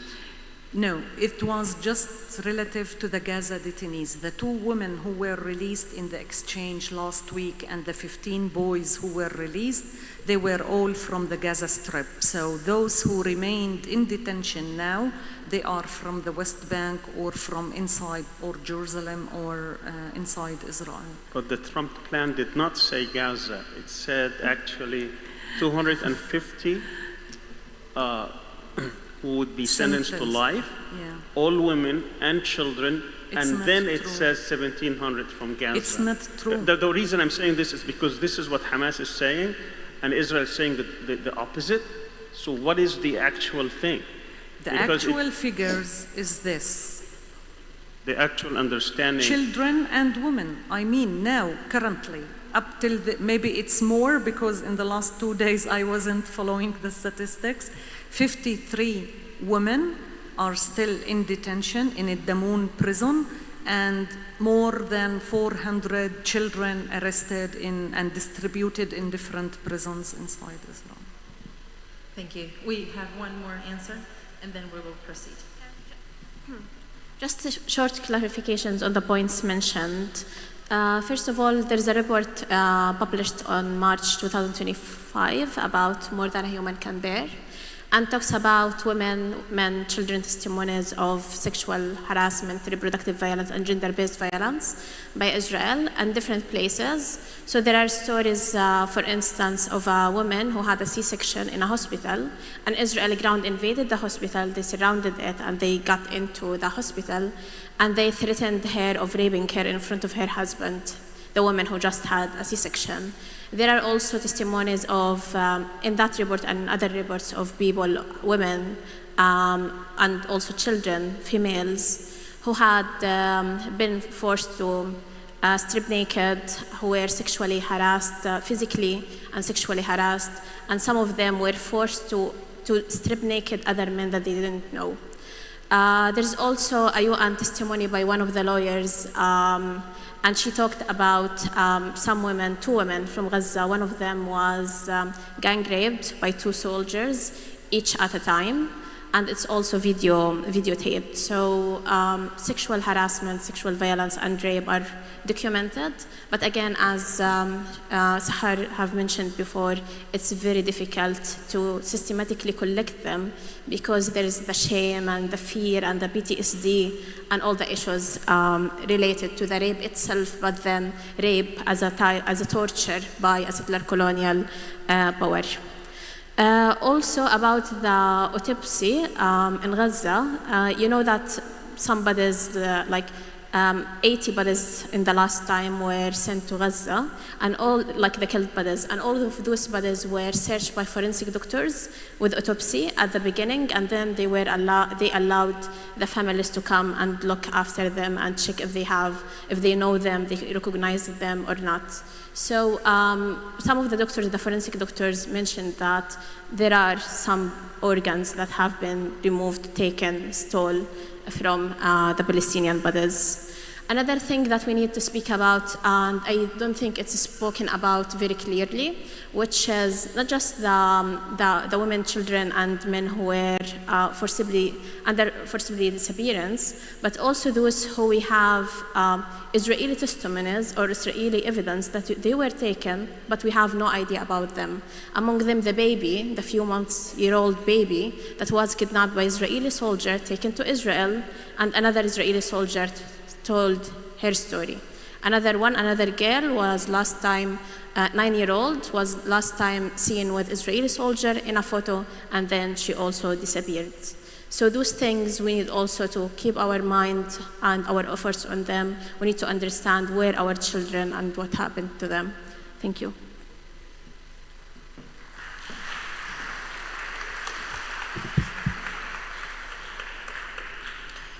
Thank you very much to our speakers, to our jury for questions and answers. We will continue to talk about journalists in the next edition of this session.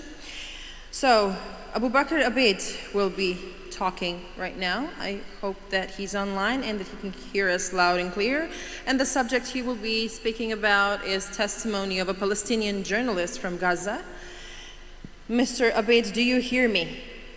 Yeah, I can hear you. Do you hear me? Good, we can hear you too, and the time is yours. Please, go on. Yeah.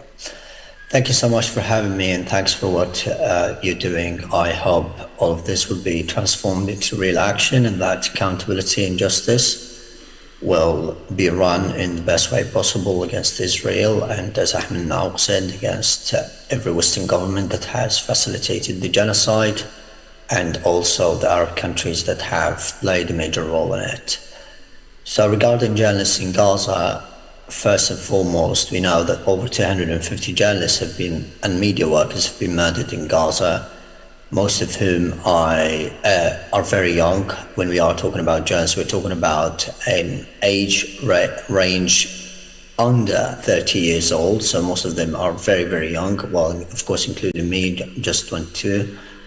And the fact that 250 journalists have been hunted down, most of them as well have been hunted down by Israel after smear campaigns that the international community and committees to protect journalists have failed to tackle, or even have failed to protect these journalists from smear media campaigns, despite the many calls by my colleagues on the world to stop it. I would start by saying that in Gaza, we're not, I would be very conservative in the word journalism, because I don't think what we're doing is journalism. It's above that, it's more than that. It's genocide documentation, because we are a part of it, and we're not living high on the hog, like we're working in fancy five-star hotels to report what's going on in Gaza. We haven't come from outside into Gaza to report it. No, we're a part of it. The pain is ours, the agony is a part of our life, and we're multitasking, so we're not just responsible for reporting, we're not just reporting, no, we're multitasking. We are taking care of our families, we are sometimes losing our family members, and as someone speaking, right now as a journalist, I've lost over 50 members of my family, including my entire cousin's family, which was wiped out in the last week of March and this year. And a year before this attack, my aunt's family was also wiped out, and I lost my very dear friend in December 2023. So we also lose family members.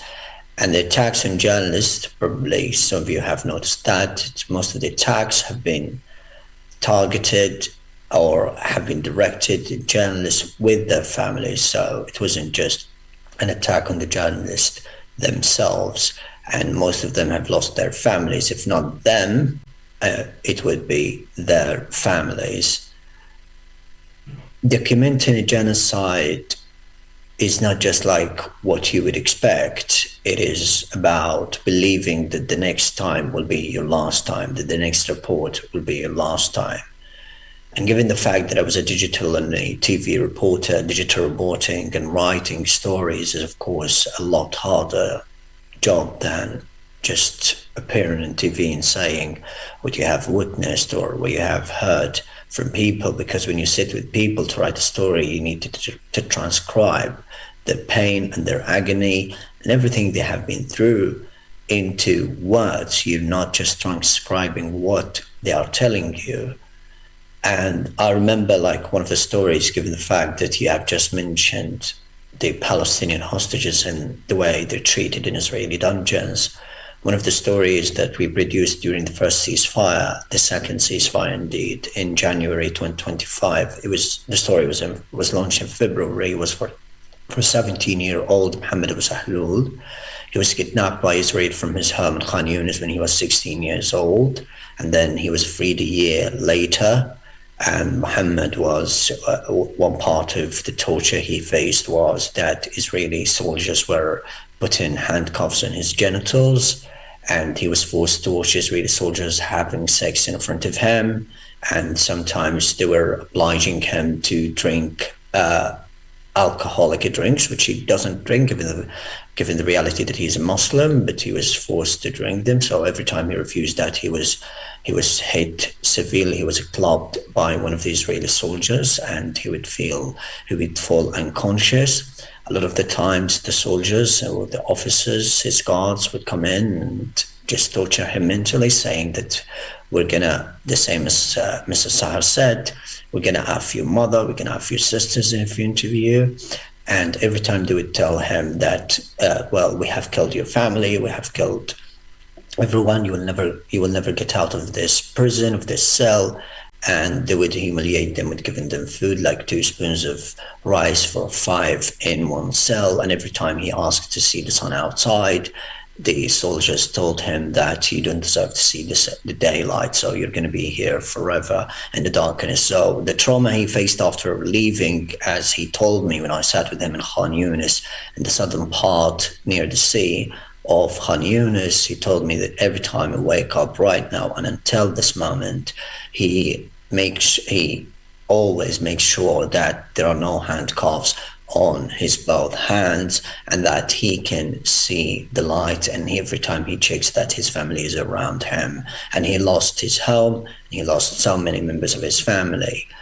So for us to report this is absolutely beyond painful. This is not just about telling what we are telling, and probably many of you know, or some of you know, this is not what I wanted to report, because since before this genocide, I was reporting of football, I was reporting of sports, and I did cover sports during the genocide, the sports tragedy in Gaza, which has been entirely decimated by Israel. Like most of their infrastructure, 99% has been leveled up, and over 800 athletes have been killed, including 400 footballers, more than 450 footballers, sorry.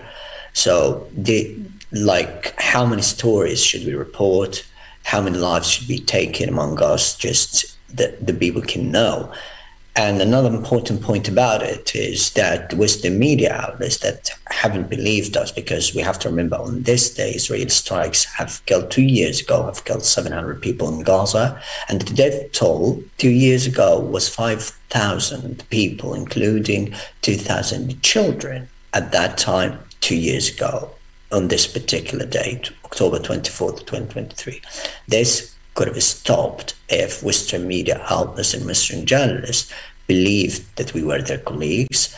If they believed that they should have amplified the voices, if they believe that their job is not just to get into Gaza and seek fame, money, but to share our grief and share our agony and make sure that they were reporting the truth. But Western media has always been interested in lies, in a cover-up for genocide, and to make sure that everything they say will serve the Israelis. Because had they done this, hadn't they dishonored and discredited Palestinian journalists, and had they believed in them, this genocide wouldn't have spanned for 2 years. So it is important, it is absolutely significant, and one of the most monumentally fundamental steps to any tribunal that would concern Gaza is to hold everyone who has played a role in this genocide accountable.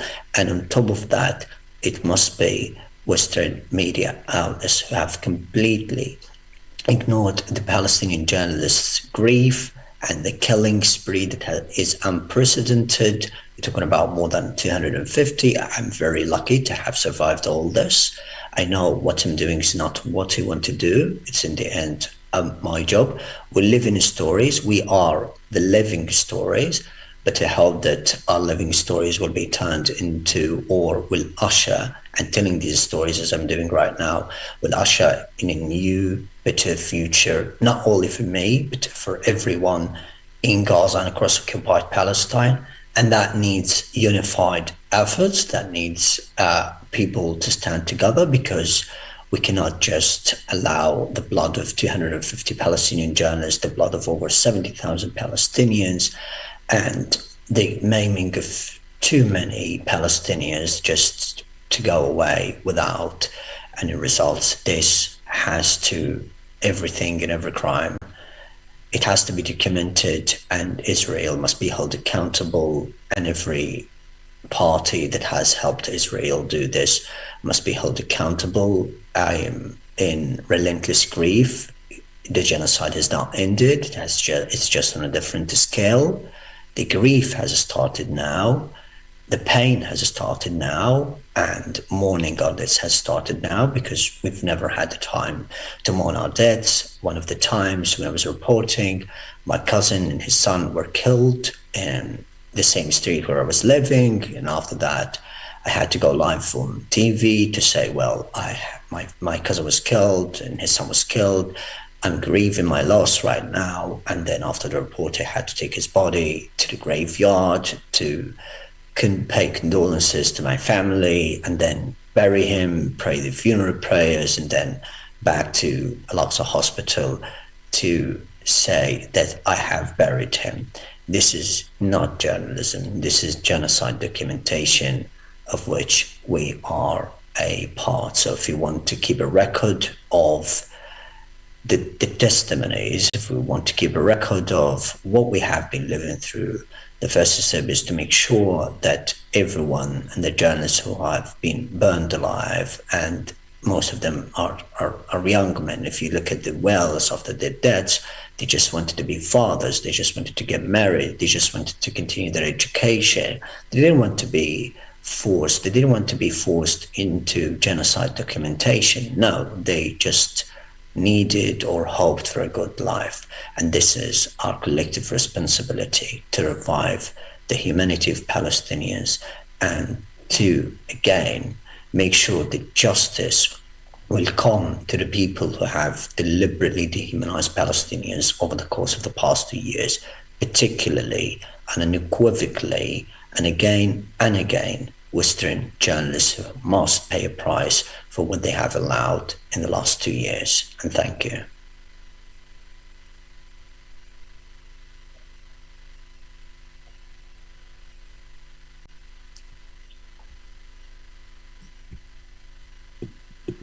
Thank you, Mr. Abed. And I'm calling for Munir Nusabay to talk about eradicating journalists, systematic attacks on journalists in Gaza as a genocidal strategy. Mr. Nusabay, please.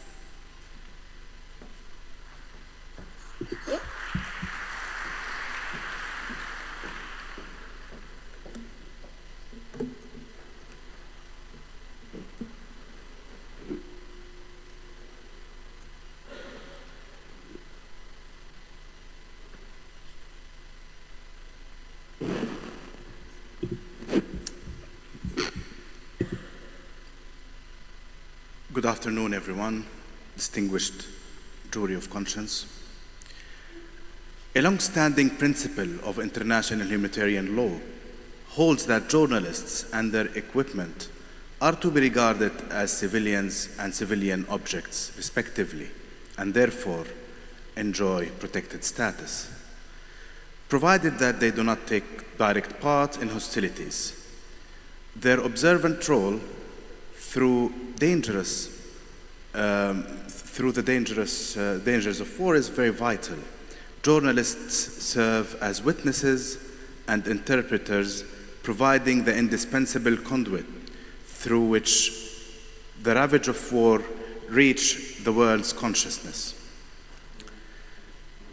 In Gaza, Israel has for long controlled entry and movement of foreign journalists, requiring that they embed on tightly supervised military tours, if allowed, and has frequently denied visas, revoked permits, or effectively exhausted international press entirely during major offensives, thereby institutionalizing a mechanism of information blackout, a mechanism that is integral to the Israeli genocidal machinery in Gaza. The near total prohibition of independent international media access to the enclave is one of the most distinctive and rare features of the Gaza genocide. While limitations on media are common in armed conflict, the outright barring of foreign press during sustained bombardment is exceptional. By preventing and obstructing external observers, Israel ensures that genocidal acts of mass killings and systematic destruction of infrastructure essential for civilian survival occur largely unseen. These dead zones of reporting allow Israel to commit atrocities with minimal immediate scrutiny. The logic is simple. The fewer outside eyes, the greater the leeway to conduct large-scale atrocities and pursue genocidal objectives. Accordingly, the denial of unrestricted press to Gaza constitutes a foundational factor in Israeli strategy of genocide. Consequently, the only journalists able to report from Gaza are Palestinian journalists operating under constant existential threat and severe operational constraints.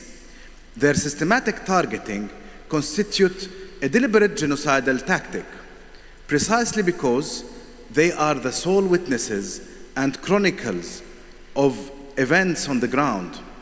The elimination and silencing of these journalists is institutional to the execution of the campaign's objectives. Is instrumental, to the execution of the campaign's objectives. In other words, an attempt to conceal the genocide. Crucially, when journalists are targeted, the international community is deprived of timely, accurate information, undermining its ability to assess, respond to, and prevent ongoing genocide. This obstruction directly implicates states' responsibilities under the Genocide Convention, which obligates state parties to take proactive measures to prevent genocide. The numbers merit stark emphasis. Gaza has become the deadliest place on earth for journalists in modern history by orders of magnitude. The time of the most recent ceasefire, by the time of the most recent ceasefire, more than 248 journalists had been killed in Gaza since October 2023, of whom at least 56 were directly targeted or killed by virtue of their work, reportedly. Many media offices, broadcasting facilities, communication nodes, and journalistic equipment were also destroyed or degraded.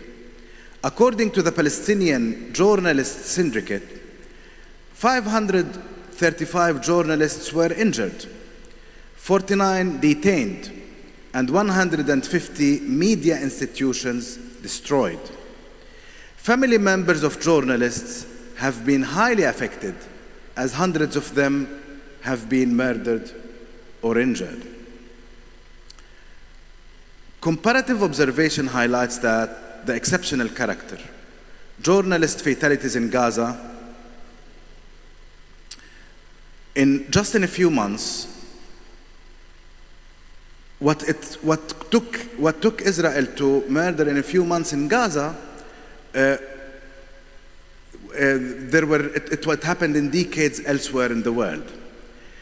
It's the deadliest and most deliberate effort to kill and silence journalists ever documented. In historical conflict, World War II saw 68 journalists killed. In Vietnam, around 65 over a span of decades. Gaza death toll alone in less than 2 years surpasses all of these totals. Far from being incidental, the killings and targeting show hallmarks of consistent pattern. Strikes on marked vehicles or buildings, penetrating journalist shelters and medical tents, multiple journalists killed in a single strike, and the targeting of media infrastructures. The targeting and killing of veteran journalists and of journalists wearing clearly marked press gear in particular appear to form a part of a recurring pattern that supports the inference of deliberate targeting as a policy. Now, in order to look at this policy from the legal point of view, of course, it is very easy to characterize it as part of a number of war crimes and crimes against humanity because it is indeed widespread and systematic. However, within the context of the Gaza Strip, it's very important to also note that this targeting of journalists is part of the wider genocidal intent that Israel has been committing. And this has a number of factors that should be mentioned here. On the one hand, by doing that, Israel is concealing evidence and external scrutiny, because journalists document, verify, and testify. When they are killed, detained, or forced underground, the capacity of the international community, NGOs, victims, and courts to monitor atrocities is severely weakened. Without independent reporting, much of the violence proceeds unrecorded or unaccounted for. Controlling the narrative and enabling denial.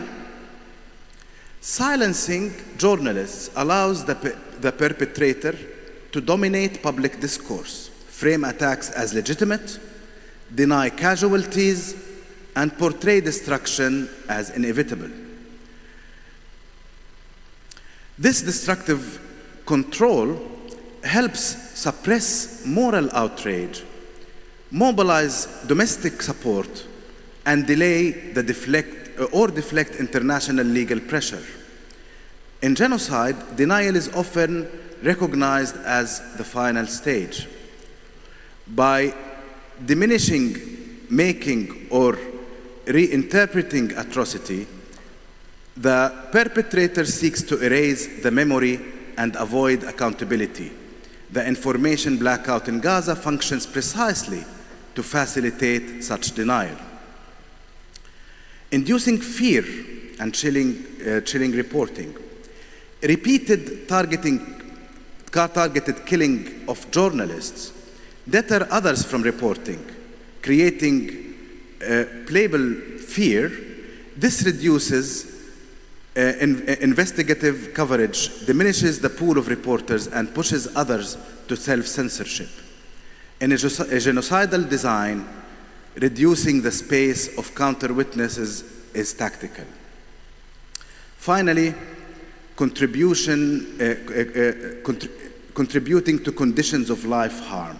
Under Article 11C of the Genocide Convention, deliberately inflicting conditions of life calculated to bring about destruction in whole or in part is prescribed. Obstruction of humanitarian aid, siege, starvation, forced displacement, these are often considered within that clause. The silencing of journalists is highly likely to augment the harm by impeding information about urgent needs, for example, famine or disease, thereby facilitating neglect or forced suffering and multiplying the destructive conditions. If all of this is not enough, Israeli officials have reportedly stated that information blackouts leave Palestinians in fear and anxiety, as isolation is part of Israel's psychological warfare. Sorry? Okay. Thank you very much. It's fine.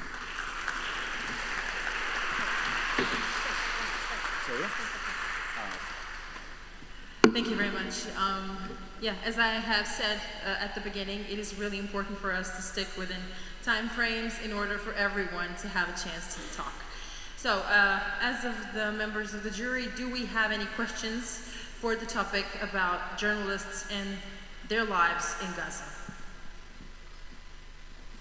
Again, very quickly, so that we can distinguish Gaza from other conflicts, I looked this up. It would be nice to have it in a table form and to add it to the body of evidence. In World War II, over 6 years, there were 69 journalists killed. In Vietnam, over 10 years, 63. In Ukraine, which is 18 months more than Gaza, 17. And in Gaza, 274, how much? 48, 248, but there is a more recent number from the Syndicate of Journalists, 252. So you could see that even if you combine all the journalists killed in all these wars, Gaza is 3 times as much. I think it's very nice, it's very important that we highlight this and to show the discrepancy and also how the world is not showing the same outrage that they have shown with, for instance, Ukraine. Indeed, I will provide that table for you. Thank you. Thank you.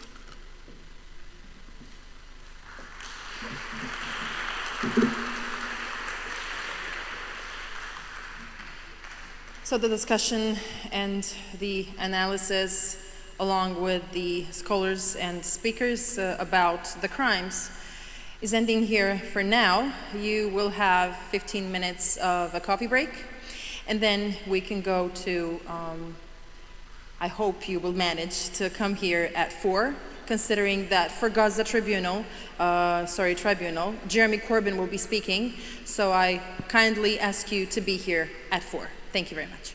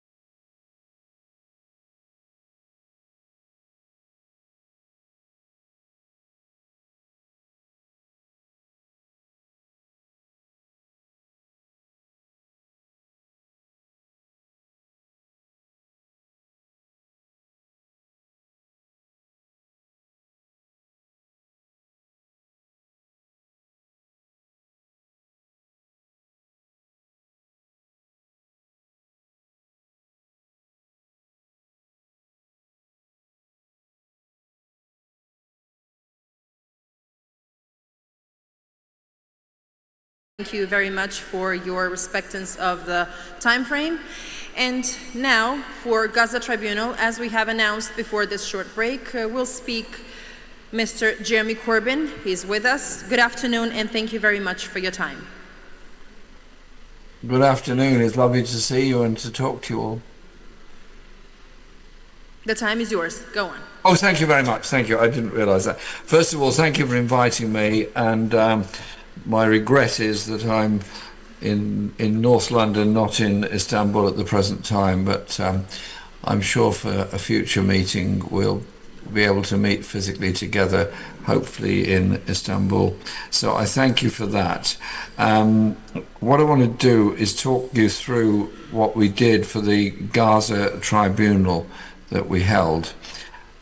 The background to it was that I proposed a private member's bill in Parliament to require the government to establish an independent commission of inquiry into British policy in relation to Gaza, and in particular in relation to the sale of arms and weapons to Israel, which have contributed to the horrible events and the genocide that took place in Gaza.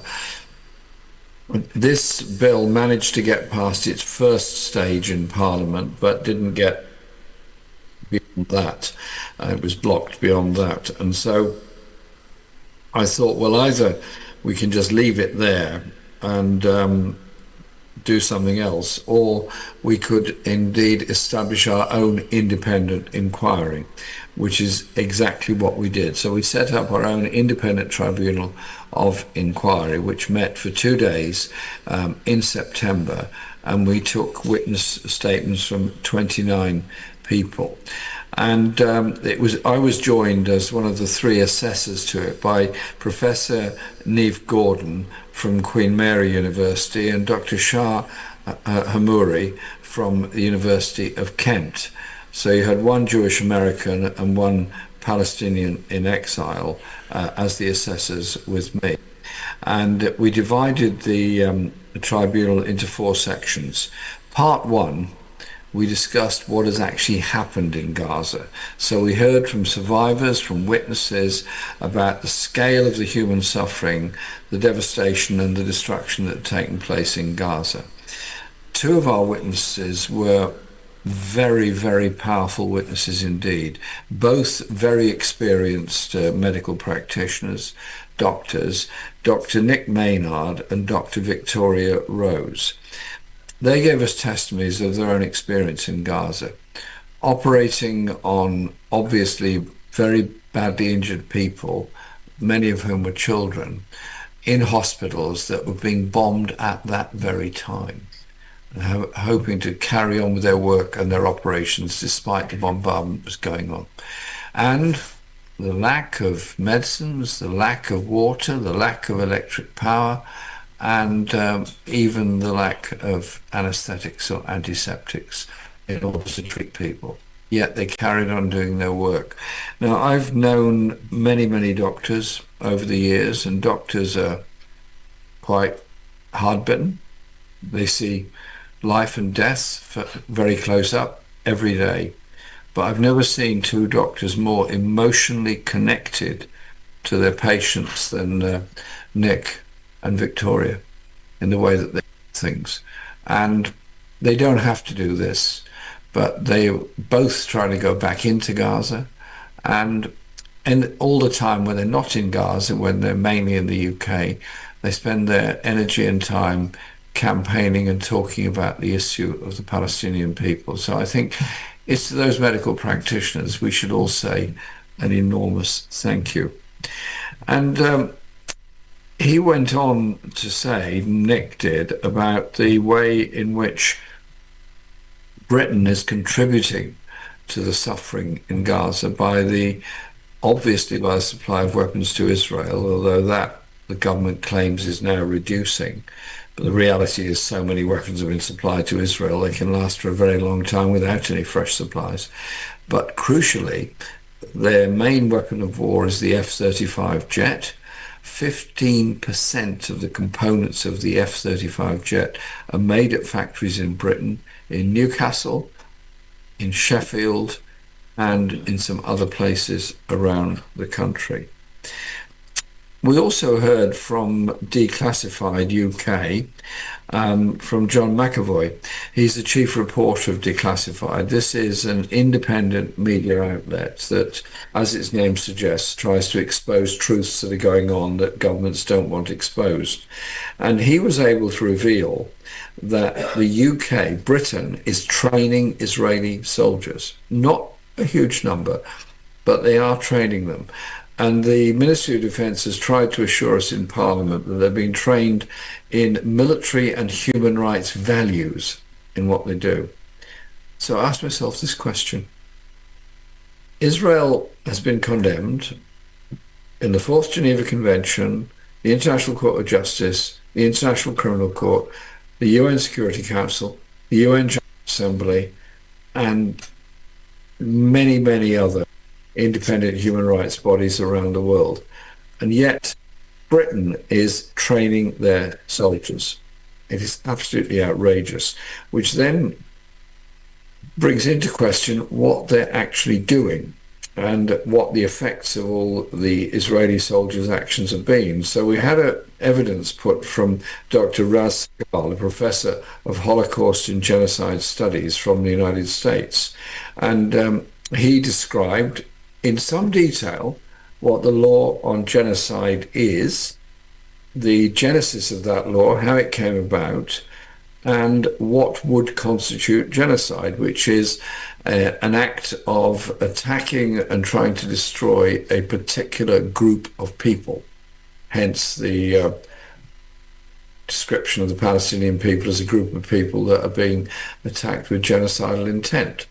You could say the same with what happened in Darfur. You could say the same with what happened in Cambodia. You could say the same with what happened in Rwanda. And historically, you could say the same about the European invasion of Central America. And there are many, many other colonial examples around the world.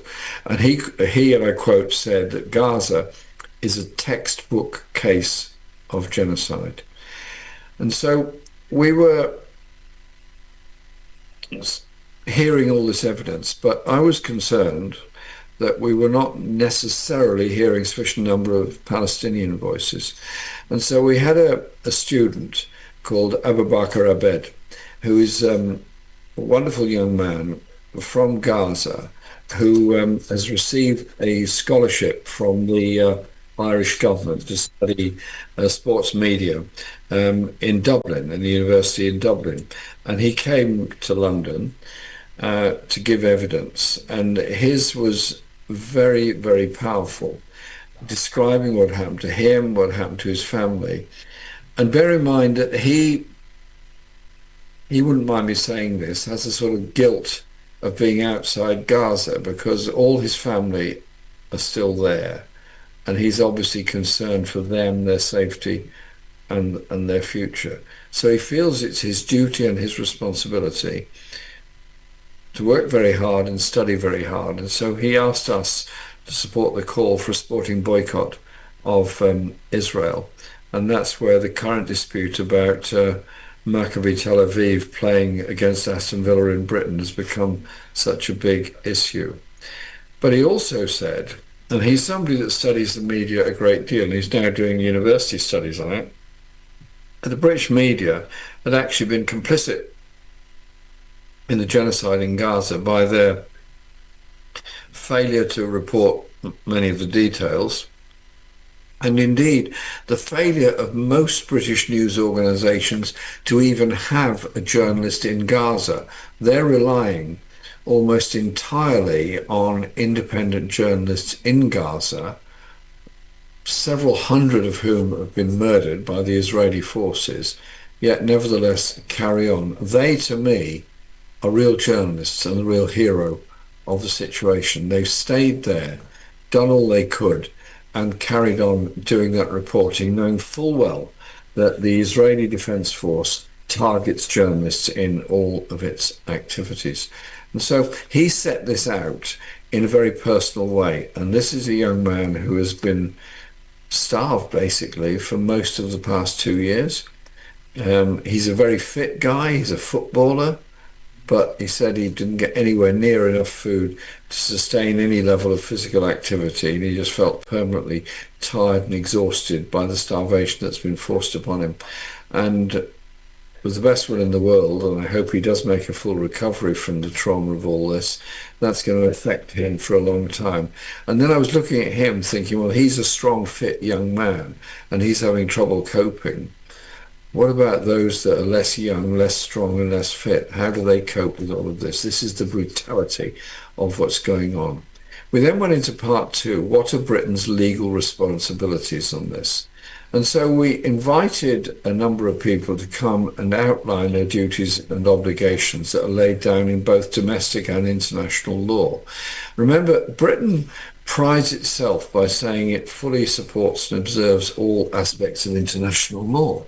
And this is something I hear time and time again by ministers of all parties in the House of Commons. And to deal with this issue and other issues, we're delighted to be joined by Francesca Albanese, the UN Special Rapporteur on Palestine.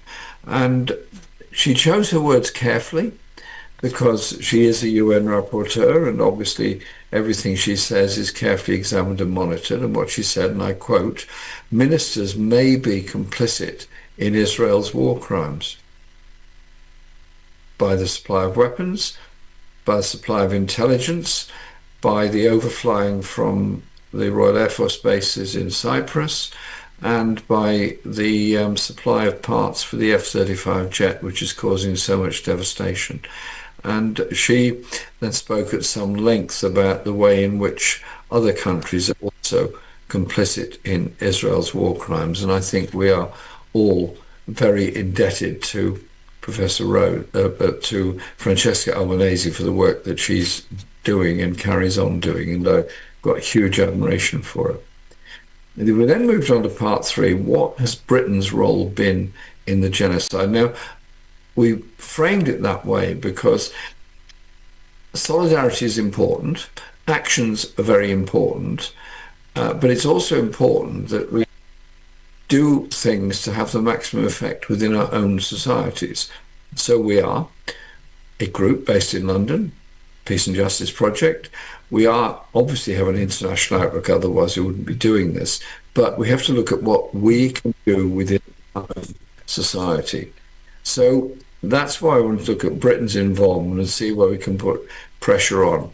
And so we looked at Britain's involvement into the Israeli military operations in Gaza, including the points I made on supply of weapons, surveillance, and the use of RAF bases. And it also became apparent during our tribunal that not only did Britain use the RAF bases in Cyprus to undertake overflying of Gaza, but also apparently from weapons delivery station, and apparently also Israel is able to use it and also use bases in Cyprus, and that is being looked at very, very carefully by the campaign in Cyprus. And indeed we met people who have been very active on the campaign in Cyprus itself, and I think it's important we do that. And so we looked at the use of the base and the supply of weapons, surveillance, and so on. And then we heard from Mark Smith, a British Foreign Office official, a Mandarin, if you like, Foreign Office staff, who described how many people in the Foreign Office were deeply upset at what the government's policies were, and deeply upset that what they were being asked to say about it all, when they believe, as I suspect all of us do in this event today in Istanbul, that war crimes have been committed and acts of genocide are taking place. And so he has worked in the Middle East arms export licensing assessment for the government, and he described how he was routinely asked to amend his reports on Gaza, and I quote, to make the situation look less bad, including downplaying the number of civilian deaths. And he described how he was told to delay submissions of reports until they could find something more positive to publish about Israel's involvement in Gaza. And so here was somebody being told how to write his reports and also to delay publication of them until they could find something positive to say about Israel's involvement in Gaza. And I just quote again from his evidence. There have been hundreds, if not thousands, of conversations on the most controversial aspects of our arms sales policy, which will never be seen by the public. And he described that because they were asked not to write things down, asked not to record meetings, asked not to record events discussing with each other, just to basically do everything on an informal basis. This was a practice first adopted by Tony Blair during the Iraq War. And he went on to say how the whistleblowing team who he'd reported this to were ignored, as well as other Foreign Office staff. Whistleblowing is a legal right in Britain. There is legislation to provide protection for whistleblowers. These are people that tell uncomfortable truths from within publicly funded and publicly run organizations. And he said how the concerns they raised were completely ignored. And he went on to suggest that it was impossible to see how the UK government was acting legally in its behaviour towards Gaza. We also met the family of Mr. Henderson, who worked in World Central Kitchen and was killed in Gaza. And he was killed by Israeli bombardment. And his lawyers said that they believed that the RAF, Royal Air Force flights that were overflying Gaza, were overflying at the time of his death, the time of his murder by the Israeli forces. And so he asked the RAF, through the Ministry of Defence in London, as a lawyer, if he could have access to their film of the event when Henderson was killed. And you know what? They said, no, you cannot have it. I'd previously asked separately in Parliament if all the film they'd taken of overflying Gaza could be made available to the International Criminal Court and the International Court of Justice. They said no.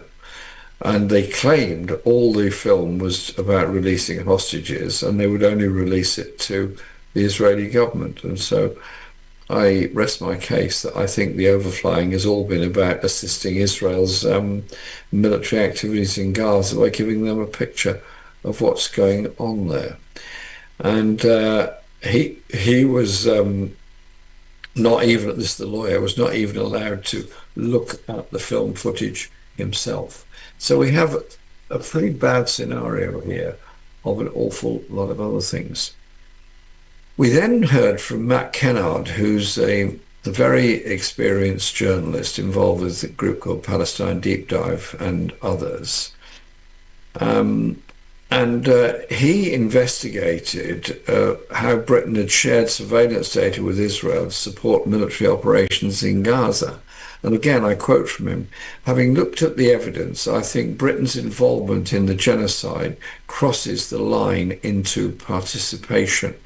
The UK government, through its different military and intelligence agency, has been a participant. And we also heard, as Richard Falk is with us today, from him. And I want to say, Richard, thank you very much for taking part and the evidence you put forward and the power of the message you put forward and your consistent message of humanity for the Palestinian people. Last section was on, again, focused on the British participation. Has Britain lived up to its legal obligations? In this section, we analysed the evidence presented to us to conclude whether Britain had fulfilled its legal obligations or not, as laid out in both domestic and international law. And remember, point I made earlier, Britain is a signatory to all international legal conventions on genocide, on torture, and so on. Sign up, obviously, UN Universal Declaration, European Declaration, International Criminal Court statutes, and historically to the International Court of Justice, which of course predates all the other UN institutions because it was a product of the League of Nations. And we were wanting to know whether Britain has fulfilled its legal obligations or not. So we heard from Taya Bali, very respected lawyer, and he said his work from the International Centre for Justice for Palestinians, and he gave a forensic assessment of the whole thing at some length.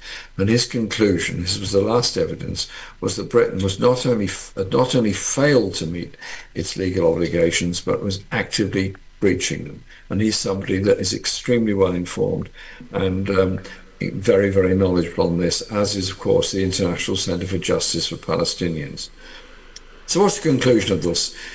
We didn't receive enough evidence that I wanted to be able to listen to on environmental impact, water pollution, and the damage to the future possibility of growing crops in Gaza because of the pollution from asbestos poisoning and much else because of the destruction of so many buildings.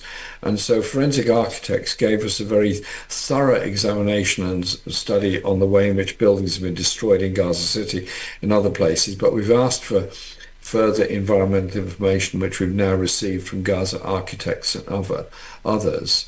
And our conclusion is that the government's legacy will be its complicity on some of the greatest crimes against humanity of our time. We've already discovered, 67,000 bodies in Gaza. Estimates vary as to the number of bodies that are still under the rubble, but it's going to be thousands and thousands and thousands more. And the figures I've just heard are that somebody's been estimating the amount of rubble in Gaza. There are 55 million tons of rubble in Gaza. That's like 2 million tons or more, 10 million tons for each Gaza person of rubble created by the Israeli bombardment. Somebody's got to clear all that away. Somebody has got to process all of that to find bodies and body parts in it.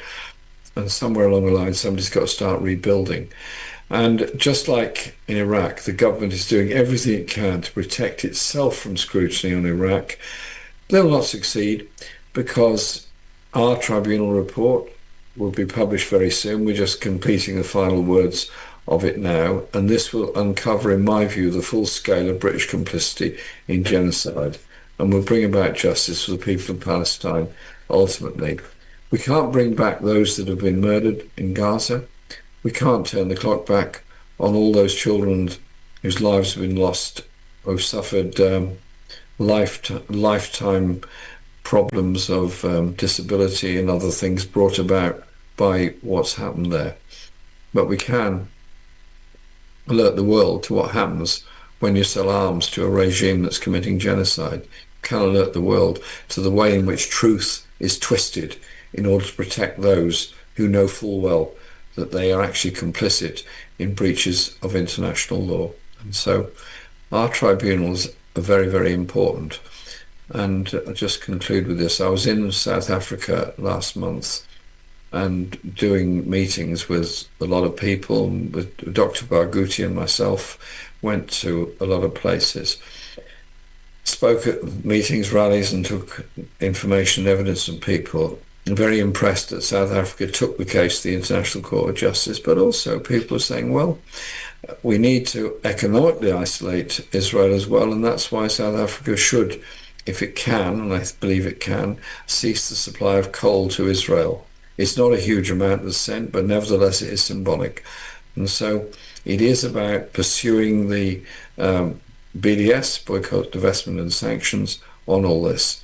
I also went to Namibia to meet the government of Namibia and have discussions with them, as well as with the ruling party, SWAPO, and with a very wonderful group of people who've been campaigning in support of Palestine in Namibia, and they were extremely impressive. And so I came back with the feeling that there's some very brave people in often very difficult circumstances doing an incredible job, and that's what this tribunal is about. That's what our Gaza tribunal is about, and that's why all of us have got to work together cooperatively to get the word out there all across the world.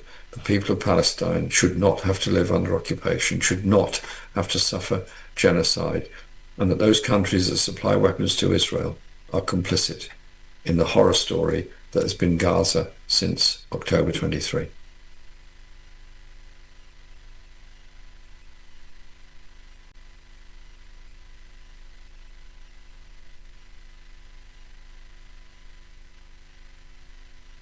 Sorry. Thank you, Mr. Corbyn, for being a part of the final session of the Gaza Tribunal. Thank you for your time and for the words important to be said, especially in a place like this and in times like these. We will proceed, and the next speaker is Tristino Marinello. He will be speaking about a subject of the ICC under attack, the struggle for justice and accountability during the genocide in Palestine.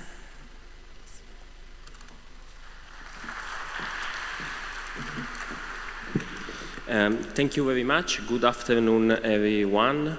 Many thanks to the organizer for the invitation. Distinguished members of the jury, it's an honor for me to appear before you to speak about the struggle for international justice in a context in which impunity has long provided the fertile ground for the most serious crime.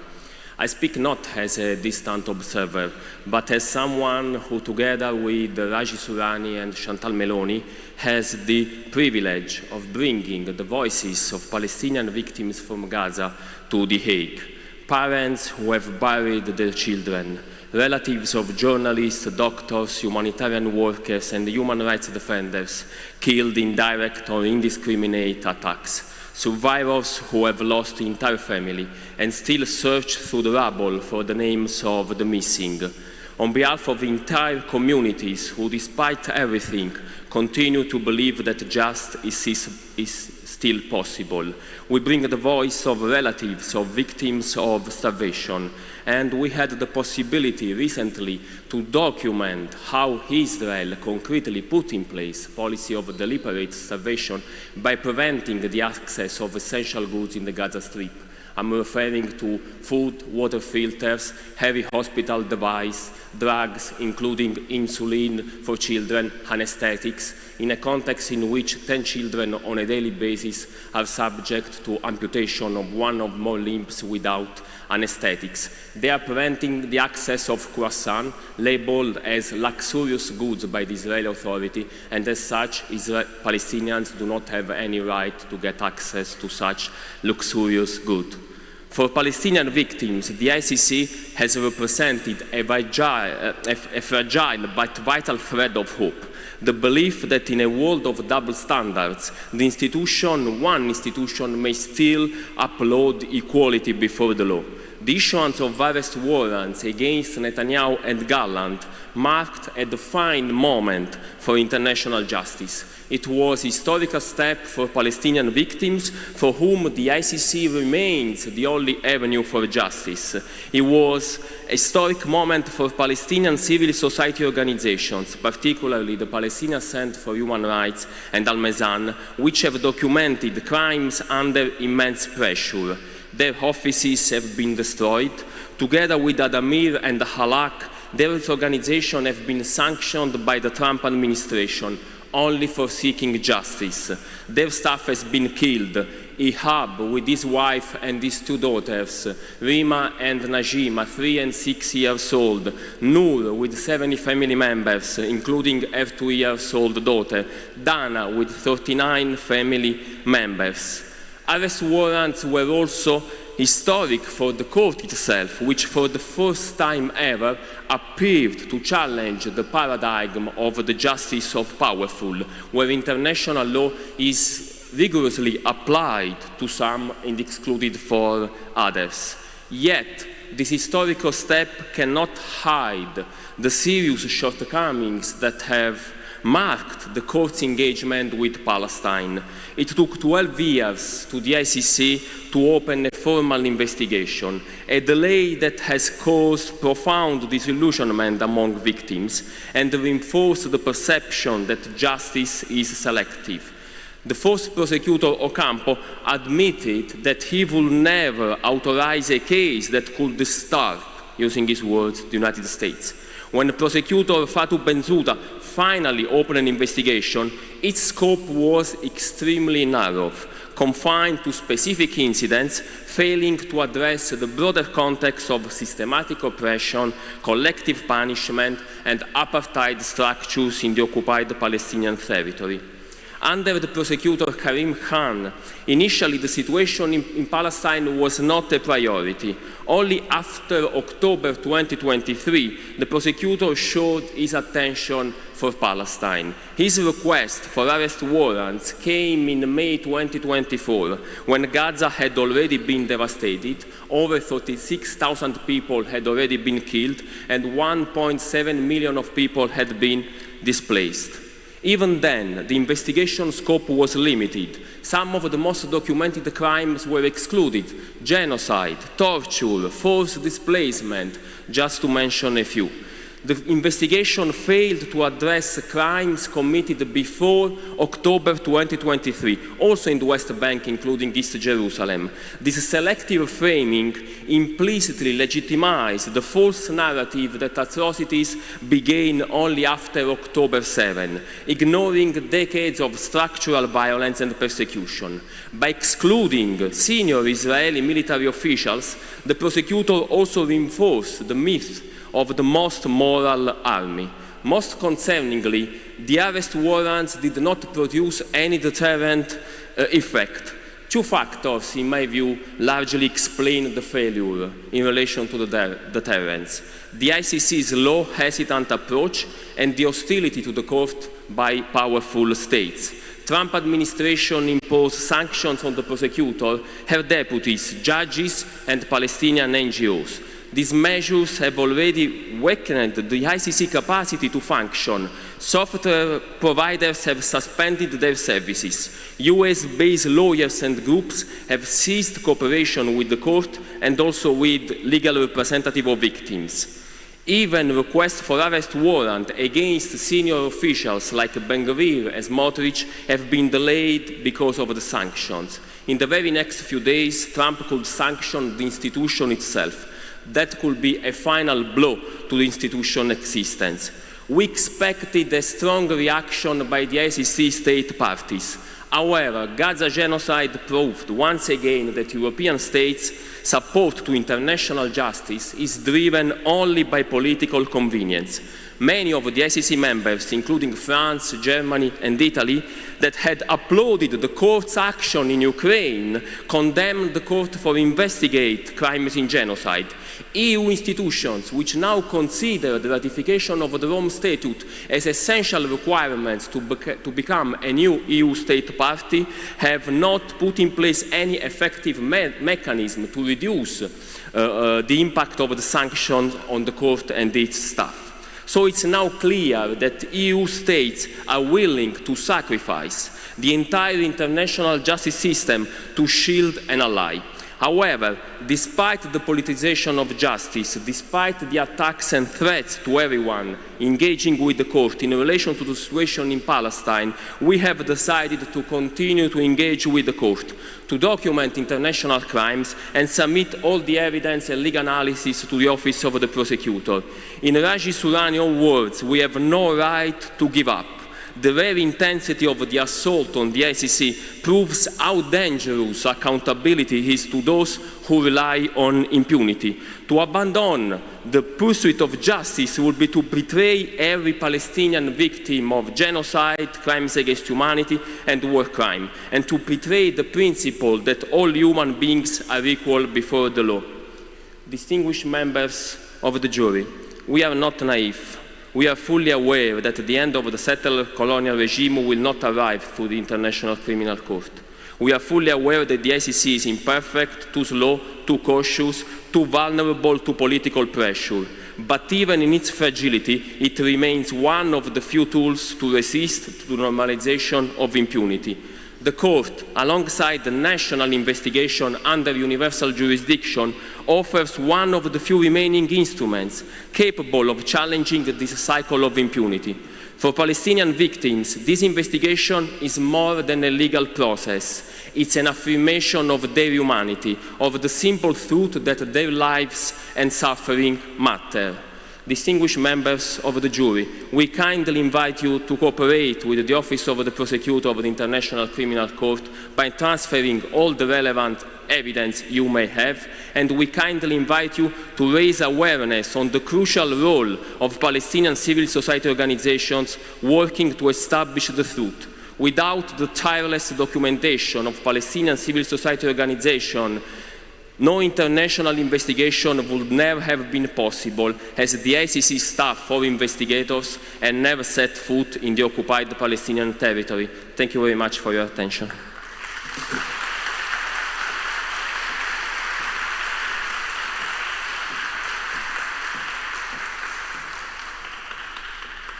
Thank you very much to our speakers. We have just heard was the expert reflection to everything said so far. And now we'll proceed to our witnessings, to stories of those who have lived through genocide, whose families are gone or still fighting for survival. Next topic we will be talking about is colicide. And now it's time for Osama Alosta to come, to approach and to speak. He's a Gazan student, and he will be talking about the dreams they took and are taken every minute.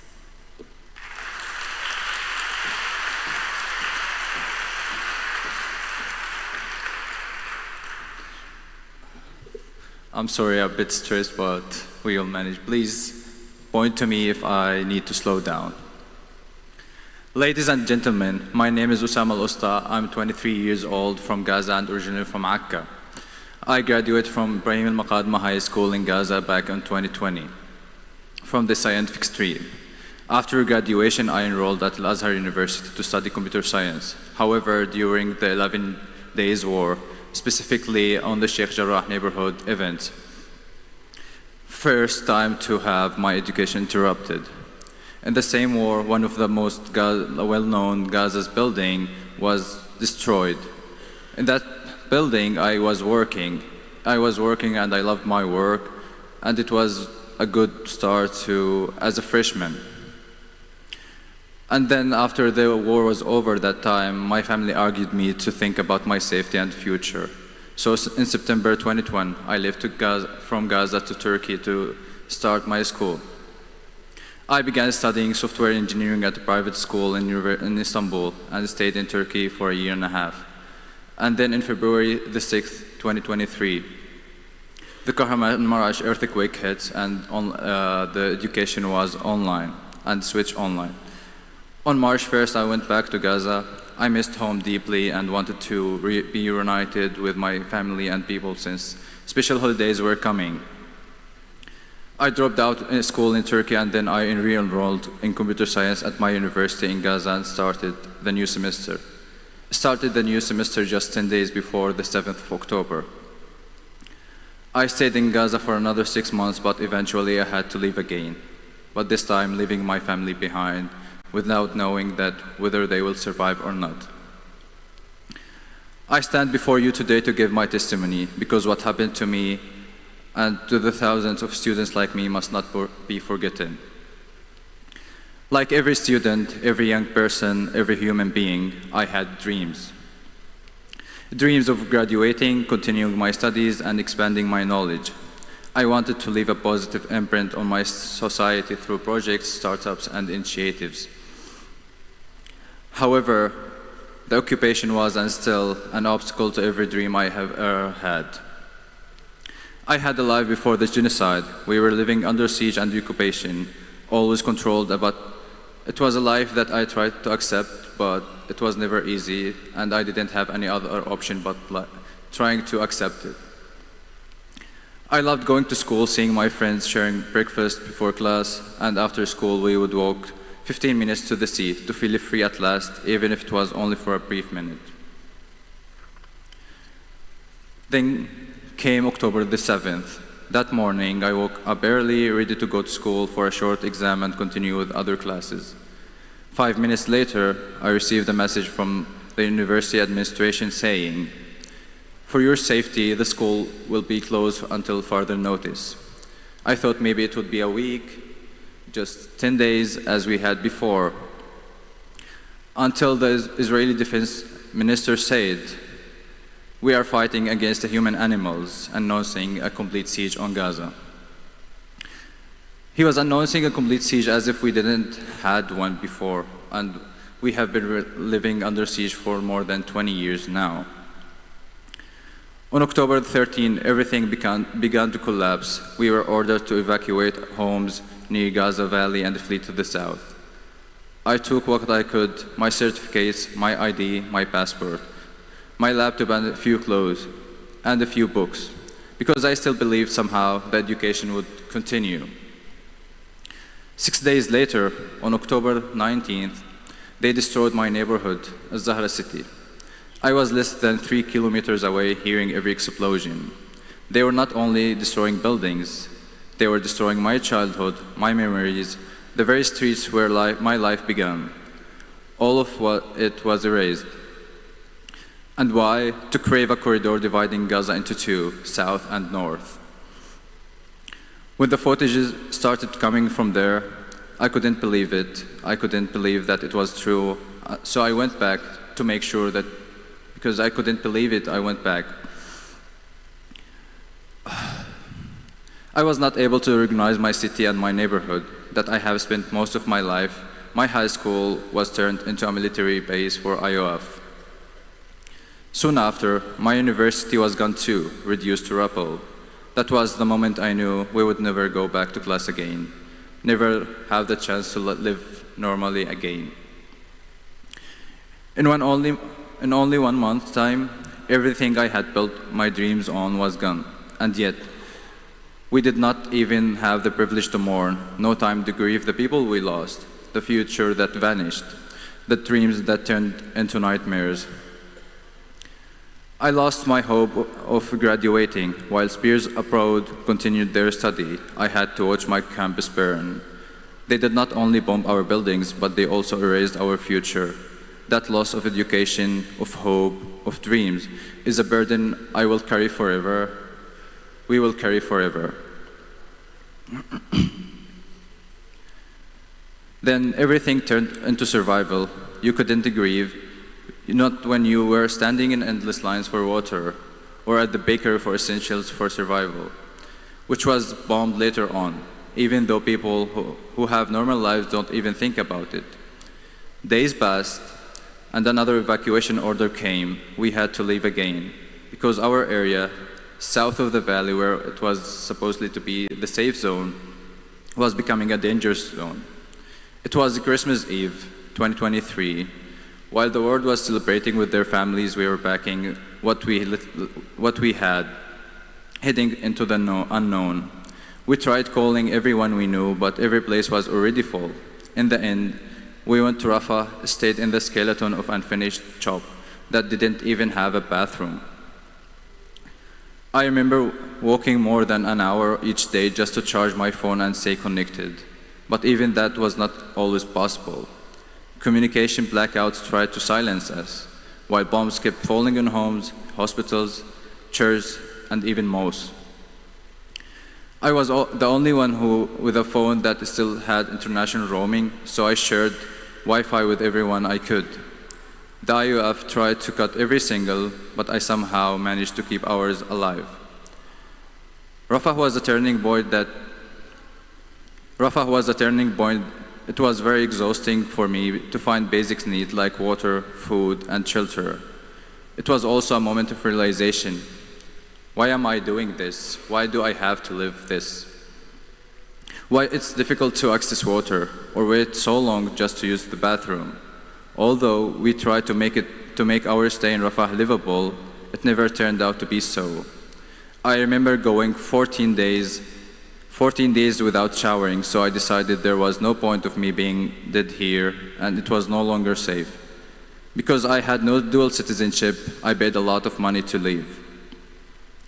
So this is a brief part of my story, but I'm here not only for myself. I'm here because this story is not just mine. This case is not special about me as a person. There is an entire generation of students who were killed, silenced, displaced by the IOF and denied their right to exist. More than 1,000 professors were killed. 80% of Gaza's schools and universities are either partly damaged or fully destroyed. The last standing buildings have become the only refugee for Gaza who no longer have homes to return to. There are a lot of stories about students who I know in person that they were killed cold blood. However, I want to honor one of these professors who was killed by IOF as they were targeting him directly, Dr. Rifat Al-Arair, a man who inspired a whole generation and still inspiring. He always emphasized how important it's to mention that the Israeli occupation killed us, not leaving it for the passive voice. He wrote, and I quote, "If I must die, you must live, to tell my story, to sell my things, to buy a piece of clothes and some strings. Make it with a long tail, so that a child somewhere in Gaza, while looking heaven in the eye, awaiting his dad who left in a blaze, and bid no farewell, not even to his flesh, not even to himself, sees the kite, my kite you made, flying above, and thinks for a moment an angel is there, bringing back love. If I must die, let it bring hope, let it be a tale."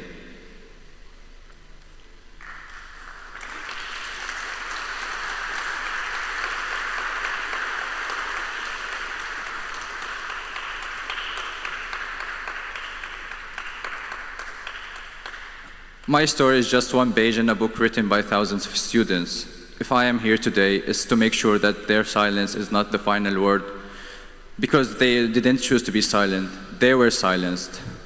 Our generation will carry this loss forever in our studies, in our lives, in our sleepless nights. This experience changed everything. It has the power to make the future feel meaningless.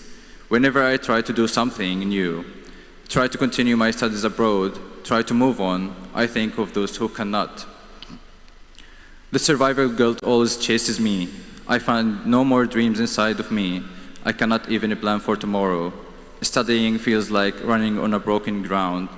And for me, it went too extreme that I started a hunger strike just to feel how is my family doing. And everyone and every student who's still in Gaza and don't have the chance to leave. Yet, I stand here because we are still here, I'm still here, my voice is not gone. When they destroy a university, it's not only concrete that falls, it's the future that comes crashing down. This was no accident, no natural disaster. It was a deliberate attempt to silence us, to erase our dreams. But we refuse to disappear. We are not numbers. Each of us has a name, a story, a family, and dreams. So I ask the jury, do not only listen, please act. Hold those responsible accountable. Protect education, because protecting education means protecting the future. Saves Palestinians' lives everywhere. And thank you.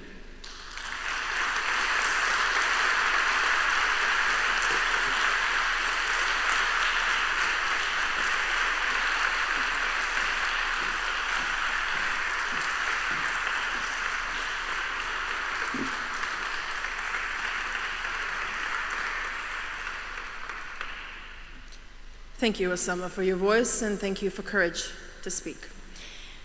Next to talk and to speak and to analyze is Mr. Malek Al-Sverki. He's a scholasticist in Gaza. That's the topic that we will be discussing in the next minutes. A witness to the systematic destruction of education. He needs to be with us online, and we will be listening to him for the next 10 minutes or 15. Mr. Malek, do you hear me?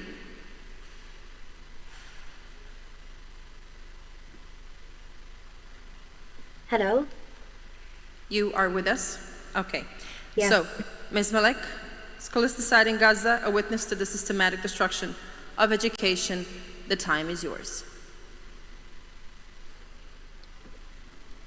Hello, everyone. Hi. So, my name is Malak Aliswerki. I'm a survivor of the genocide in Gaza, and I was recently evacuated from Gaza to Ireland, where I am now a student at the Trinity College Dublin. I spent 690 days in the Gaza Strip during the genocide, which is 1 year, 10 months, and 20 days. And today I stand here as a witness to scholasticide, having received most of my education in Gaza, and watch everything I once learned turned into rubble before my eyes. In the 15 minutes I have, I will address the systematic obliteration of education in Gaza. Before the genocide, Gaza had one of the highest rates of education in the Middle East. And from my own experience, I believe this is because my community has always valued education, not as a privilege, but as a way to survive. And all of my community believe that education and civic participation were the only path to break that prison we lived and unfortunately still live in. And for us, breaking this prison meant freedom and survival. Until October 2023, my father was a professor of accounting and my mother was a mathematics teacher in a secondary school. My sister used to study dentistry at Al-Azhar University, and my younger brothers, who can unfortunately no longer attend the schools, were always among the top students in their classes. Ahmed who's my younger brother, he was in the 8th grade when the war started, and Luay, he's the youngest, he was in the 5th grade. As for me, I graduated from high school in July 2023 as the second highest ranking student across Palestine with a GPA of 99.4. I received a governmental scholarship to study at Al-Azhar University in Al-Mughraqa city. I planned to study political science and pursue a career as a diplomat and a human rights advocate. I wanted to be someone who could represent her country with integrity and pride. However, and unfortunately again, and with the beginning of the genocide, my university was completely wiped out in November 2023, and the city where it once stood has become what Israeli soldiers now call the Netzarim checkpoint. And this was the first moment I understood that this genocide was not only against lives, but also against education. The destruction of my university marks the beginning of the forced erasure of learning in my community. And this is when I felt that Gaza began to lose not just buildings, but also values, culture, and the future generations of educated people. The jury should be mindful that scholasticide is not an abstract word. And to help you understand what it means for me and for Gazans, I will name the educational institutions my family and I attended from kindergarten to university and what has become of them.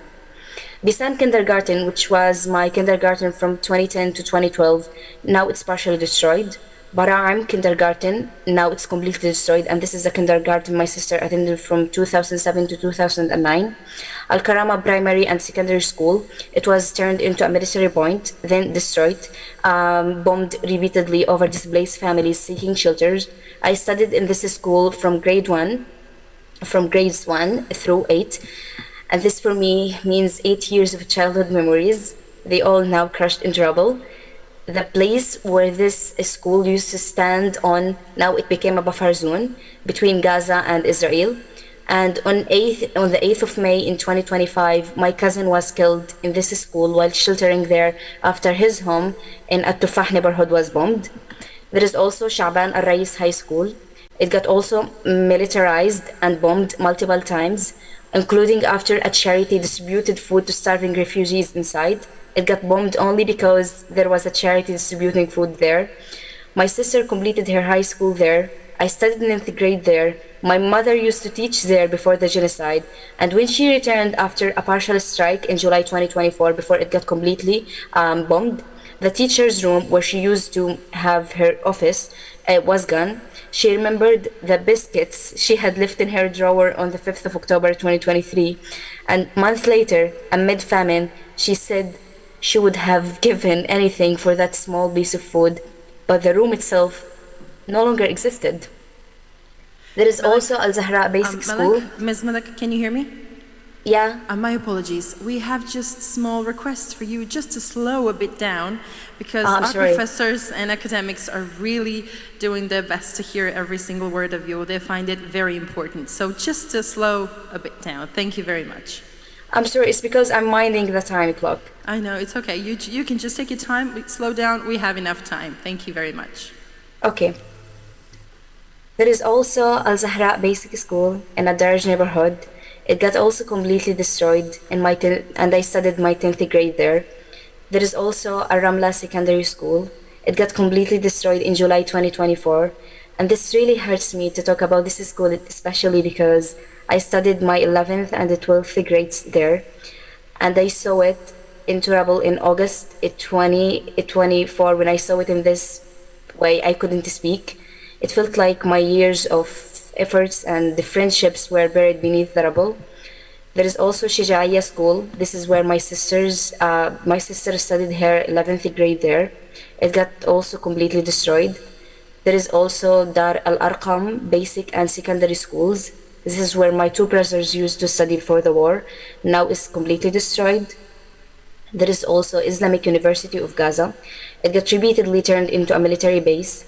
Now it's partially destroyed, then it got completely burned. This is where my mother received her engineering degree. There is also Isra University. It got completely destroyed as well. One of my closest friends used to study there before the genocide. There is also Al-Quds Open University. This is where my mother also completed her second degree, mathematics. Now it's partially destroyed and completely burned.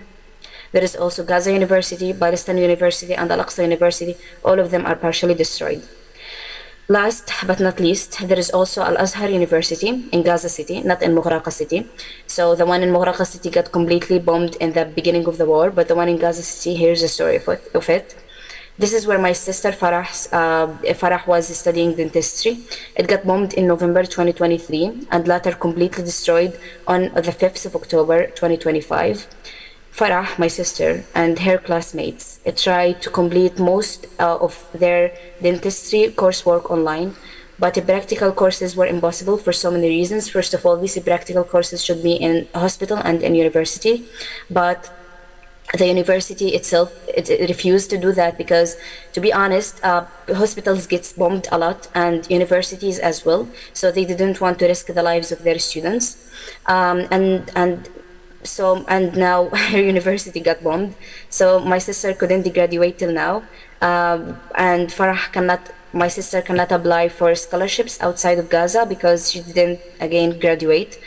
The jury should note the wider context. Since October 2023, all schools in Gaza have been closed because it's too dangerous for students to travel or attend the classes under constant bombardment. Meanwhile, most houses and apartment buildings have been struck or destroyed, and this caused a displacing of hundreds of families into tents or single rooms. In this mass displacement, schools became shelters for last resorts, and even these shelters were attacked. The places deemed too dangerous for children to learn became the only places left for their families to live in. And what happened to my family on the 21st of December 2023 in front of Al-Azhar University in Gaza City shows what scholars decide looks like on the ground. On 19th of December 2023, after an evacuation order, my family, my father, my mother, my sister, she was 20 years old, my brother who was 13, my youngest brother who was 9, and I was 18 years old, we left our home in a Tufah neighborhood for the safer western side of the city. We sheltered at my aunt's house, but my uncles took refuge inside Al-Azhar University, which is an educational institution, and it got turned into a place of displacement. 2 days later, my father asked us to go and visit our uncles, and because it was winter, they had no blankets. During the displacement, it's just so confusing that you just want to get out, you want to save your life, you can't take everything with you. So they didn't have a blankets, they didn't have pillows, and the windows of the classes they were staying in, they were shattered by previous attacks on the university itself. At around 3 p.m., as we approached the university gates, a tank appeared at the end of the street, accompanied by a small drone. People around us were walking peacefully. Everyone was walking peacefully. And without a warning, the tank and the drone opened fire on us, randomly at everyone. A mother stood ahead of us holding a baby, and my father shouted for us to lie down. My father got shot on his thigh, and my mother was shot in her waist. We shouted that we were civilians, and we are unarmed. And we were standing in front of a university, which is a place that should be protected under the international law. The shooting paused, perhaps because we were all lying down, and the soldier inside the tank, he thought that we were dead. So we ran toward the gates when the shooting paused, and when I turned my back, I saw my father was still on the ground. This is when I found that he got shot in his thigh. The tank began to move toward him slowly, as if to crush him, and I ran back and dragged him away. During dragging him, I hear that the tank is preparing for a bomb, so for a shell, so it will bomb us. But luckily, I managed to pull my father inside the university gates. Moments later, after actually exactly at the same minute I managed to get my father inside the university, the tank bombed the gate and the entrance hall of the university. And this was the moment I understood that scholasticide is not theoretical. It's the deliberate conversion of a university, which is a space of thought, a space of humanity, into a battlefield. And between who? Between civilians and soldiers. Al-Azhar University, where my father earned his degree and where my sister used to study dentistry, is now gone. It was bombed on the 5th of October 2025. And I still ask myself, even if peace comes, how could my sister ever return to study in a place where we nearly lost our lives? And then I remember, well, she will never think in this way because the building itself, the buildings of Al-Azhar University, the university itself no longer stand. My journey as a student began in desperation, with no safe path to continue my education. From September 2024, I applied to universities abroad because there was nowhere left to study in Gaza. Under impossible conditions, no electricity, no internet. It's not even stable. It doesn't even exist. I walked 2 to 3 kilometers every day to find a signal, often standing in the street while drones circled overhead. There were no internet cafes and nowhere safe to charge a laptop. More than once, I chose to spend money meant for food on data and or phone charging to submit my applications. I completed my entire applications on my phone. I couldn't sit for exams like for international students like IELTS or TOEFL in Gaza because all test centers were closed. So I completed an online test, it's called Duolingo, and this happened while again drones flew above my neighborhood. Despite this, I received fully funded offers from Harvard, Yale, UPenn, Notre Dame, Wellesley in the US, Cambridge from the UK, Georgetown in Qatar, and Trinity College Dublin in Ireland. And I'm here today. I'm here because of volunteers and mentors who helped me through months of danger, and because of the Irish government with others facilitated the evacuation of students from Gaza to the countries that will host them, because they realized the worth of education and that students who are coming from conflict zones actually deserve a chance to get education. And I'm profoundly grateful for this. But for me, gratitude doesn't rebuild what was destroyed. It doesn't bring back our teachers. It doesn't bring back our classmates. It doesn't bring back our classrooms or the safety that once defined learning in Gaza. The jury should consider what this war has done to Gazan children. Ahmed, my brother, who's 15 years old now, and Luay, who's 11 years old, they have been disconnected from formal education for more than 2 years. Instead of learning spelling and arithmetic, they learned how to find food and water. Where once they practiced sums and read the stories, they now count the days without a meal. And they, and alongside thousands of other children, They were all forced to grow into survivors, not into they were all forced to grow into survivors, not into learners. Classrooms for children in Gaza, it means danger. It means surprising bombs. Schools that once displayed banners reading "My school is my second home" are now remembered as sites of mass massacres and despair. When a school becomes the last refuge for a family whose home was destroyed, and that refugee is bombed, what does this school mean for a child anymore? The place that maybe he or she lost their family in? Dear jury, we must face the truth. Education in Gaza has been deliberately and systematically attacked. Either we create new safe spaces for learning that do not carry the trauma attached to the war school, or we must name what has happened for what it is. Scholars decide. Naming it as a first step toward ensuring it's not going to be repeated again. Finally, to my family, to Baba, to Mama, to Farah, to Ahmed and Lu'ay, I carry you with me into every classroom I enter. And I promise we will go back to our schools again, we will learn again, and we will rebuild the minds that were destroyed. And I really ask the jury to see what we lost and give that loss a name, so that justice may follow. Thank you.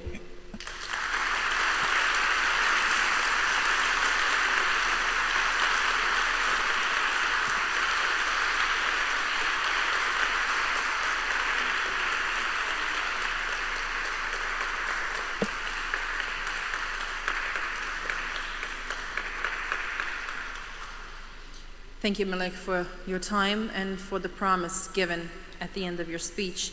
The genocide of knowledge, Israeli systematic destruction of Gaza's intellectual life, and the silencing of Palestine's future. That is the topic we'll be talking and listening about in the next minutes. I'm calling for Mr. Wissam Amer to speak and to take his place at the stand.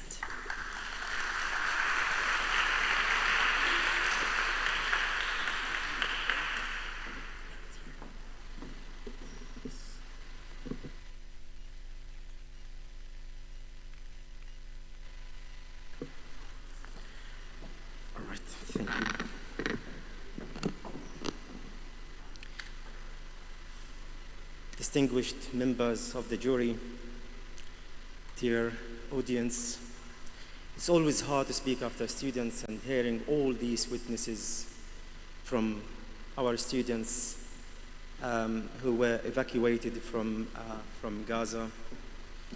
My name is Wissam Amer, former Dean of Faculty of Communication and Languages at Gaza University and currently a visiting professor at the University of Cambridge. I speak today not only as an academic, but also as a Palestinian, like thousands of Palestinians who lived through the systematic destruction of knowledge, the systematic destruction of Gaza's educational life. What I describe today is not just an abstract or theory. It is an experience. It is not only my experience, my personal experience. It's an experience for hundreds, if not for all academics and students in Gaza. What we have seen in Gaza is not only genocide, because the word genocide, the word massacres, the word war or conflict would not describe the reality on the ground. The reality is much beyond than that. What we have seen in Gaza is the deliberate erasure of knowledge, the methodological annihilation of universities, schools, and the killing of scholars, teachers, and students who embodied Gaza's intellectual heart. Since my evacuation from Gaza before the total closure of Rafah crossing, I have always carried a heavy mix of feelings. Though physically safe in Cambridge, still my mind remains tied to Gaza, as every Gaza person living outside, and every Palestinian and every supporter to the justice in Palestine. I worry constantly for my family, my neighbors, my colleagues, my students, who continue to endure what feels unbearable circumstances.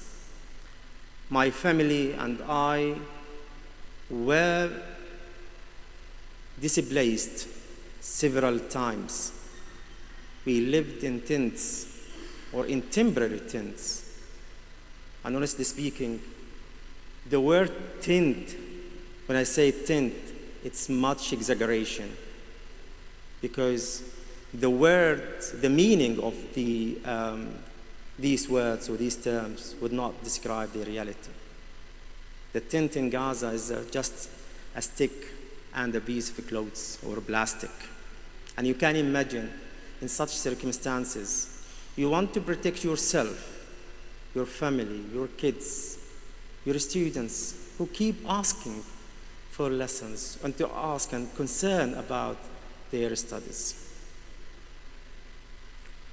Together, we struggled to find clean, drinkable water, as we heard from our students. It was a big struggle.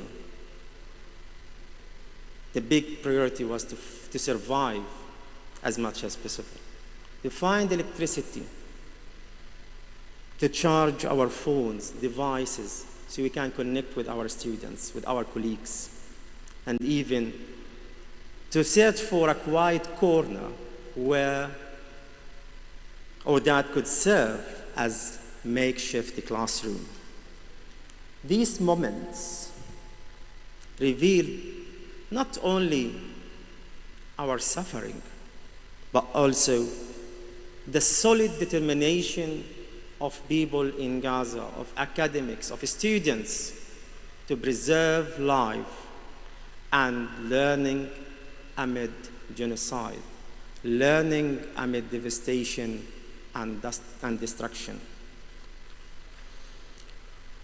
What is unfolding in Gaza today is not merely a genocidal war. It is the continuation of a Zionist settler colonial project that seeks to uproot Palestinian existence. What my generation is witnessing is, in truth, a second Nakba. History is repeating itself. The same trauma that my grandparents endured in 1948, and again my parents in 1967, is now being lived by us, the current generation in Gaza. Since October 7th, 2023, we have faced renewed and multiple displacements, systematic violence, and the same relentless campaign of erasure. For 17 years, we survived under blockade and open-air prison, where scarcity was constant, but dignity remained intact. Despite everything, we continued to teach, to learn, and to dream, and will continue to dream for a better future for our people, not only in Gaza, but also in the West Bank and Jerusalem. Here, I would like to share some photos that I'm not sure if it works, sorry.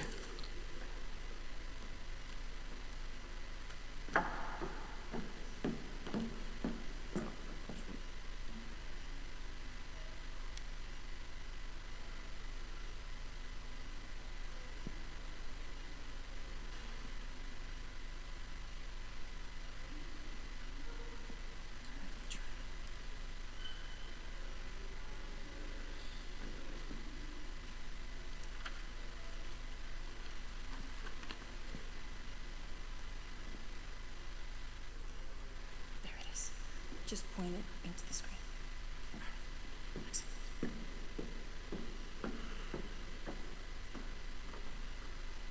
Nope, does not work, sorry.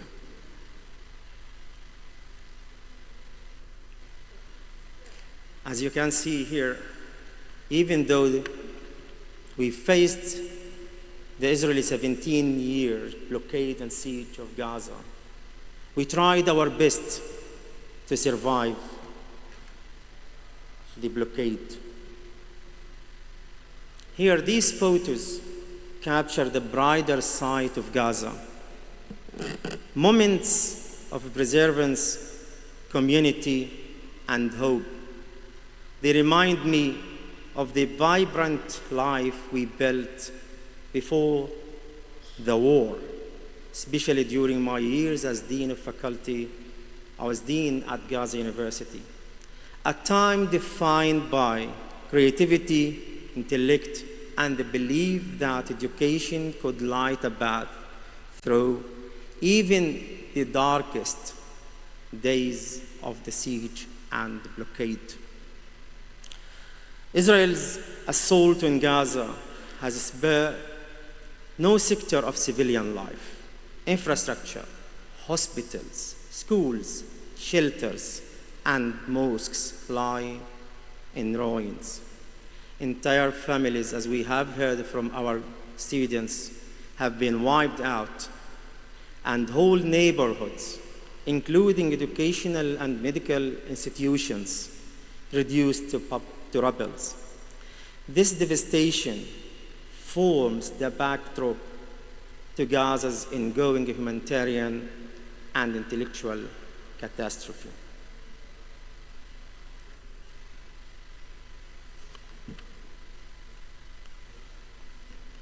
I'm not sure if there is any. And you can see here how we tried to survive the first days or the first months of the war when I was in Gaza. As you can see in number 1, I tried my best to find, together with a colleague and also neighbors, a solar panel where we could charge our devices, our mobiles. And the second photo is the neighborhood where I lived and grew up. And third photo is my flat. You can see in such destroyed and damaged flat. And then fourth image is my classroom at Gaza University.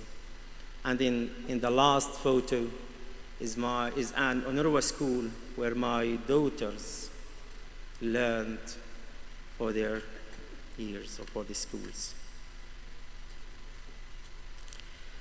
Distinguished members of the jury, in the Gaza Strip, we have 12 higher education institutions accredited by the Ministry of Higher Education and Scientific Research.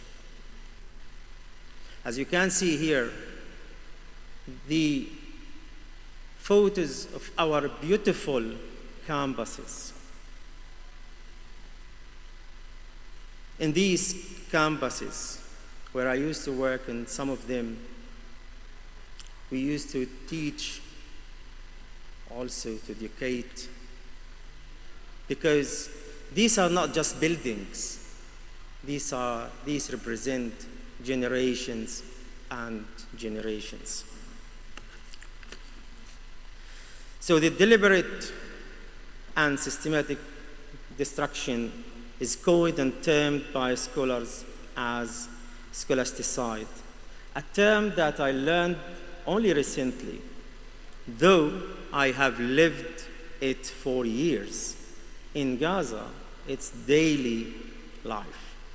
The scholasticide refers to the systematic, intentional destruction for a people's education or educational infrastructure, intellectual communities, and cultural knowledge and knowledge systems.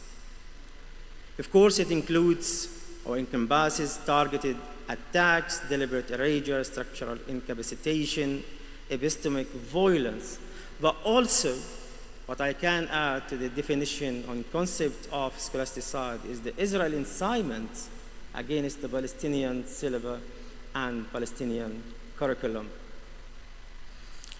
Libraries, archives, and ministries were flattened. As I said, these were not just buildings. They were generations of learning, research, and dreams collapsing in an instant. The jury should take into account what Israel has done is not only to destroy schools, universities, or colleges in Gaza, it has deliberately shattered the idea of a future built through education. In its genocidal war, Israel has left anything in Gaza, including all educational and higher educational institutions in Gaza.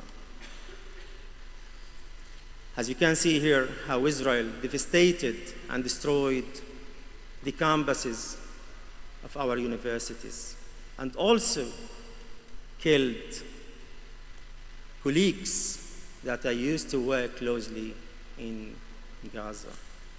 Here I refer to the former president of the Islamic University, Professor Sufyan Tayyip. He was killed alongside his family in Jabalia camp. Also, two of my colleagues from the same department, Dr. Hibal Abadla and Dr. Imtinan. And also, I would never forget my colleague and friend, Dr. Wissam Al-Isa. He was a professor at Al-Aqsa University. We share the same name, and we share the same fellowship. He was a Cara Fellowship, a Scholars at Risk program at Manchester University. But he returned to Gaza before October 7th. He was killed in Gaza. Actually, he was killed in Rafah. And I always think of him personally because not only we share the same name or we share the same fellowship, but also I put myself in his position. If I would have stayed in Gaza, what kind of faith I would have faced in Gaza. I know time is running, but I think to respond to scholasticide, we need to have de-scholasticide approach, because to respond to the systematic construction or destruction, to respond to the systematic destruction, we need to have a systematic construction. And for this systematic construction, I think we should work together in a very collective way where we can support the sumud, the resilience and steadfastness of people and academics and students in Gaza. Finally, the jury should recognize that the justice for Gaza must include the right to learn, to teach, and to remember. To kill a scholar is to kill the memory of a people. To bomb a university is to bomb the bridge to the future. Knowledge survives in fragments of memory, in the will to resist erasure. Also here, I would like to finish this talk with a poem that I always finish my talks with, by Dr. Rifat Al-Arir, because he was a dear friend and colleague at the Department of English at the Islamic University of Gaza. If I must die, you must live to tell my story, to sell my things. We keep saying, keep explaining, and we keep telling the story of every single university, of every single student in Gaza. And of course, if I must die, let it be bring hope. We need this hope to rebuild Gaza and make it a tale of success, to save the generations of students, academics, in Gaza, in Palestine, in general. Thank you so much.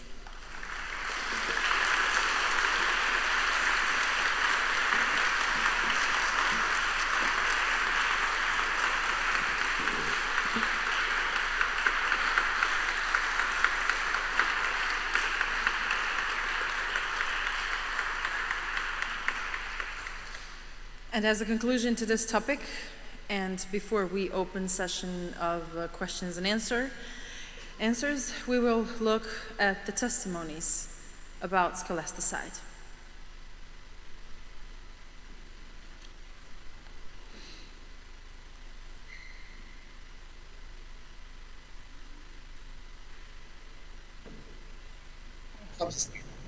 خمس سنوات أنا في عندي جيل 5 سنين.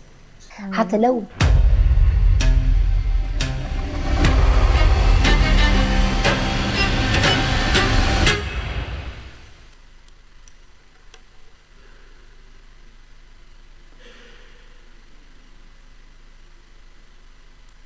بلشوا اصلا القصف واستهداف المدارس. حتى لو يعني انتهت الحرب يكون الرجعه للمدارس تكون صعبه جدا. كان يعني اول شيء استهداف المدارس واستهداف الطبقه التعليميه. يعني عائلة زوجة أخيك رحمهم الله الاستهداف جاء ضمن الكفاءات العلمية نعم. التي يتم استهدافها نعم. في هذه الحرب لا نعم. ذنب لهم سوى نعم. أنهم علم أنه والدها هو خريج الجامعات الأمريكية ويعد من أصحاب البحوث العلمية المحكمة في أمريكا وهو كان عميد كلية التمريض في الجامعة الإسلامية ولا ذنب لهم إلا كما ذكرتي عملية استهداف للعقول وللكفاءات الفلسطينية. دكتورة، كيف حال الآن الجامعة الإسلامية في غزة وكيف أحوال زملائكم هناك؟ طبعا الجامعة الإسلامية من أولى الجامعات التي استهدفت من قبل الاحتلال، فدمرت يعني كل مبانيها، لم يبقى ولا مبنى إلا وأصابه الصواريخ. هناك في الجامعة مكتبة مركزية قديمة جدا عريقة جدا فيها مئات الآلاف من الكتب، كلها دمرت ولم يبقى فيها شيء.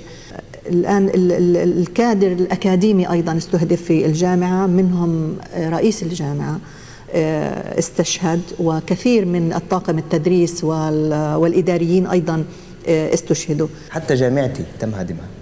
أنا في كتاب إلي في صار موقف معايا لسه أول امبارح، في كتاب كنت حاصل عليه من دكتور عزيز في الجامعة ومش قادر أطلعه من غزة. بعثت تقريبا ل10 أشخاص وندمت على إني سألتهم. كنت بدي أطلب منهم شغلة واحدة، إذا في نسخة من الكتاب صوروا لي أكم من صفحة أو ابعثوا لي الملف PDF إذا كان متوفر منه PDF ثاني. تمام؟ ال10 أشخاص للأسف منهم صبايا ومنهم شباب درسوا معايا في الجامعة، ردوا علي رد صاعق، الكتاب والشهادات والأوراق كلها حرقت. هي تفصيلة، هي بسيطة جدا بالنسبة لأي إنسان.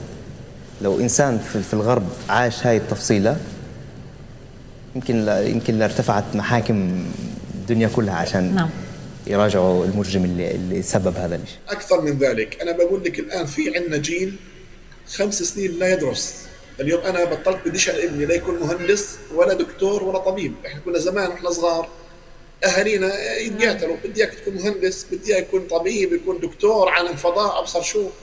اليوم إحنا بدنا بس شغلة واحدة، بدنا ابننا يكتب ويقرأ بس، يعرف يكتب اسمه ويعرف يقرأ وبس. تخيلوا مثلا 5 سنين، إحنا 5 سنين، 2 حرب وما قبل كانت كورونا، جائحة كورونا صحيح. 5 سنين، 5 سنوات أنا في عندي جيل حرفيا لا يستطيع أن يقرأ ولا يكتب. كان في طالبة فاطمة حميد كنت أنا متواصلة معها قبل بيومين، قالت لي يا مس أنا في ضرب حوالينا كتير ورجعي ابعتي لي السلايدات، وبعثت لها وتحدثت معها قليلا يعني واطمأنيت عليها. تخيلي تاني يوم مباشرة، هيك تاني يوم مباشرة يعني على نفس الواتس بيجي بحكي أنا أخو فاطمة، أنا مش عارف أتواصل مع الجامعة، فاطمة استشهدت. أريد أن أنوه فقط لأنه مدارس أونروا ربما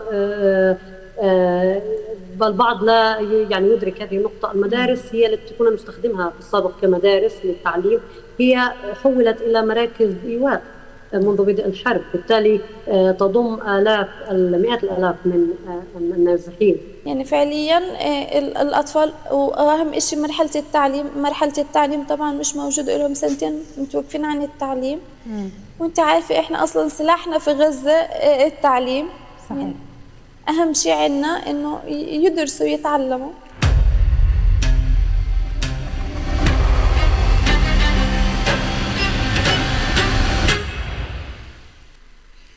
And now it's time for questions and answers. So I will ask the members of the jury if they have any questions, please to address.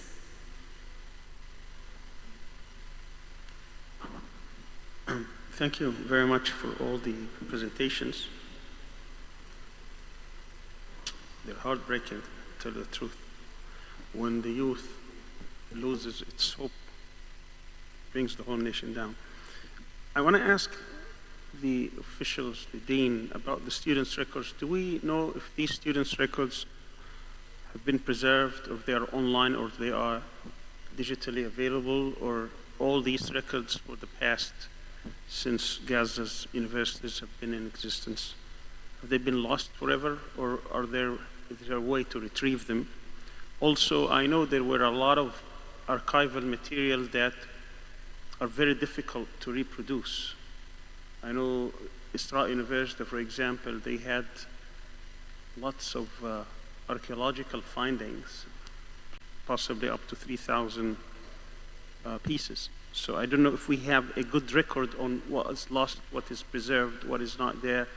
Are there reports? I have seen a lot of reports, medical reports and other reports, but I haven't seen anything on universities and education. It would be very helpful if there are some reports that will have all these answers to these questions, particularly on the issue of students' records.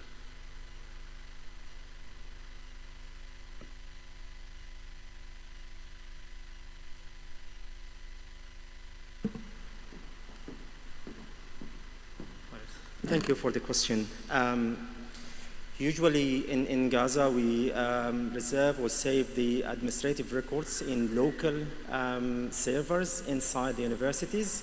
Some of the universities have or had digital servers together in collaboration with other universities outside Gaza. For example, Azhar University had cooperation with a university in Jordan. So they could save not every record for every student, but the majority, if we talk about the majority of students' administrative records, I would say, unfortunately, most of them have gone. The universities, the infrastructure in Gaza has all been gone, also for the universities. We tried to restore anything that we could at the beginning of the war, and then we asked the students to not to re-register, but to upload their manuscripts, any documents they have from the university. Then we tried to kind of restructure all the administrative records for the students. It's a big issue because the techno infrastructure in Gaza has always been affected, not because of the war only, but also for the past 17 years of the siege. All the technologies were very limited in Gaza. And now with the universities in Gaza have resumed the online learning in May 2024, but honestly speaking, we do exaggerate when we say online learning, because the infrastructure for online learning is not there. We have the model platform, but if you talk about electricity, there is no electricity at all in Gaza, and people rely actually on the solar panels that are available in some places. So, the students and, academics can charge their mobiles or their devices if they have any. Also, the safety and security are lost in Gaza. As a dean, I have never been able to ask any student or any academic to go to any educational cafe or hub in Gaza, because simply who would guarantee that this cafe or this hub would not be targeted by Israel. I know some colleagues, some students took the risk and walked long time to go to these to the so-called educational hubs or cafes in Gaza. But yeah, they took it was really personal initiative, I would say, but they took the risk to face all the dangers that possibly could happen. Also, if we talk about the internet needed for infrastructure, for online learning and infrastructure, we use eSIM cards with very limited data. Maybe like in the last few months, there was some availability of Wi-Fi connection. But if we talk about the beginning of the war, or the first 15 months, most of the people in Gaza relied on eSIM cards with very limited data. So basically, when I used to ask my colleagues in Gaza, especially during the times of the exams, to upload their exams, they said yes, they would, but they don't have the capacity. They don't have the internet connection. So I asked them actually to send me the drafts of the exams, and I tried to to rewrite the designed exam and then upload them online. Administrative records are part of the major issues that we face in Gaza, because now it is also connected to online learning. Because if you think about rebuilding the higher education, of course, administrative records are important, but if we talk about the other elements to rebuild higher education institutions, of course, we need years and years. I'd say it is, rebuilding is very challenging, yet it is feasible. There is, way to reconstruct, if, as I said, if there is collective work that brings different efforts together, so we can help and support the students in Gaza. Possibly in the next few years, we would only rely on online learning. Yeah. All right, thank you. May I have a follow-up very quickly? Yeah, of course, yeah, go on. How do you think this is going to impact the students themselves? Do they have that spirit that they would like to go on? Do they have, are they spirited? If you remember interaction with them, I saw Malak, for example. Second, please, sorry. I'm trying to see how the students react. 88,000 people have been locked out of learning. And now what they are giving few opportunities, perhaps e-learning, few people will have the same opportunity as Malak. So what would come out of the others? Would they have the spirit of going through tough years of trying to get education? One of the parents was saying that he doesn't see any point of going to engineering or medical or whatever. They just wants for them to be able to read and write. That kind of spirit, how would it gonna affect how will it impact the overall educational system if one was to really rebuild? Of course, there is an impact on the students. As you know, it's not only their universities or their classrooms have been destroyed. Everything in Gaza, the priorities in Gaza have been, I would say, changed, but the priorities have been modified. Rather than to think of education, the priority was to search for safety, security, water, food, and so on. Despite such situation, the students are very, very determined to continue their education. As dean and also as lecturer, I taught several modules. If I talk about my personal experience, I got many, many messages, from students asking about, their certificates, about the materials that we communicate through WhatsApp groups.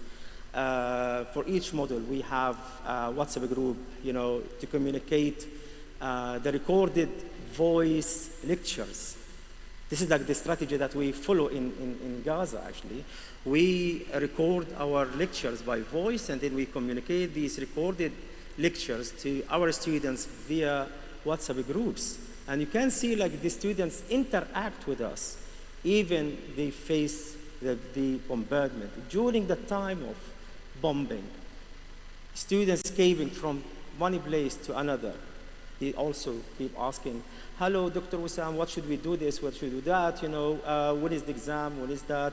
Can we delay the exam for another time because one student, or they were like displaced from one place to the another. I wouldn't say the students lost hope. Still, they determined, they have the resilience, but they need support to continue their education.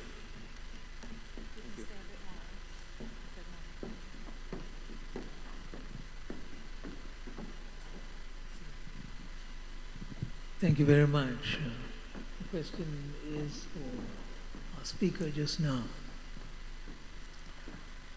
I'm just wondering whether one could take a leave from the South African experience. A lot of the movements which sustained the anti-apartheid struggle, this was somewhere in the middle of the long struggle. Those movements actually operated from outside South Africa and outside the region in some respects, meaning by which can we look towards a situation where we will have Palestinian movements run and managed by non-Palestinians, non-Arabs in other parts of the world, who provide the information, who do the dissemination, which you are not able to do because of your situation. You have very basic problems like the problem of internet and the problem of maintaining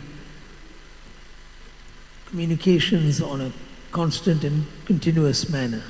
But people outside can do these things, even though they may not be in touch with you regularly, but they are part of a larger struggle. I may be wrong, and correct me if I'm wrong, but I haven't seen that sort of internationalization of the Palestinian struggle in relation to education so far, where academics who have their own personal links, they may not be part of an established infrastructure, but through their own links, they're able to sustain the struggle.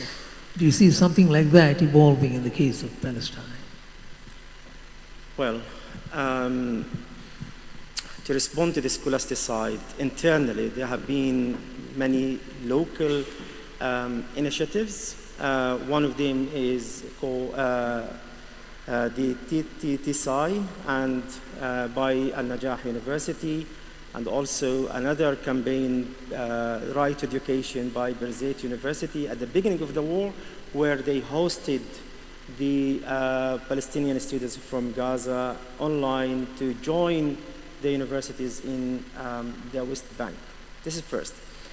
If we talk about the external support and lead movement, I'm being involved in some initiatives, and I'm happy to say that the Palestinian-led network called Academic Action Network for Palestine is known as Act4PAL, which has been established in London by Palestinian academics, scholars, by which we try to educate and raise awareness and also to support our students and colleagues in Gaza.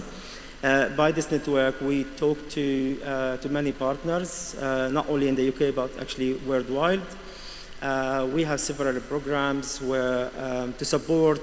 One of these programs is students at home scholarships, where we target the MA students who joined the MA programs at the universities in Gaza before October 7th, but they could not finish their studies because of the war, where we support them with tuition fees and also with mentorship, to support them also, academically. Another project is about mental health and trauma treatment that we also pay attention to. I wouldn't exaggerate if we say that everyone in Gaza is traumatized, even include myself and my daughters and my close family. Everyone in Gaza is traumatized because of all of what we have seen in Gaza is really beyond the imagination. So there is like some projects in collaboration with the universities in the UK. Also, there is the emergency committee led by Palestinian academics. Actually, it's a coalition of 3 universities in Gaza where they promote the support for students in Gaza. I mean, they mobilize and they promote the work worldwide as well. They have a SNAD program where people can fund the students. I mean, they can sponsor students, so mainly for tuition fees and releasing the certificates. Universities in Gaza do not ask students to pay tuition fees, but also at the same time, they do not release the certificates until students pay when they work. So it's like kind of, helping each other. Students are not obliged to pay the tuition fees now, or they can pay in installments until they finish their studies. I have to say, I have to clarify this point because all the universities in Gaza since 2017 rely completely, 100% on students' tuition fees. There is no other external funding for the universities. This means that if the universities, if the students pay the tuition fees for the universities, then the universities can cover some of the running costs. For example, like the salaries. I've never, ever got a full salary in Gaza in my work. Never I got full salary. It's always on the reserve, like 50-40% a month, and then the rest of the salary is placed on the reserve, and we don't know when we will get. And it's not only me, it's like every university in Gaza follows this, this strategy, because this is the only available option for Gaza. So it's like helping students covering their tuition fees would indirectly sustain the higher education system in Gaza. This is why we call on the movements around the world. I know there are many initiatives, either for example individual or group initiatives, but unfortunately from my observation, from my analysis, most of these initiatives work in isolation. They don't work together. So I always call on a collective, collaborative approach and framework where all these grassroots movements, initiatives, individually or collectively come together to prevent duplications of efforts, save money, and of course, save efforts, and of course, for building on rebuilding the higher education in Gaza. Thank you.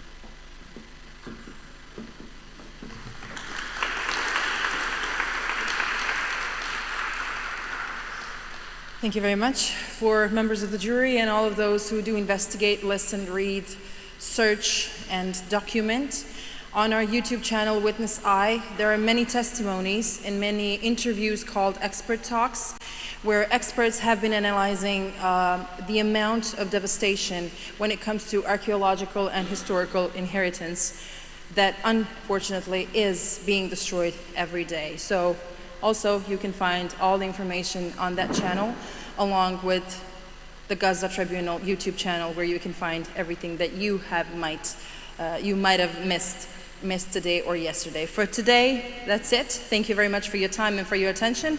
And we start in the morning, sharp at 9, talking about complicity, international system, resistance, and solidarity. Thank you very much again.